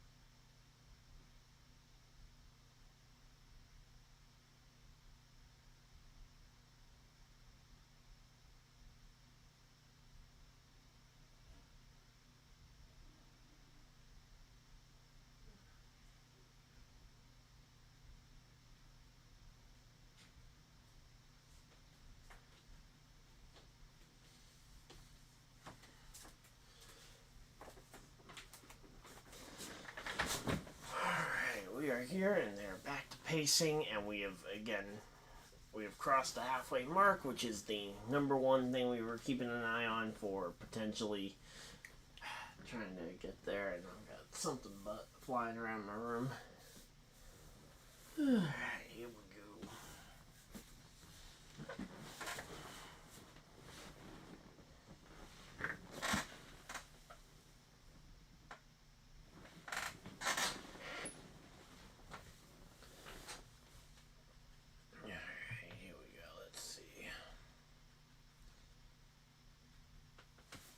NASCAR on Fox. Alright, so Bell, Bubba, Denny. Again, I need Truex. That's the big one I need to have a bit of a resurgence here.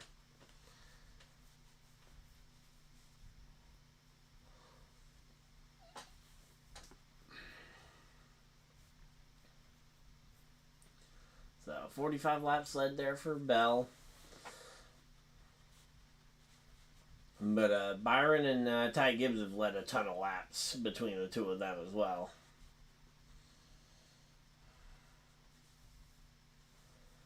But yep, there we go.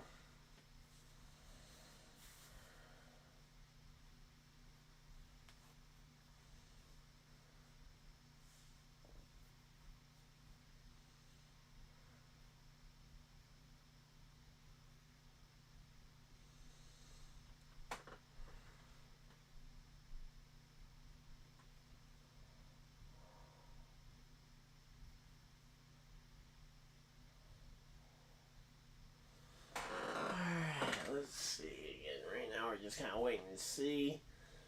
Again, no KyleLarson here, and we got about so the rain is pretty close, so it is going to be a race to the rain, it looks like. Which is going to make this really exciting because it means no holding back for anybody for any reason if we think the rain is pretty much right on top of us here.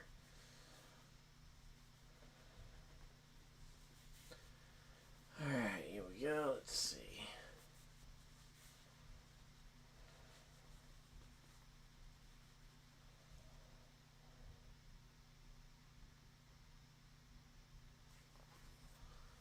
Alright, let's see. What do we got? What do we got? What do we got? How's everybody doing tonight? We have crossed the halfway mark. The race is official. And yeah, we got through Indy 500. Now we've got the Coke 600 going on now. Ooh, okay. ChaseElliott gained a bunch of spots. Ty Gibbs gaining 7 spots. Are you kidding me? That is ridiculous amounts of pit stops gained.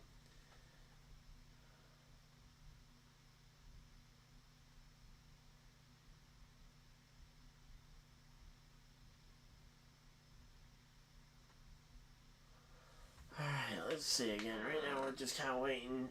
First stage win for Christopher Bell on the year. Wow, that's a bit surprising. I thought he had an A stage win earlier this year, but I guess not.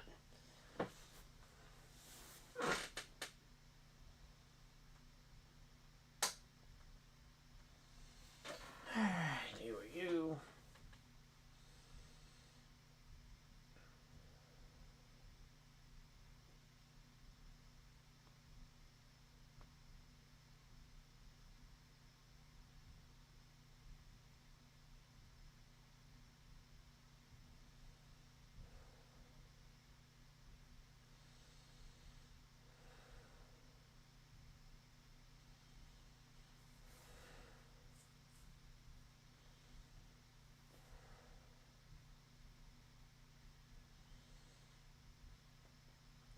Let's see this new Charlotte Roval layout. So they changed and made the front stretch chicane sharper. They went and messed with the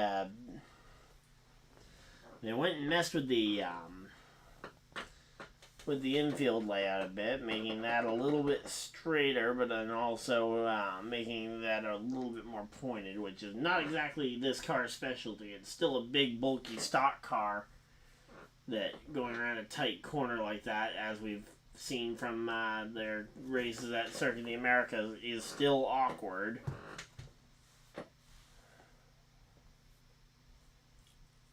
And then just a much more sharp turn. I don't see why they feel like they need to make them sharper here.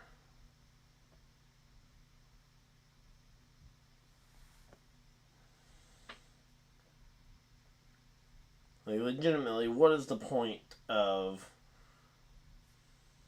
the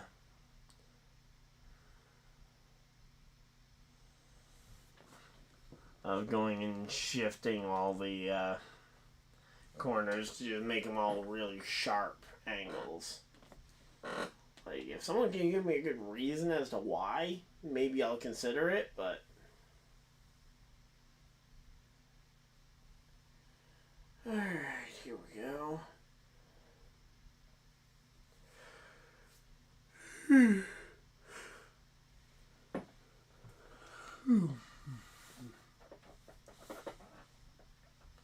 Alright, let's see.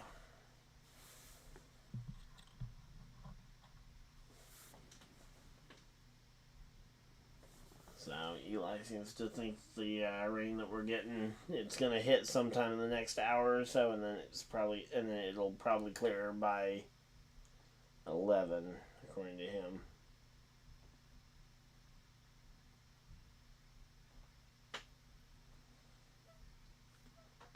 Alright, here we go. Coming back from the oh yeah, that is a big band of rain and a lot of thunder coming.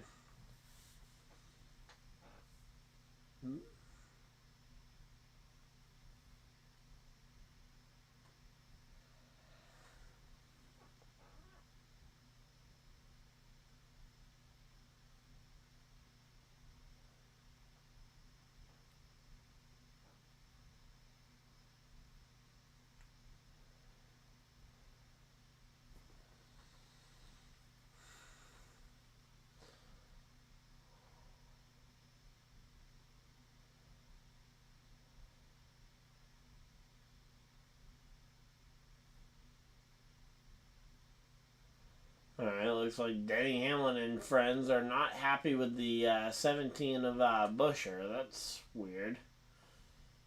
Don't know what happened between the two that would make them dislike each other, but that's fun. Alright, here we go.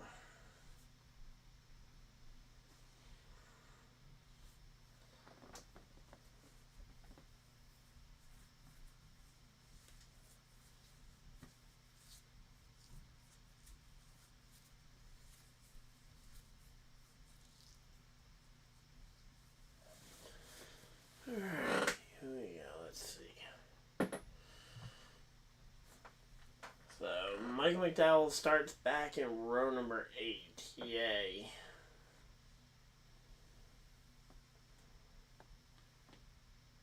Ty Gibbs in row 4.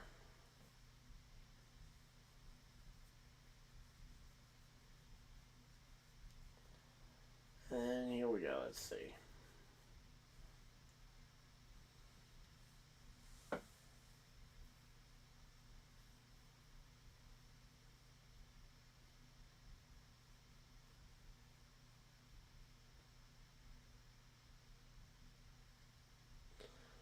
Alright, here we go. Green flag's out. We're back to racing after that fairly long hiatus between the moment of silence and then the caution flag laps, both before and after the stage end.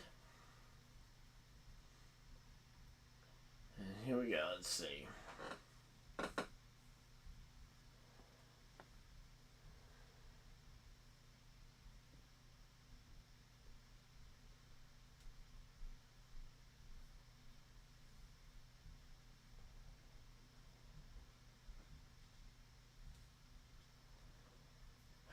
Let's see again. Right now we're just kind of hoping to get to the end of this race without any more trouble. And without any rain, hopefully. But again, these two guys, they're going to be racing as hard as they can for everything they can get their hands on. Alright, here we go. Let's see. Brad Keselowski underneath the 23 Wallace.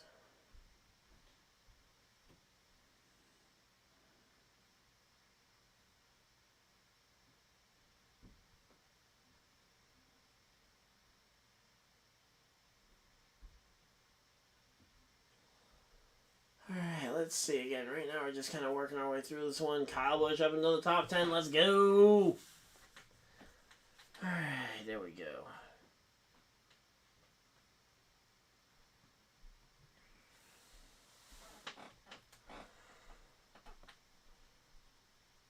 So, yeah, we're 10 laps in. Wow, we're already 10 laps into this third stage as well. Just kind of continuing to chug along. Alright, let's see.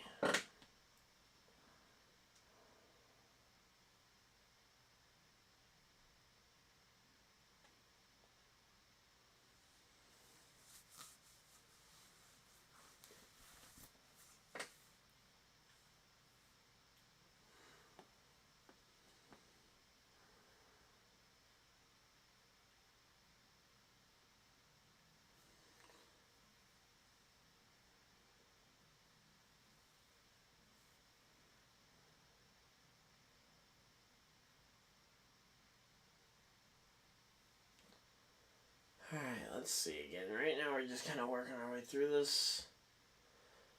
Alright, 12 laps in. Bell, Byron, Keselowski's actually doing pretty well up there. But again, not many of the names at the front really surprising me at this point throughout the night.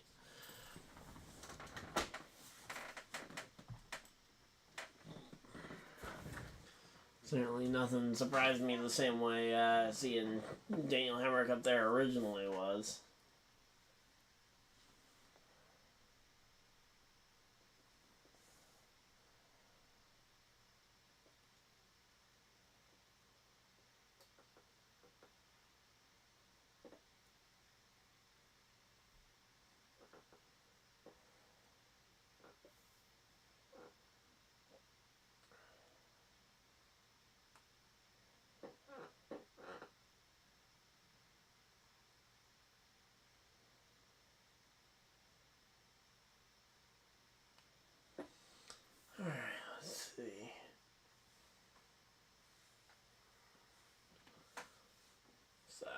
Yeah, we're just chilling out here. Again, hoping to get to the end of this race here sooner rather than later because it is getting late. And genuinely, if we do get a rain delay, even if there's a chance we might go back racing, I'm probably going to have to call a stream because it's going to be too late for me. Because I got to be up for work at 5 a.m. Here we go. Let's see. Bush versus Chastain. Battling it out for the 10th position.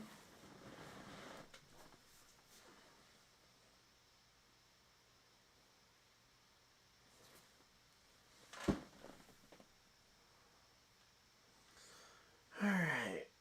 Welcome everybody to LiveStream. We got a decent chunk of people showing up. Logano showing up into the top 20 for one of the first times today. Here we go, 16 laps into this third stage.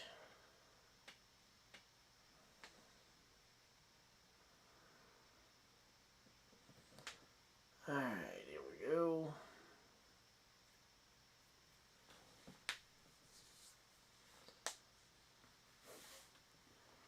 So yeah, right now,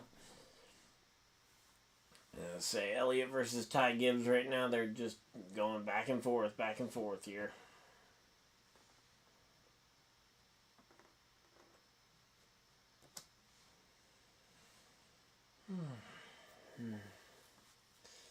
I say Shane Van Gisbergen, the fact that he's still on the lead lap is pretty impressive.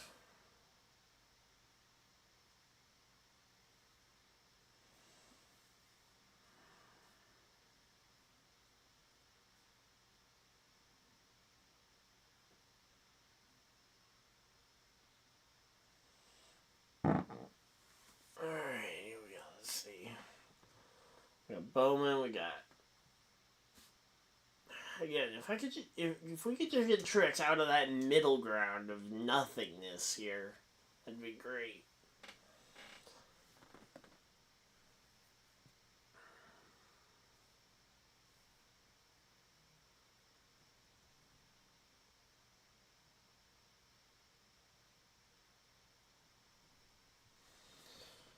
Alright, let's see. Again, right now we're just chilling here.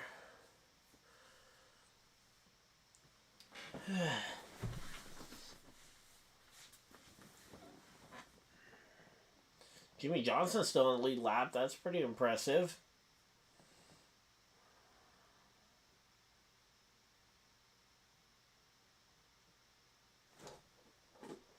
Alright, let's see. 20 laps into this third stage. There's just not much to really talk about because everybody's so spread out. Because last up to second, that's pretty impressive.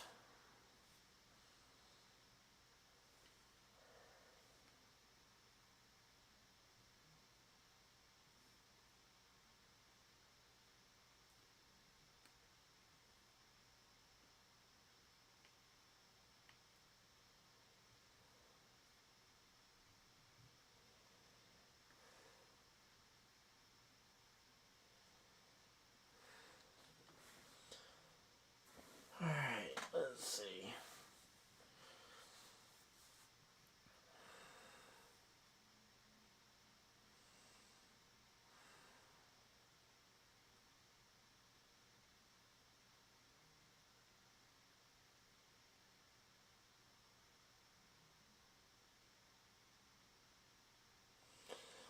Alright, let's see. Again, it's just... Alright, they're telling me that storm's being about 20 minutes out. I'm gonna go splash just a little bit of water on my face and I'll be right back, guys.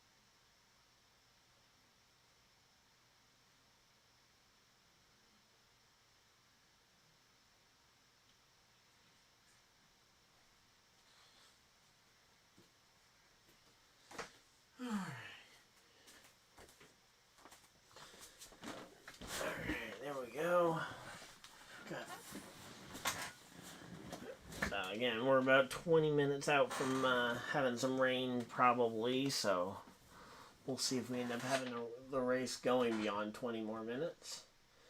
And there's the Sonoma Raceway. Wait, Sonoma's really around the corner? That means we're almost done with Fox for the year. What? Yeah, we got this race and one more on Fox, and then we got the FS1 race at Gateway in between. Alright, let's go. Alright, let's see. And then we are on USA and NBC the entire remainder of the season.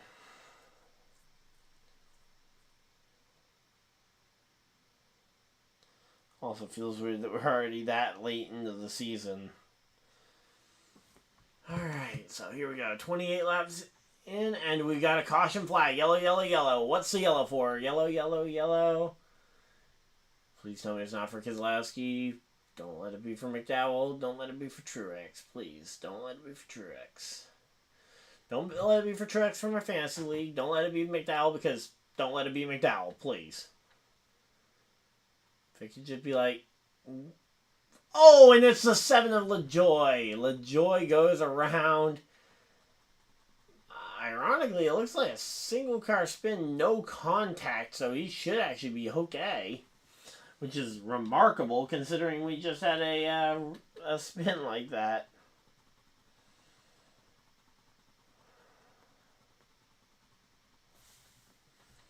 But, yep, there we go.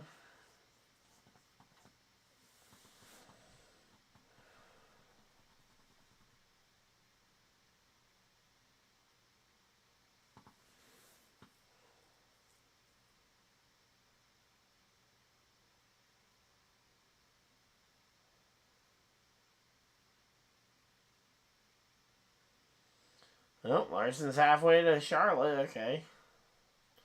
He's halfway to Charlotte and we're over halfway through.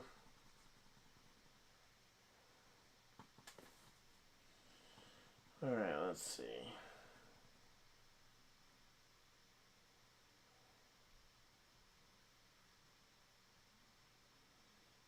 Oh, yay, tornadoes are possible, yay. Track's now under a severe thunderstorm warning. Great. Gotta love all that. Alright, and now that we're under the caution flag here, it doesn't really... I'm gonna say we're gonna have a bunch of time that just doesn't matter because these cautions are long.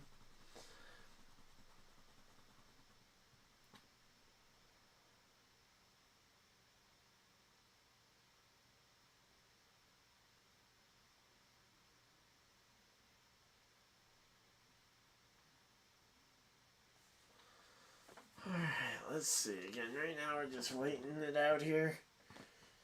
We're 30 laps into stage 3. Again, if you guys are playing the NASCAR fantasy game, your garage locks at the end of stage 3 tonight. So make sure if you guys have to, if you guys maybe had, say, a Corey LaJoy in your lineup, maybe you guys had someone like a Ryan Blaney who spun out and crashed earlier and he's out of the race. Go ahead, throw him in your garage, save the use on him, and you go ahead and get yourself a potential advantage against whoever you're playing against in your fantasy league. If you guys don't have a fantasy league already, go ahead and join mine. Link in the description. Alright, there we go.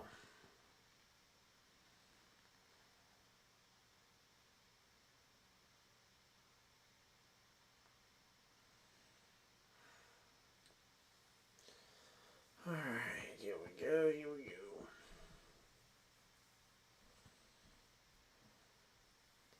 So the pit suites. Alright.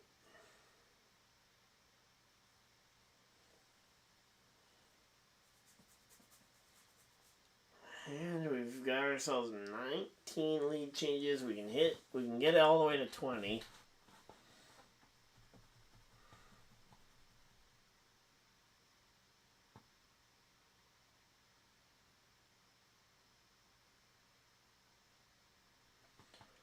Alright, let's see.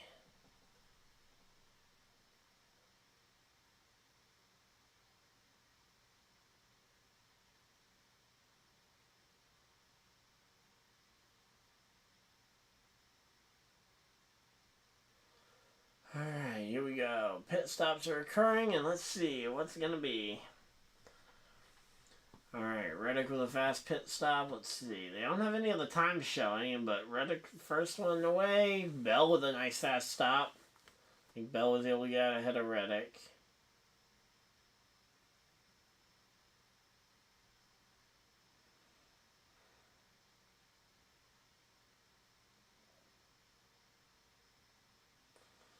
Alright, here we go. Let's see. Reddick gains a spot. A couple other people gaining and losing a couple spots here and there, but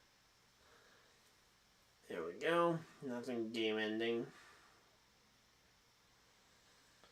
Alright.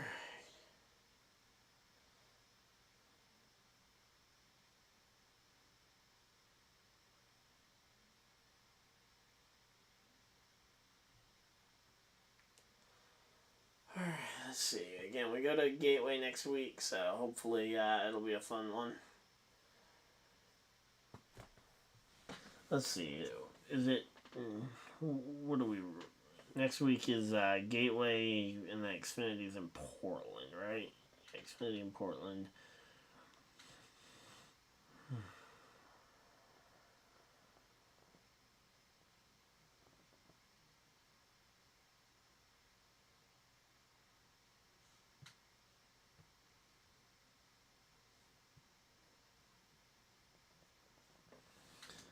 Alright, let's see.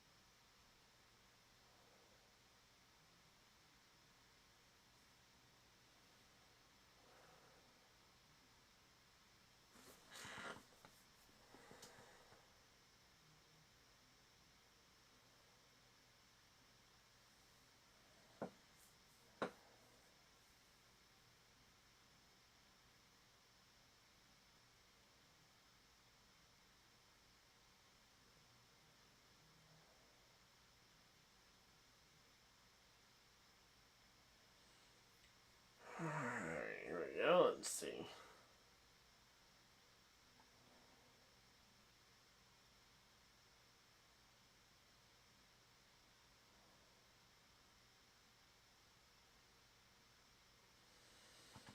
So yeah, we're just chilling. Hopefully everybody's having a good time. But yeah, these commercial breaks have just been really long. Can't wait for the NBC portion of the season to have less commercials than Fox, at least. Then I also don't have to keep paying for Fubo TV. I don't need Network Fox, which is the only network I didn't have with all the other streaming services and all that. And they're showing the NASCAR fan rewards off here, I'm assuming. Or they're just showing off the NASCAR shop. Yep, NASCAR shop, yep. I actually want to know if I can get one of those Walmart shirts or hats from McDowell's car tonight. Oh, KyleLarson arriving in Charlotte. He arrived in Charlotte he literally just touched down in Charlotte. But hey, started 5th, led 4 laps. I mean, hey, that's a pretty good day for Larson. So he could potentially jump in and finish off this. Is the 5 still a lead lap car? That is what we need to know first off. Has Justin Allgaier at least maintained a lead lap status? Yes, he's maintained lead lap status. He's top 15 right now.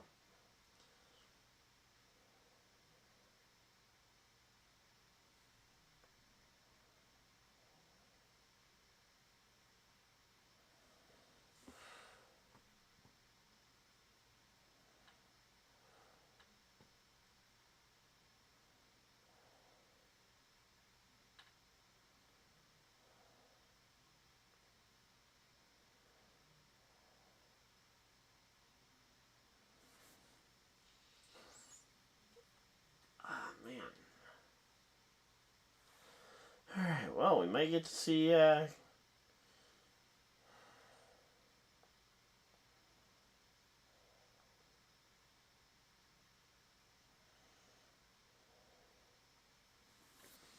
So, KyleLarson has arrived.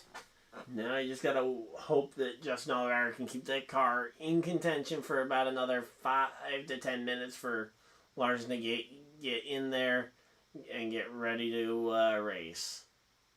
Now here's the question. If Larson can drive up there, because I think he could potentially just jump in that car and run. And say, if he gets Allgaier's first career win, that would be hilarious. Allgaier to get locked into the Cup playoffs. I know it wouldn't actually happen because he's not technically declared for Xfinity points, not Cup points, but still. That would have actually been hilarious if, honestly, I could have seen that. Ask Corey LaJoie or one of the other Hendrick affiliated teams to potentially be like, hey, one of you guys want to fill in the 5, we'll give you guys Justin Allgaier for the day to help your owner's points, and we can potentially lock your guy into the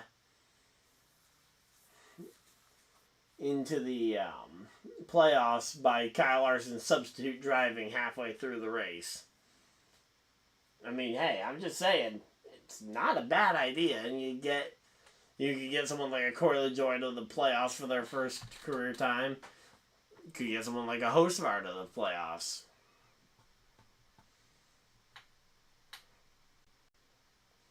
Literally any Cup Series viable driver that's been full-time this year.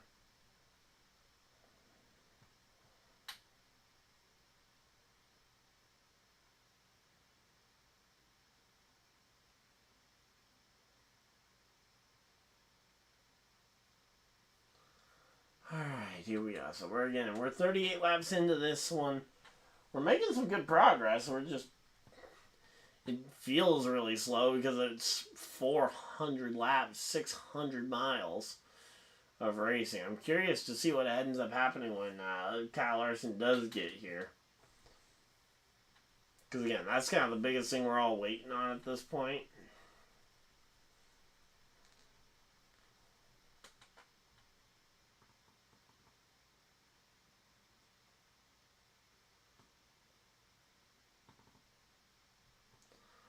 Alright, here we go. Let's see. Reddick versus Gibbs battling it out for the 4th position. And all the way to the dirt goes Byron. Wow.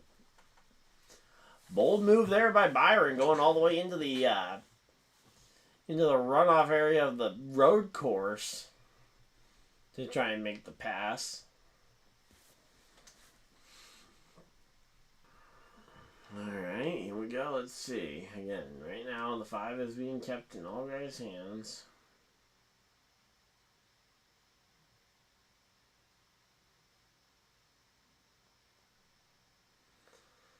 Alright, let's see.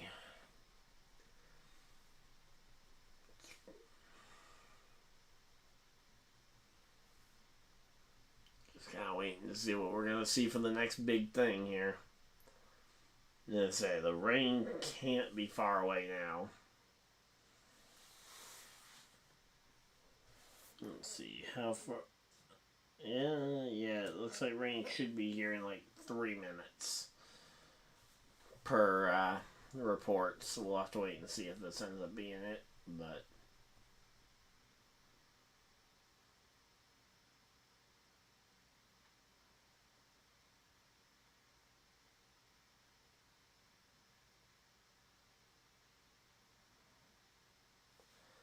alright, let's see. Again, right now we're just kind of waiting for the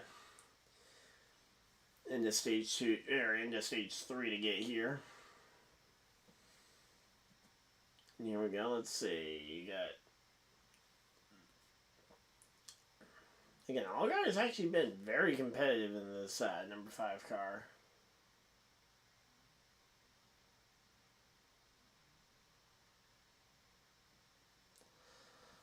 Alright, here we go. 43 laps in. We're just chilling. And we got a caution flag. What's the caution for? Is it for rain or a crash?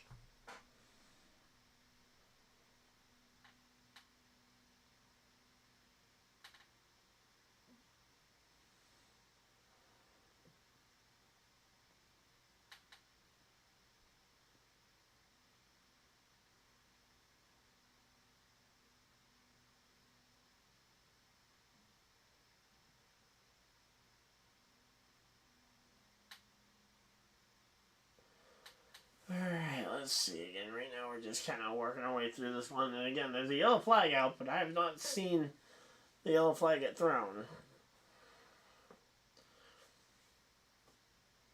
Alright, let's see.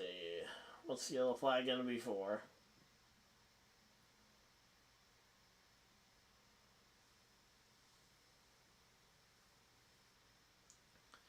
Alright, yep, caution flag. Caution is out. Caution's out for weather. And Larson is on a helicopter coming in. So Larson gets choppered in as we get the caution for rain. Caution.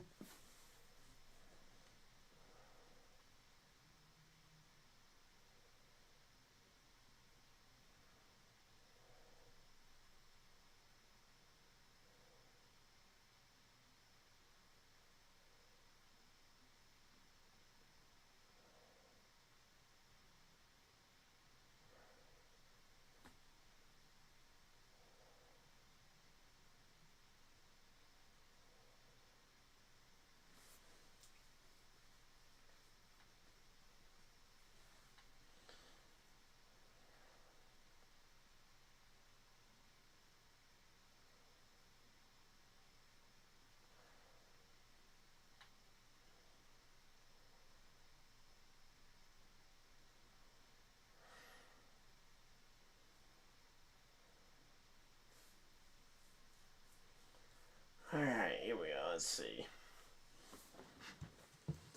So here comes the chopper with KyleLarson in it. Hopefully the chopper is all good because there is lightning in the area, which is a little concerning. I don't know if we're officially on the lightning clock yet or not.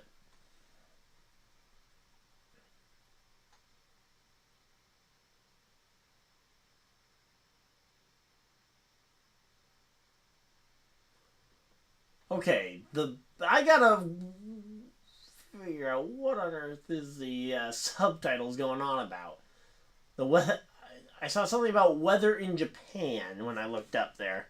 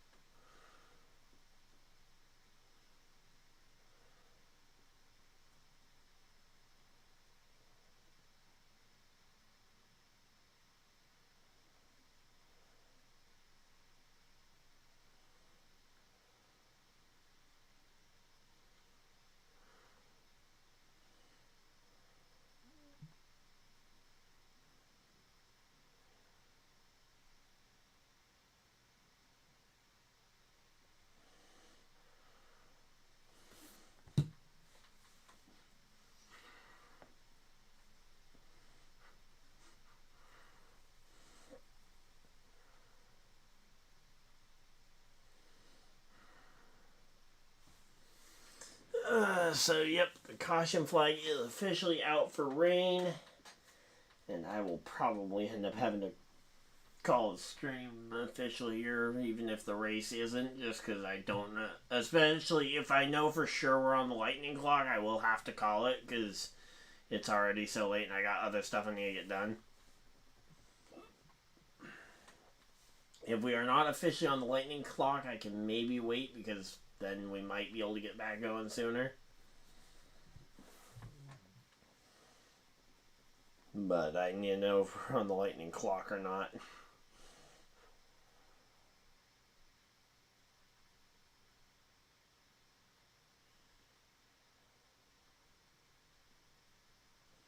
Alright, Larson's getting down to pit road, so he will be in the car when and if they restart the race.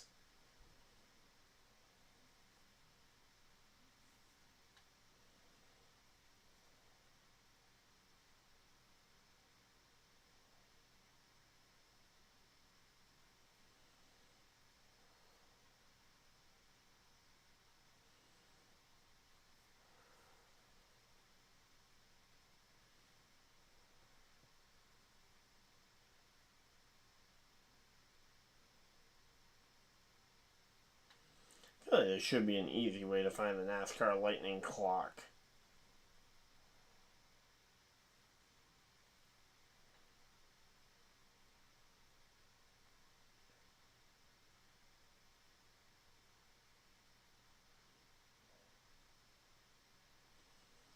Alright, here we go. Countdown clock. Here we go. So we are not currently on the countdown clock for Thunder for NASCAR. So theoretically, we could be going racing here soon. In fact, the race isn't even officially red flagged yet, which is weird. It definitely will be.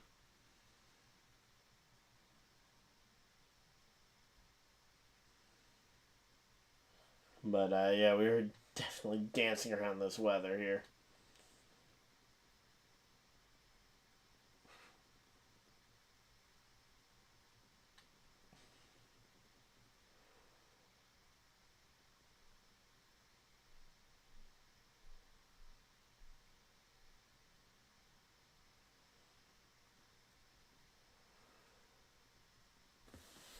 Alright, here we go.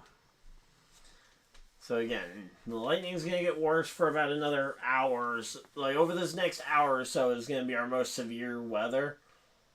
And then after that we go and get our less severe weather with and it starts to lighten up, not lightening up around 10:30 or so. We'll have to wait and see again how long this weather delay here is, because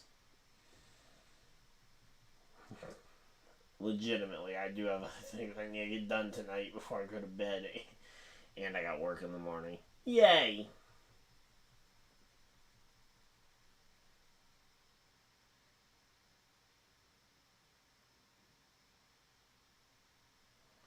Alright, how many lead lap cars are there? Because if they make the driver change under red conditions, then Larson would have to start tail end of the field. And there's a lot of cars on lead lap, which means, yeah, don't want to do that. And we are officially on the lightning clock. So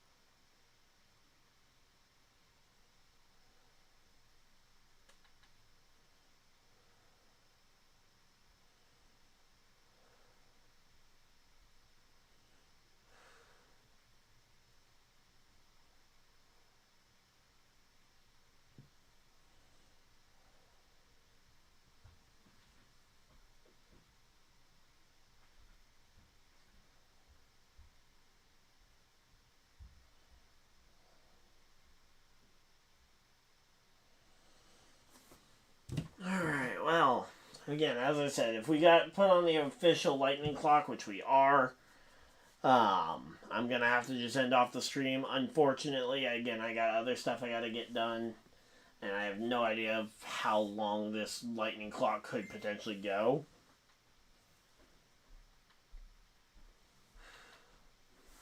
So, I'm going to be hopping off, but I will see you guys in the next video or live stream. Hopefully, it won't be long.